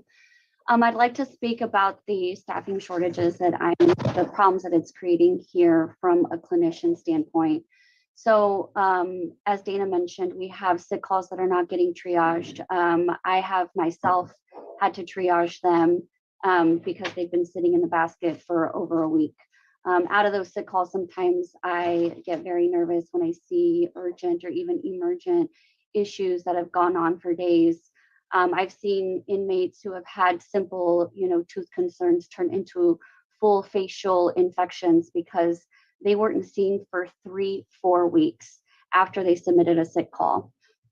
Today alone, I found 2 inmates that were not placed on appropriate withdrawal protocol. These inmates are at risk for seizures, for even death when they're withdrawing, and it is imperative that they be placed on the right protocol and monitored appropriately. And in addition to that, I found 2 other inmates who had not had any vital signs or fluids given to them for 24 hours. The clinicians here have done everything that they can to support the nurses, but there are times that we don't have a nurse who's experienced to fill a particular position. We've hired new nurses that we've had to put into the booking area, and it's been something that they don't have experience in, and then they later quit because they're overwhelmed, they're put in positions they're not comfortable with, they don't have adequate training. So even when we do get nurses, we're losing them rather quickly. Our current nurses they're burned out, they're working overtime with no additional incentives, and some of them are even going down to per diem because they can no longer take the workload that we have here in the county. And I'm afraid that a sentinel event will happen if things don't change.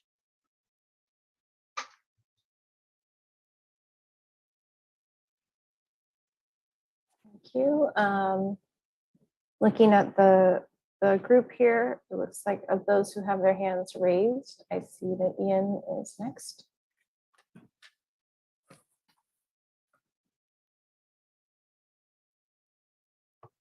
Hi, supervisors. Can you hear me? Yes, we can hear you. Hi, thank you. Ian Lewis with National Union of Healthcare Workers. Wellpath promised you it would meet basic staffing levels, and they didn't make that promise some distant time before the pandemic. They made that promise just a few months ago.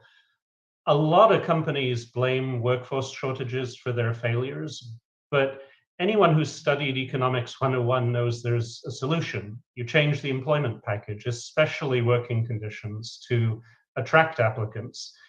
The board chose to go with a for-profit business for health services because it thought a market-oriented organization was a better fit for the county.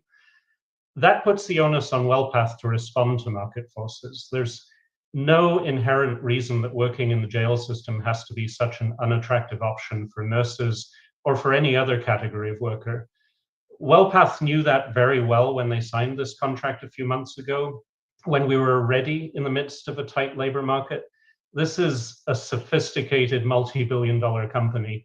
Please don't let them take advantage of the county. I ask you to reject excuses and work to ensure that this contract is closely monitored and complied with going forward. Thank you.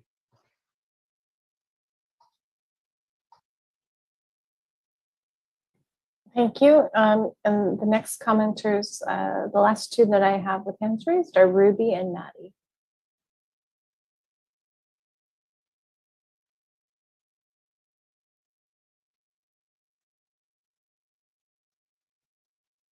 Hi, Ruby, I see you've unmuted.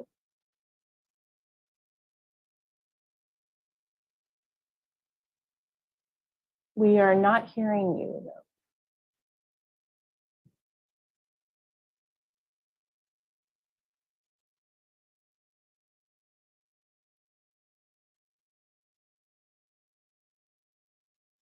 Ruby, I'm sorry, we're not hearing you. If you're able to quickly call back in using the phone in information, you can always press *9 to raise your hand. Or email any comments to bos@sonoma-county.org.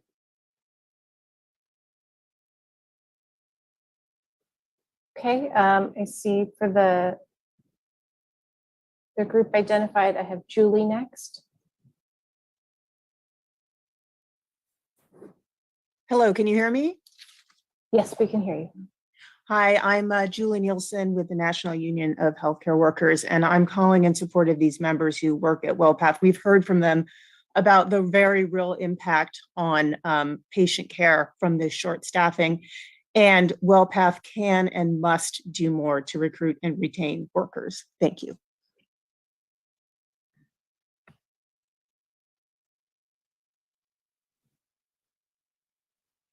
Hi, Maddie, if you can please unmute and begin. Hi, good afternoon. Can you hear me okay? Yes. Okay. Good afternoon, Chair Gore and Supervisors. Maddie Hirschfield with the North Bay Labor Council. I'm actually just here to make sure that the North Bay Labor Council goes on record supporting NUHW. I listened to the report, and I know that it's difficult to staff and find people. And then it's very interesting to listen to the nurses who have spoken. This really causes a problem, not just for the care of inmates, but the pressure on the workers. And I and the North Bay Labor Council totally gets that it's very difficult to do staffing, but this is such an important thing when we're talking about healthcare and mental health and the kinds of things that we just heard, that infections are growing deeper and then become much more serious and even more difficult to manage because they're not getting care up front.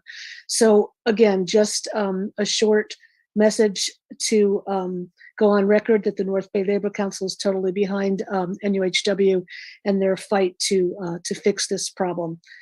Thank you so much.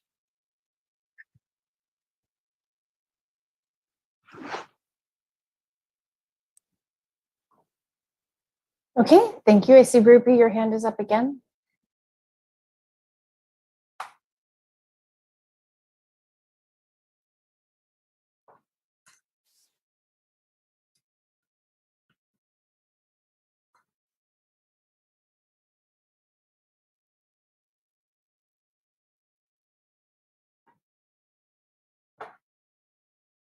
Hello. Hi. Hey, oh yeah. So this is John from Sonoma County. I'm an LVN. And so I just wanted to add it on the staffing issues. Janelle mentioned about the task and how things are being missed on being done ahead of time. Like she gave an example of an infection of a tooth. And I myself have seen over 200 tasks that are unattended. So a lot of discussion has been on adding more RNs, and the discussion for the LVNs has been forgotten. So last week we lost one LVN, and there's rumors like in the next couple of weeks we might be losing two more. And the reason this is happening is because a lot of employers out there are willing to offer way more than they want to, so that they can be able to retain more staffing. So, and we have already mentioned to WellPath, they have to meet us in the middle and try to compete with other companies out there to retain their staff. So I don't know how if they're willing to do that, but we have tried to convince them and try and tell them this is what's happening out there. More employers are willing to pay more. And as a result, we are losing more LVNs and people are failing backgrounds. And the people who are on site already, who are picking up more hours, so they're not getting compensated for that. So, and as a result, we lost one last week, and there's a rumor two more will be two more are ready to leave in the next couple of weeks, and it's because they're getting hired more places, which are willing to pay $5 more than what they're making at the jail. So I just hope maybe something can be done between the county and WellPath to try and retain the people they have as they try to bring more people in. Thank you. Thank you. The next commenter is a phone attendee. So if you can please unmute by pressing *6 when prompted and state your name.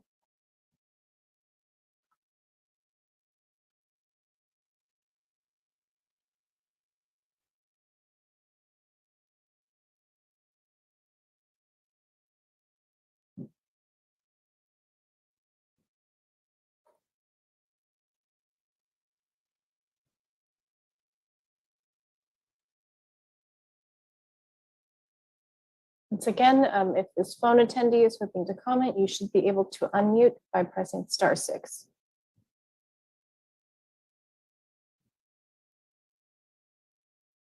I'm sorry, but we are not hearing you.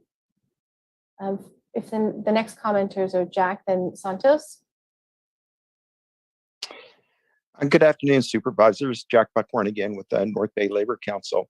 I'm really glad to hear that the supervisors will be considering stronger language to hold WellPath accountable to provide the staffing that they've guaranteed in a contract to us that they're not providing. It's very clear that our jail is in crisis. You know, staffing levels have never been lower, but instead of protecting caregivers and patients, WellPath is pushing more caregivers out by refusing to raise their wages. You know, WellPath is a private equity owned bad actor that profits off taxpayers by winning lucrative public contracts. And we've already heard they have a monopoly on most counties in California. So they're refusing to adequately staff these jails. In an August 31st, 2021 report on the WellPath operated jail in San Luis Obispo, the U.S. Department of Justice wrote that, quote, WellPath does not routinely analyze the quality of care that it provides, end quote, and that existing staffing appears inadequate to ensure timely access to various types of care. We can and we must do better. So thank you for looking at this. And I would strongly encourage and support stronger language to ensure that we get the staffing levels that we deserve. You know, this clearly looks like the taxpayers are getting ripped off in this contract. So let's do something about it. Thank you for your time this afternoon. Thank you. It looks as though once again, if the next commenter can please unmute and state your name. Hello. Can you Yes, hear? hi. Yeah, this is Santos Villalta. I have been with the company working at the jail for 16 years. And the problem that all the previous speaker has stated, they have been happening for a long time and it's getting worse. As I said, I'm LBN. And one of the items that I want to add to all the comment is that we are negotiating about being compensated by being bilingual, but that they are not agreeing to. So from this point on, so we won't be able to serve the people who only speak Spanish. So they are like 15% of the community, and so they won't be served. And I don't know how they will be able to communicate because they don't speak English. And so the problem with SICOs is gonna get worse because if they write something in Spanish, there won't be anybody to translate it and help them out. And about being late with the SICOs also add more problem because the medication is not giving us a specific time. So the problem aggravates. Thank you.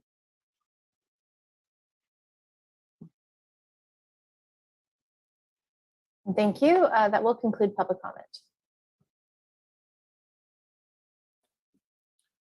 Thank you very much. Okay, I want to bring this back to the board and appreciate the public comment. And I want to start by acknowledging that you know what we've talked about here is there is an issue, and the question is can our contractor live up to not only the requirements in the contract, but also you know prove that they can achieve sustainability. And no matter what, we're going to come back later this year and have a RFP that goes out that I would venture to assume that WellPath would bid on unless we're surprised, but then also that we're going to look for hopefully some competition as well. You know, I've been probably like you guys, I've had some folks even from WellPath and others reach out to me and try to set up meetings and advocate. And I've been very pretty clear that this is less of a lobbying issue for me and more of a contract management issue.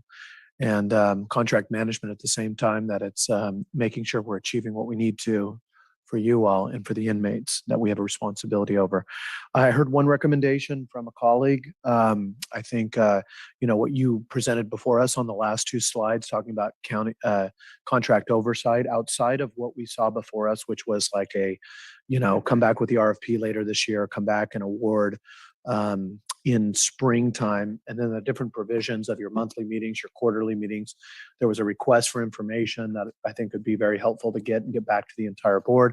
But there was a recommendation, and I want to see if there's any other comments or recommendations that we can tie into something that's kind of a way to track this. Because what I hear is the reason we're sitting here, and this is not on consent, is because there's been not just a majority, but pretty much unanimous support from the board to hold accountability over this contracting in these times. So anything to add on that, Supervisor, anything? Supervisor? Yeah. Yeah, I'd just like to reiterate as one supervisor that I'd like to explore with DHS whether our behavioral health services is capable and interested in putting a proposal forward for the next contract for behavioral health services in the jail. They may in fact have the same difficulty in hiring providers to take care of inmates.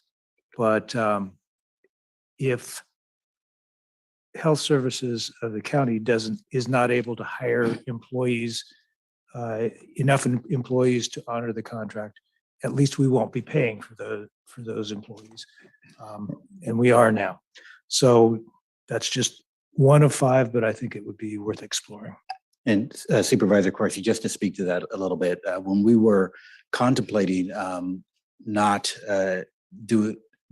utilizing our extension and actually going out to the RFP earlier this year, I reached out to Bill Carter to see, number one, if they were interested in getting into the process.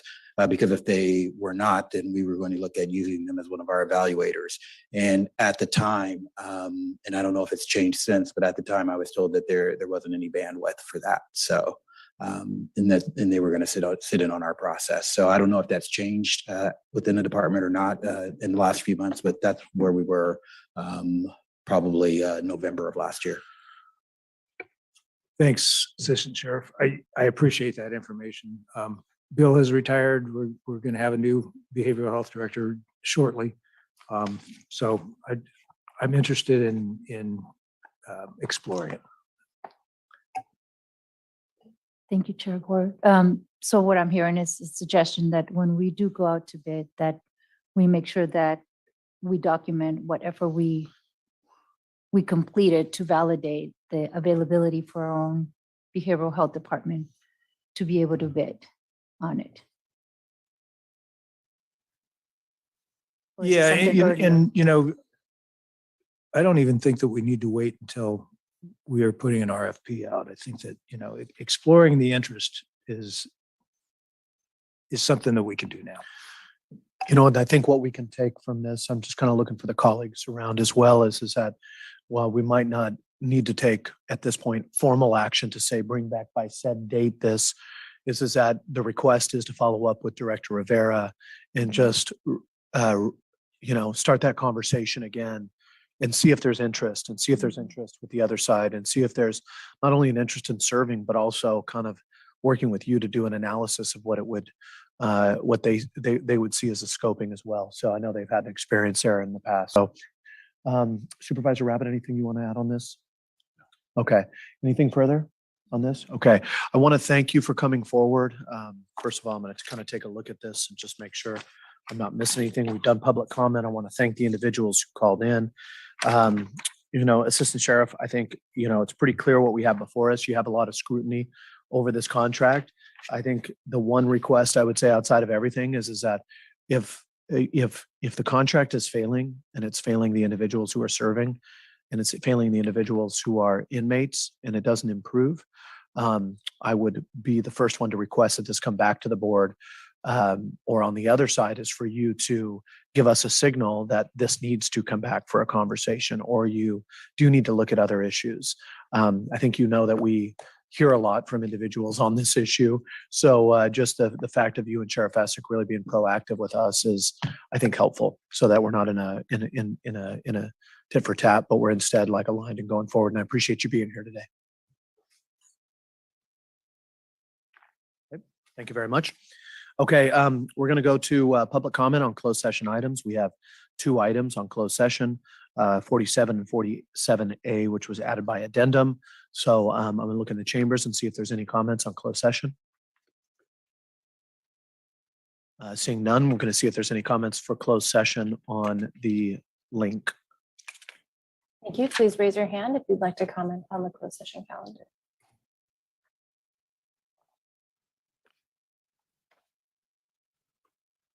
No commenters in Zoom. Okay, sounds good. So what we are going to do is recess into closed session.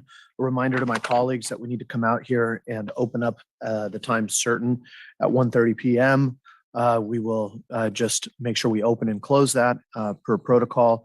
And then we are back here for a time certain at 2:30. And right before that, we will do board member, well, maybe after the 1:30, we'll do board member reports on assigned boards, councils, commissions, other attended meetings as well. Okay, we're recessed.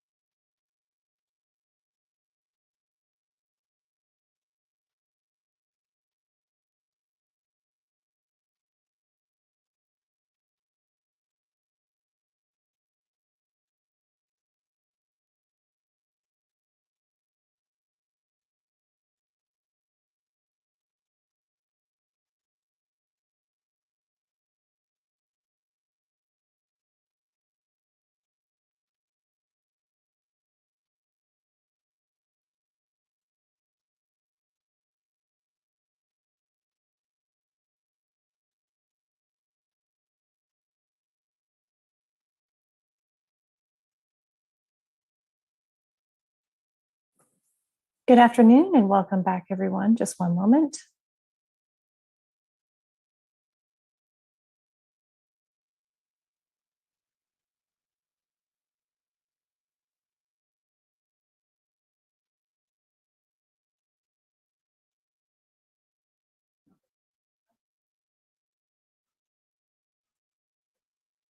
Hello, hello. Marcy, do I have you with us? Thank you. Yes, we're Really? ready to continue. Live and in charge. Hello there, council. How you doing?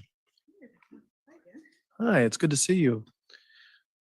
Would you like to report out from closed session later? Or are you ready now? Okay, well, we're going to ride over to Deputy Counsel Latham, or Assistant County Counsel Latham, to report out from closed session. Thank you. Thank you, Mr. Chair. The report out for the May 3rd, 2022 closed session is as follows. This afternoon, the Board of Supervisors met in closed session to consider the matters listed on items 47 and 47A of today's agenda. For item 47, the Board of Supervisors met in closed session to confer with legal counsel on anticipated litigation, the significant exposure to litigation in one potential case involving the credible threat of litigation against the County of Sonoma regarding the continued maintenance of a private gate against a public road on West Soda Rock Lane by Fritz Stuhlmuller, Christine Fabiano, Scott Puma, and John Clifford. No reportable action was taken. The board gave direction to legal counsel and staff. The second item on item 47A, the Board of Supervisors met in closed session to confer with legal counsel on anticipated litigation, significant exposure to litigation in one potential case with respect to the claim received by the county pursuant to the Government Claims Act from Dry Creek Inn Limited Partnership. No reportable action was taken.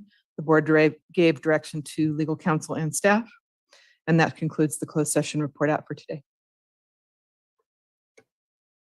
Thank you very much. Appreciate that. Okay, so what I want to go to now is our afternoon calendar. We have item number 48. As I mentioned earlier today, this item has been continued, but I believe we do need to just acknowledge it. I don't know if we have to actually open up the public hearing or just call Director Wick up to kind of give us an update on it. Yes, Mr. Chair, you would not be opening up the public hearing for a continued item, but if anyone does show up and want to comment on the item, they should be allowed to do so. Okay, sounds good. So I'll go to maybe public comment on it, but not otherwise. So with that being said, item number 48, Mr. Wick, do you have anything to add to what I just mentioned? Okay, so item number 48, the Hyatt Place Wine Country Hotel. I know that the applicant has been trying to meet with supervisors too, so I did have a chance to meet, but we'll get to that later. So that item is going to be continued. I anticipate that being continued until July or August per our current kind of assessment. Is that right, Council? 19 July. Okay, sounds good. Okay, what I'm going to do now is see if there's any questions from my board. Seeing none, I'm going to go to public comment on this item. Anybody in the chambers? Seeing none, any public comment from individuals who are listening in? Thank you. I see one hand raised here. Okay, we'll do a minute and a half. Okay, a couple of hands, just one moment. The first commenter is Tom, followed by Jerry.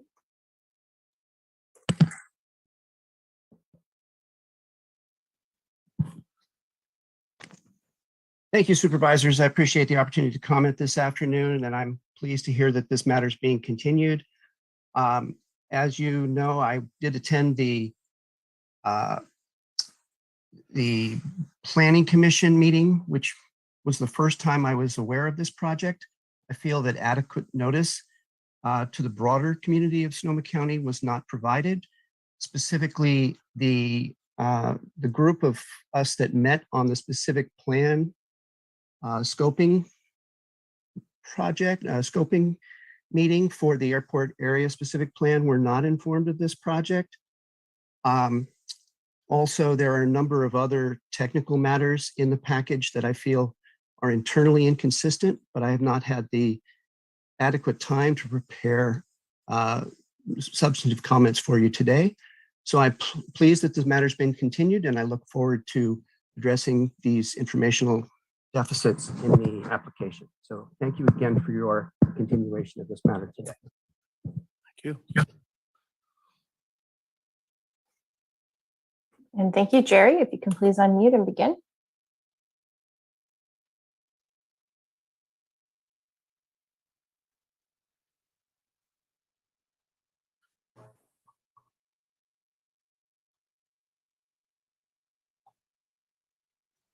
Hello?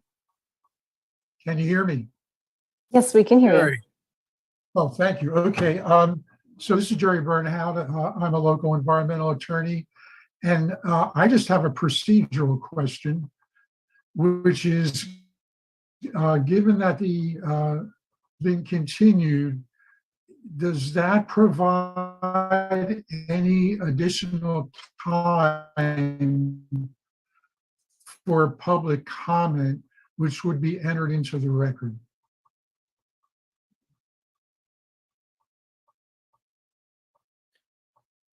Any response from County Council? Did you need more clarification? on what you I were- actually couldn't hear what the speaker was saying. Yeah, I couldn't either.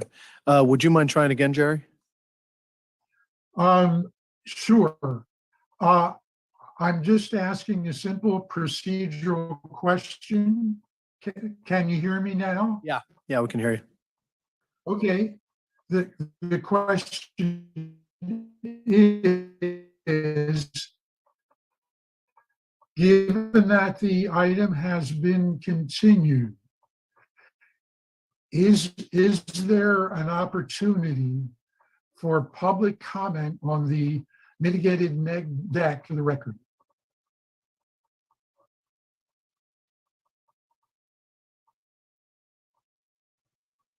Through the chair, I think Director Wick has an answer on that. Okay, sounds good. Thank you. And if we can please turn on the lectern microphone.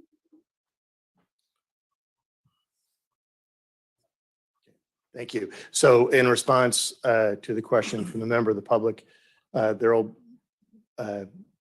we can continue to receive comments, written comments from members of the public about the project. And then, of course, when the board reconvenes to consider the matter on 19 July, tentative hearing date, there'll be a full public hearing on the matter. Thank you. Thank you very much.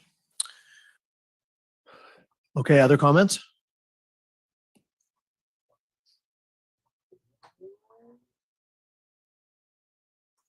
Seeing none, that will conclude public comment. Okay, going to come back to the board. Okay, once again, this item is continued. Public comment is still open in writing through the formal process. There will be a hearing here back before the Board of Supervisors, currently set for the 19th of July. I'm not taking any action on this, so the only action is this has been remanded to a month from now. So with that being said, I do want to go on to a couple other items. Item number 49, there's action determinations. Are there any comments from supervisors on action determinations? No. We are acting and determining that there are no comments required on action determinations. I do not need a roll call vote, I believe, on that item. Actually, yeah, I do. Thank you very much. So District 1, approval of action determinations. District 2? Aye. 3? Yes. 5? Yes. Thank you. And Gore 4 is a yes. Board member reports on assigned boards, councils, commissions, or other attended meetings. I'm going to go to my colleague on far left, Supervisor Rabbit. Yeah, just to let you know, I did attend a regional rail study through MTC that's underway for the Bay Area, obviously including SMART and whether we get northeast, all directions. Highway 37, we did have another meeting regarding rail as well with SMART. The Petaluma Valley GSA was last week as well. Lots of activity over fees and rates. Still working through that. Just to myself, Supervisor Corsi was there as well, but a nice farewell ceremony for Farhad Mansourian, speaking of SMART, on Sunday. And then did attend the WAC TAC meeting on yesterday, and got some good information long-term drought resiliency, long-term planning, accelerated drought plans, and actually stress testing the existing system and through the good work of all the contractors in the Sonoma water, in spite of this severe drought that we're in the midst of, that there will be enough. We still need rain to fall from the sky at some point in the future. But even if there were one more year of drought, we will be able to get through, not without isolated issues and not without good conservation efforts. But it's been done before. It was done last year, and we were rewarded for it by DWR and the state. That's it. Thank you. Supervisor Corsi. Thanks. Going back to April 20th, the SMART board meeting. Had the SCARA board and the SCARA admin benefits committee both on the 21st. Renewable Enterprise District board meeting on the 21st. Upstream Investments Steering Committee on the 21st. The Ag Access Policy Ad Hoc Committee on the 21st. And that's it. Thank you. Supervisor Hopkins. I had a Bay Area Air Quality Management District Board of Directors meeting. I also had a Healthy Forest ad hoc meeting that did move forward. Had an ad hoc committee on evacuation ag pass with Supervisor Corsi. And scrolling over, I also had a Bay Area Air Quality Management District. I believe it was Mobile Source and Climate Impacts Committee. Then I also attended a meeting with Senator McGuire regarding improvements in Guerneville infrastructure improvements. It's really exciting. Thanks to the last round of pavement preservation plan funding, we're going to be paving and fixing up a bunch of sidewalks in downtown Guerneville off of 116. And the following summer, the state will be coming in and sprucing up the pedestrian crossings and the sidewalks on 116. So kind of an exciting time for Guerneville. I think that gets me up to date. Supervisor Gorman. And I did attend the Petaluma Valley Groundwater Sustainability Agency where David talked too much. No, just kidding. And always good talking about rates for groundwater users. And I did attend, guess what? We're out of COVID. We're now having events. I attended the Bennett Valley Community Association where the topic was roads and cannabis. So yeah, just more of the same. Christmas morning all over again.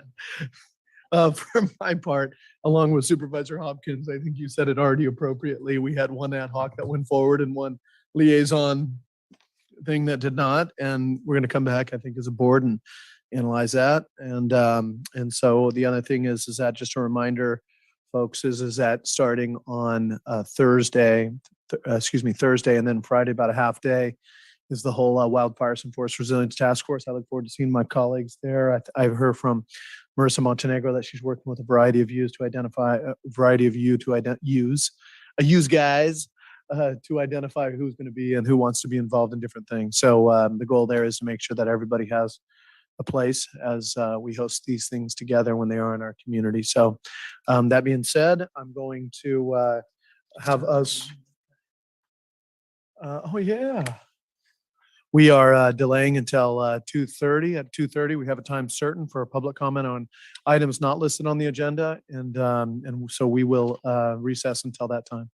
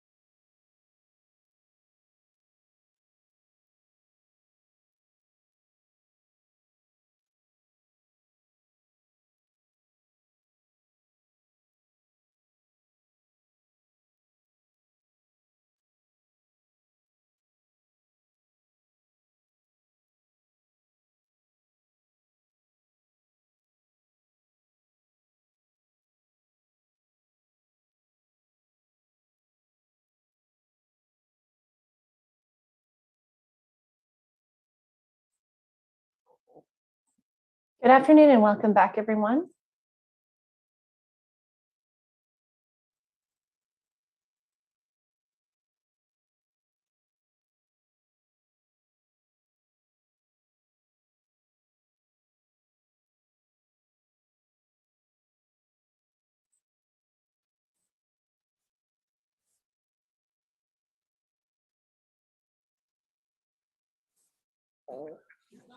Thank you so much. We are ready.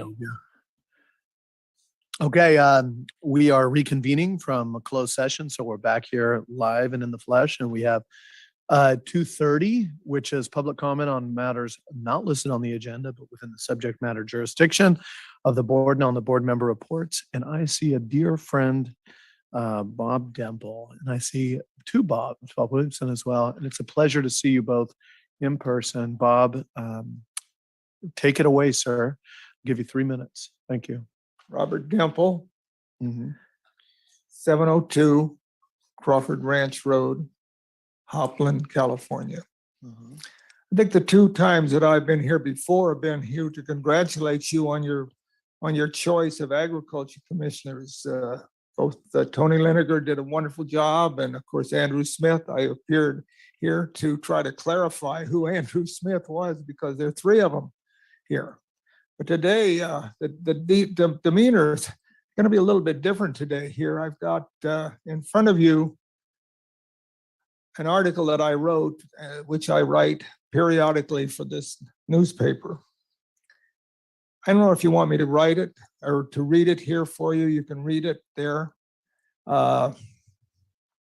Ms. Gonzalez has been absolutely wonderful in trying to get to the bottom of this. Supervisor Gore, your Mr. Pipkin, is it Pipkin? Pittman, our county Has council. promised something in writing from me that I haven't gotten, and that's a little bit disturbing from me that I didn't get something in writing, that there was a some kind of a inspection why I was turned away from getting a COVID-19 shot over at the Target store. That lot was absolutely empty. There was no place to park. I had to walk about 50 yards, and just to put that into perspective, 50 yards is about half of a football field. And that's not very far for you people all to walk, but for me, as being recently disabled, it's quite a distance. And so I want to bring it to your attention because I don't think there's been enough attention given to ADA people here in Sonoma County. As I put at the bottom of this, I'm disappointed. I'm disappointed in this county, my county. I've lived here for 65 years, and I'm truly disappointed that they called the police on me. Called the police when I was trying to get a COVID shot. So the article, I think, will spell it all. I'd asked if you have any questions of me after you've read the article. Ms. Gonzalez knew that this was coming. I don't like reporters that backside individuals. So I called her and I said, this article is going to be coming and I want to get you a copy of it and let you know ahead of time that it's coming out. And as you know, once an article gets published, all the other papers pick it up. Every paper will pick this article up and say, hey, here's something we ought to look at. Sonoma County is soft on ADA people. I don't think that's the truth, but certainly that's the way it appears today. Thank you. So, you have any questions? Thank you, Bob. It's a pleasure. I think we'll read this, and I personally will be reaching out to you, and I know the others as well. So thank you. Okay, no questions? Thank you, sir. Pleasure to see you. My best to Shirley. I'll be following up too. Okay. Mr. Williamson, Bob number 2. Bob 1. Mr. Demple, it's a pleasure to see you today. Yeah. We're going to continue on with public comment on items not listed on the agenda. Marcy, after, looks like we have one more here in person, and then afterwards we will go to online. We're going to do 2 minutes for each person. I look forward to having Bob Williamson up in just a minute. No rush.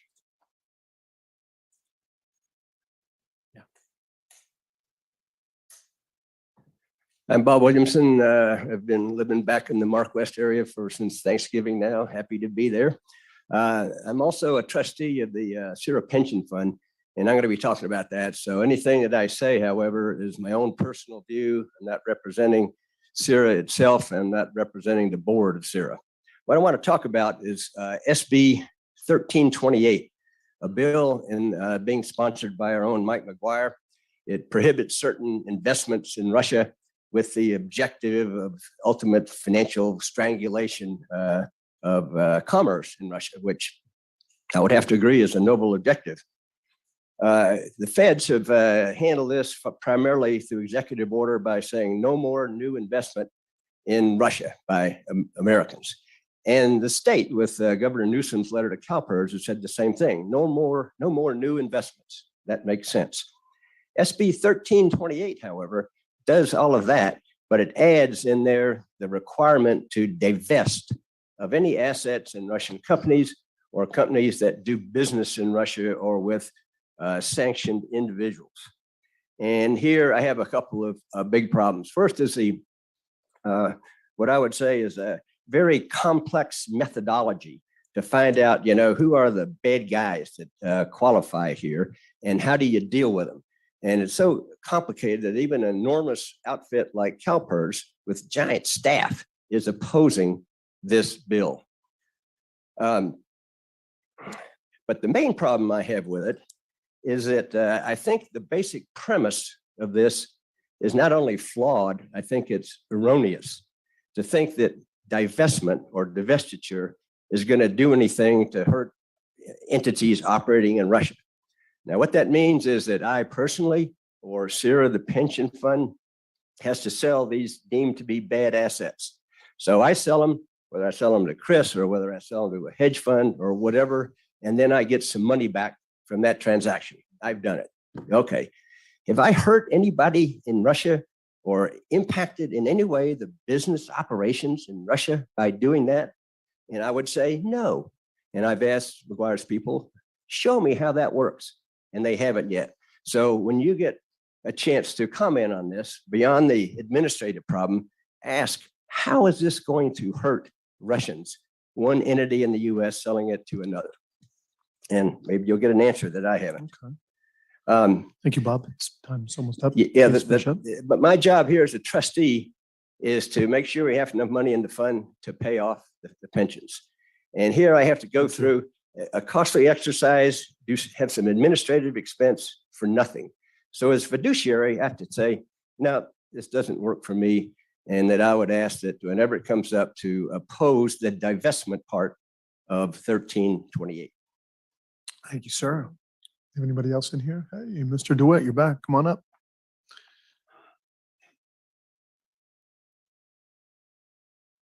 And we will go online. Pleasure, sir. Come on up.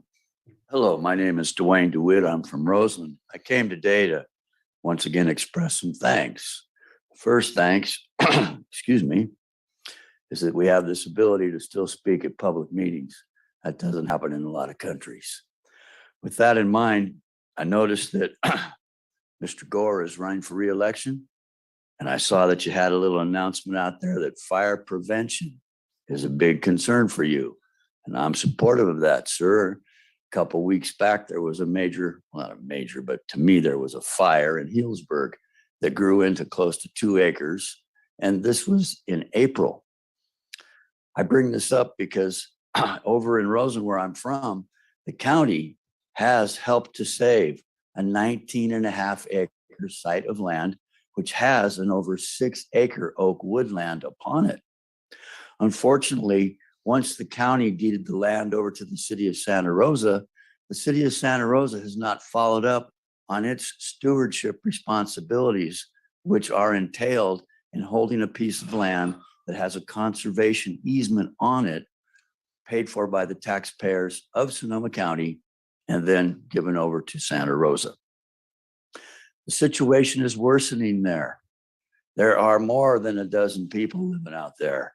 They're tearing down the wood fence on the property to build fires to cook their food. It's obvious to all of us who live in the area, it's a major fire risk.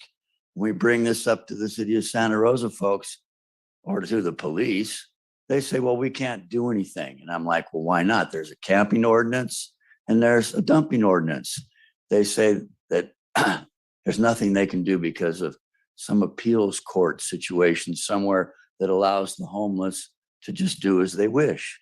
I don't believe that's the case.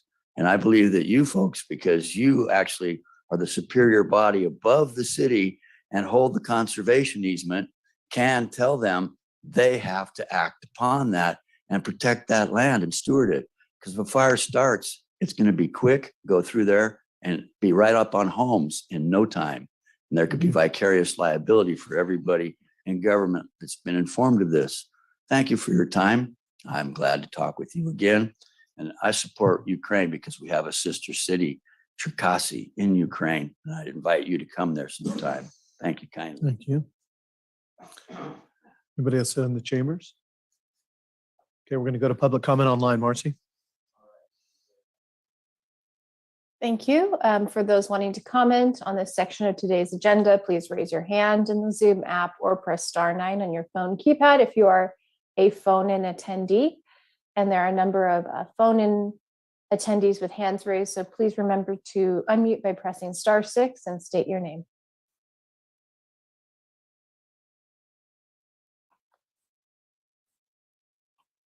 Okay, this is Roseanne Schneider. I'm reading from Abuse News number 6431 by John Jenkel and the 9/11 Truth Campaign. Our unconstitutional county of Sonoma constitutionalist sheriff, Mark Essick.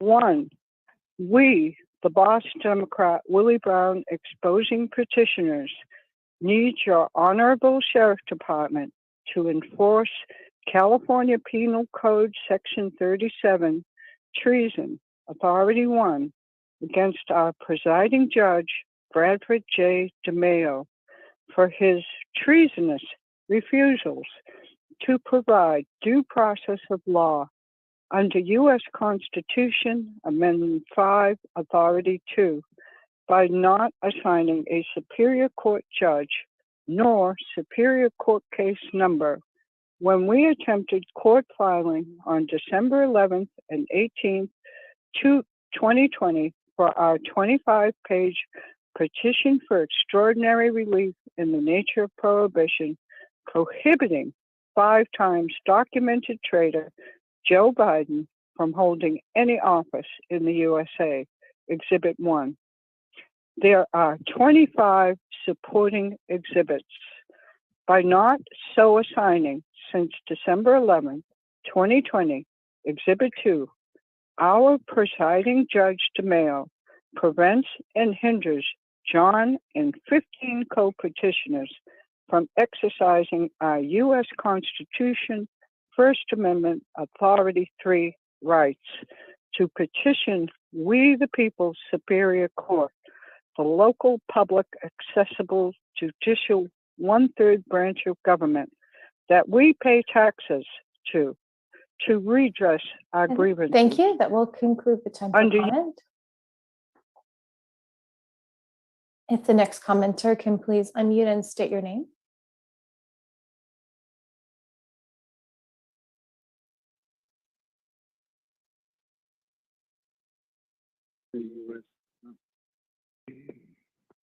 Hi, I am with the 9/11 Truth Campaign.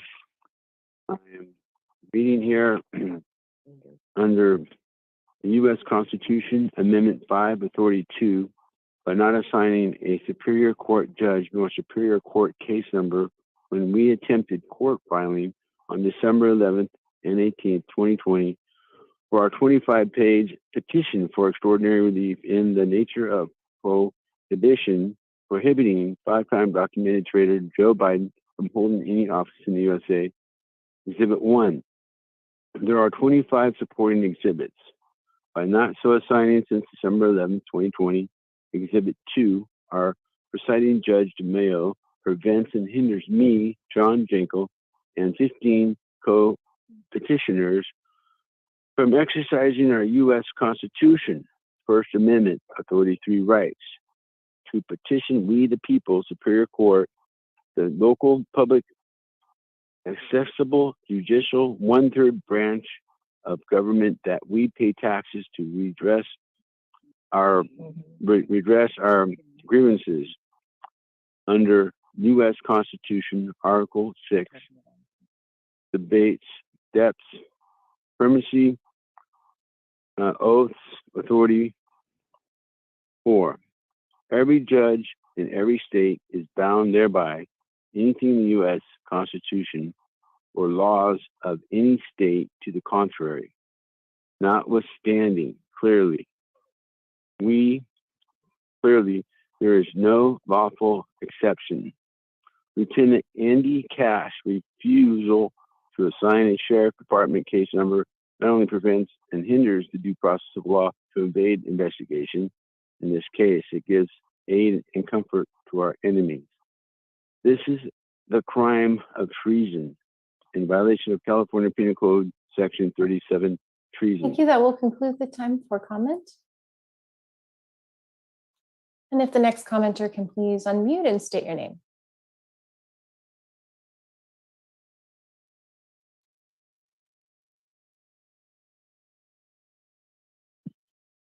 Hi, this is Donald from the 9/11 Truth Campaign. I am on number 2, presiding Superior Court Judge Bradford J. DeMayo is bound by his California Oath of Office, Authority 5, to support and defend our U.S. and California constitutions, that every judge in every state is bound thereby anything in the U.S. Constitution or laws of any state to the contrary, notwithstanding. Under U.S. Constitution, Article 6, however, for 16 months, his dishonor has gotten away with preventing and hindering our exercising our supreme law, U.S. Constitution, First Amendment, rights to petition government for redress of our grievances by his dishonor refusing to assign a court case number for our 25-page petition. Exhibit 1, based on a fraudulent 2009 vexatious litigant order against John Jenkel that was treasonously issued by visiting Judge Dean A. Dupre, assigned Exhibit 3, to give aid and comfort to the election of documented martial law 107-243, Authority 6, authorizing traitor Hillary Clinton, Authority 6-1, running for president in the 2008 California elections, Exhibit 4, as reported in Exhibit 5, pedo U.S. Secretary of State Hillary Clinton used her appointed position to give aid and comfort to U.S. enemies, foreign and domestic, in violation of U.S. Constitution, Title 18, Section 2381, Authority 7, which rules that she shall be incapable of holding any office under the United States. Item 3, used by the civil courts to prevent and hinder, endorse, filing, frivolous complaints. If the next commenter can please unmute and state your name.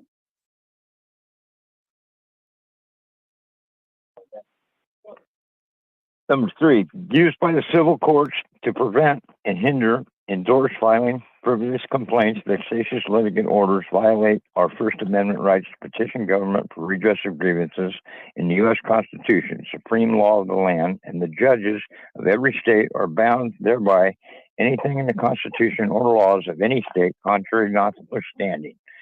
In this case, the vexatious litigant order not only violates John's First Amendment rights and 15 others, gives aid and comfort to enemies in violation of California Penal Code Section 37, treason, Authority 1, and U.S. Code Title 18, Section 2381, Authority 7.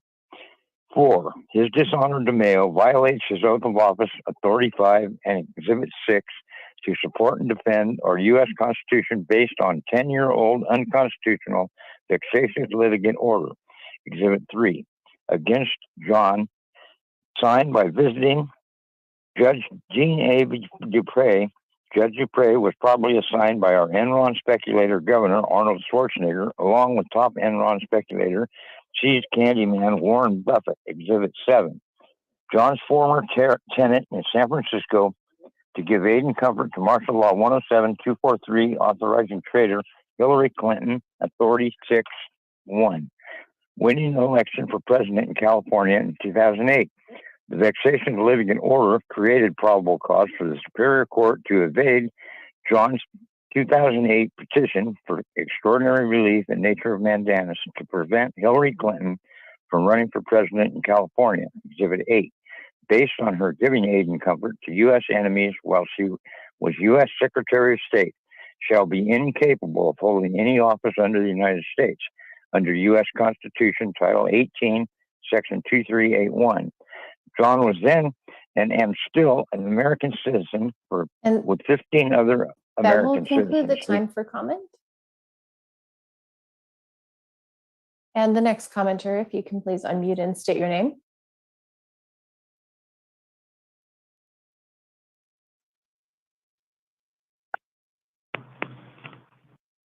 Rob McGilly, the 9/11 Truth Campaign.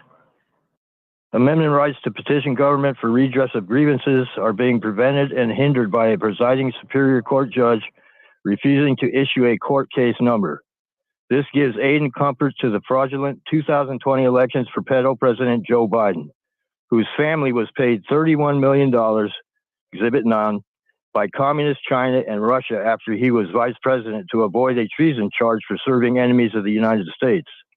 Number 5, for over a year, his dishonor DeMayo has refused to assign a court case number to our 25-page petition for redress of grievances to hinder and prevent Superior Court due process of law in order to conceal and suppress evidence that could prevent or hinder the elections of pedo Joe Biden and thousands of other fellow elected pedophile traitors in our government, like attempted 9/11 wife killer, former U.S. President George W. Bush, a reported pedophile who was no doubt having sex with a boy when 5 Enron paid Al-Qaeda Martyrdom Battalion Exhibit 10 goons hijacked American Airlines Flight 11, Exhibit 11, and crashed it into the North Tower on 9/11.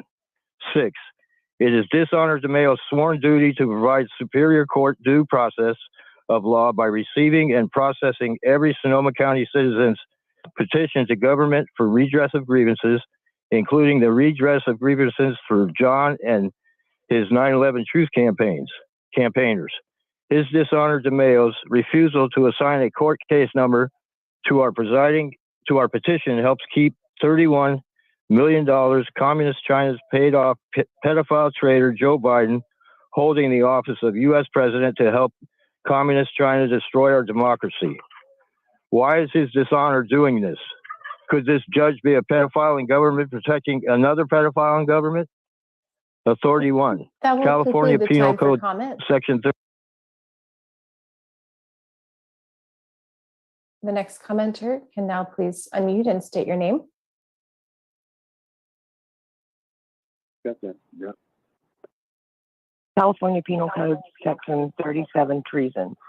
A, treason against the state consists only in levying wars against it, adhering to its enemies, or giving them aid and comfort, and can be committed only by persons owing allegiance to the state.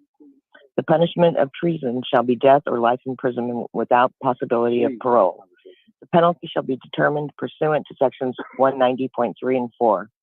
B, upon a trial for treason, the defendant cannot be convicted unless upon the testimony of 2 witnesses to the same overt act or upon confession in open court, nor, except as provided in Sections 190.3 and 4, can evidence be admitted of an overt act not expressly charged in the indictment or information, nor can the defendant be convicted unless one or more overt acts be expressly alleged therein. 6.1. On January 21st, 2021, the day after documented traitor Joe Biden was inaugurated as We the People's President, John reported to Sonoma County Sheriff Lieutenant Andy Cash, badge 1039 and event number 2021012100619, that on December 11th, 2020, our presiding judge, Bradford J. DeMayo, refused to provide us Superior Court due process of law for a 25-page petition for redress of grievances, apparently to give aid and comfort to fraudulently elected pedo traitor Joe Biden in the rigged 2020 presidential election. The Biden crime family accepted $31 million from Communist China after his vice presidency, apparently to evade being charged with U.S. Code Title 18, Section 2381 treason. John tried to get Lieutenant Cash to give him a Sheriff Department case number on this, but he would not return John's phone calls.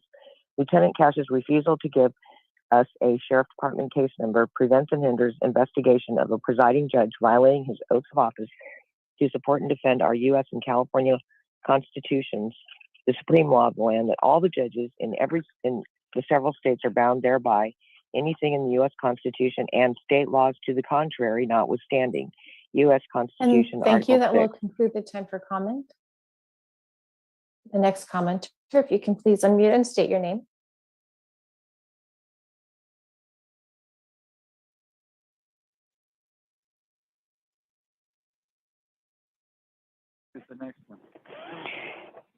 My name is Sue, speaking for the 9/11 Truth Campaign. U.S. Constitution, Article 6, Authority 4, without any mental reservation or purpose of evasion. This constitutional law violation prevents documented pedo traitor from holding any government office, especially the office of the U.S. President. 6.2. On November 26, 21, 7 9/11 Truth campaigners witnessed John reported by phone to Sheriff Deputy Jeffrey Booker, badge number 2863, and event number SD-213-280-102, that presiding Judge Bradford J. DeMayo refused to provide Superior Court due process of law for our 25-page petition for redress of grievances. Exhibit 1, in violation of U.S. Constitution, First Amendment. According to the U.S. Constitution, Article 6, Authority 4, the U.S. Constitution is supreme law that all judges in the several states are bound thereby. Anything in the U.S. Constitution and state laws to the contrary notwithstanding. By not providing due process of constitutional law for our 25-page petition for redress of grievances, presiding Judge DeMayo gives aid and comfort to maintaining documented traitor pedo President Joe Biden in a violation of CPC Section 37 treason. Sheriff Deputy Jeffrey Booker, badge number 2863, refusing to give us a Sheriff's Department case number, renders his right for a treason charge. On April 29, 2022, John made such complaints to Sonoma County Deputy Sheriff Trevor Doherty, badge number 2475 and event number SD-2211. Thank you so much. Thank you for the comment. That will conclude the time. And the next commenter, please unmute and state your name.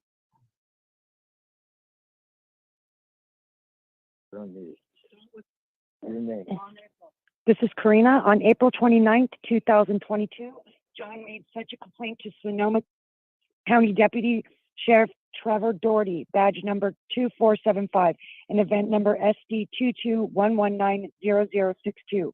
But he could not provide me further information because we were talking about the actions of another deputy, which the district attorney's office has to investigate, since the sheriff's department cannot investigate actions on his own behalf. 6.3. On February 4th, 2022, Richard Hannon and John met with Duty Sergeant Fletcher Skellett, badge number 1745. He told John that there is no crime in a sheriff's department not enforcing supreme constitutional law, that all judges in the several states are bound thereby. Anything in the U.S. Constitution and state laws to the county notwithstanding, is secured by the U.S. Constitution, Article 6. According to 6 includes the unconstitutional, on its face, vexatious litigant order that Judge DeMaio is using as cards of his refusing to provide 16 petitioners superior court due process of law for John Jankel and the 9/11 Truth Campaigners 25-page petition for the redress of grievance for abridging the First Amendment right to petition government for redress of grievance, which under oath of office, presiding Judge DeMaio is bound to support and defend without any mental reservations or purpose of evasion. Exhibit 6, Sergeant Skellett's refusal to give the Sheriff's Department investigation number leaves him ripe for treason charge. There are 3 crimes of treason by Sheriff's staff described above will be submitted to our District Attorney for investigation. 7, Communist China's mass murder over 900. That will conclude the time for comment. And the next commenter, if you can please unmute and state your name.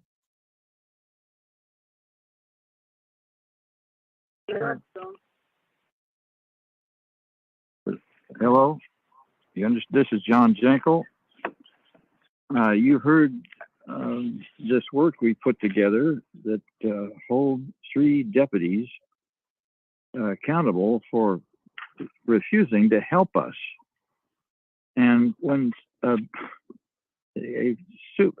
policeman refuses to help the 9/11 Truth Campaign, they're giving aid and comfort to domestic enemies. It's that simple. And you're going to do the same thing if you don't give us attention. You're giving us what, a minute and a half here, and you give some guy that's some problem, he had to have problem blowing his nose. You gave him 3 minutes. That's another way of you're giving aid and comfort to domestic enemies. I don't want to hold you all for treason charges. I want justice, and you're going to help us get it, or you're going to be in trouble. It's that simple. Thank you for listening. Goodbye.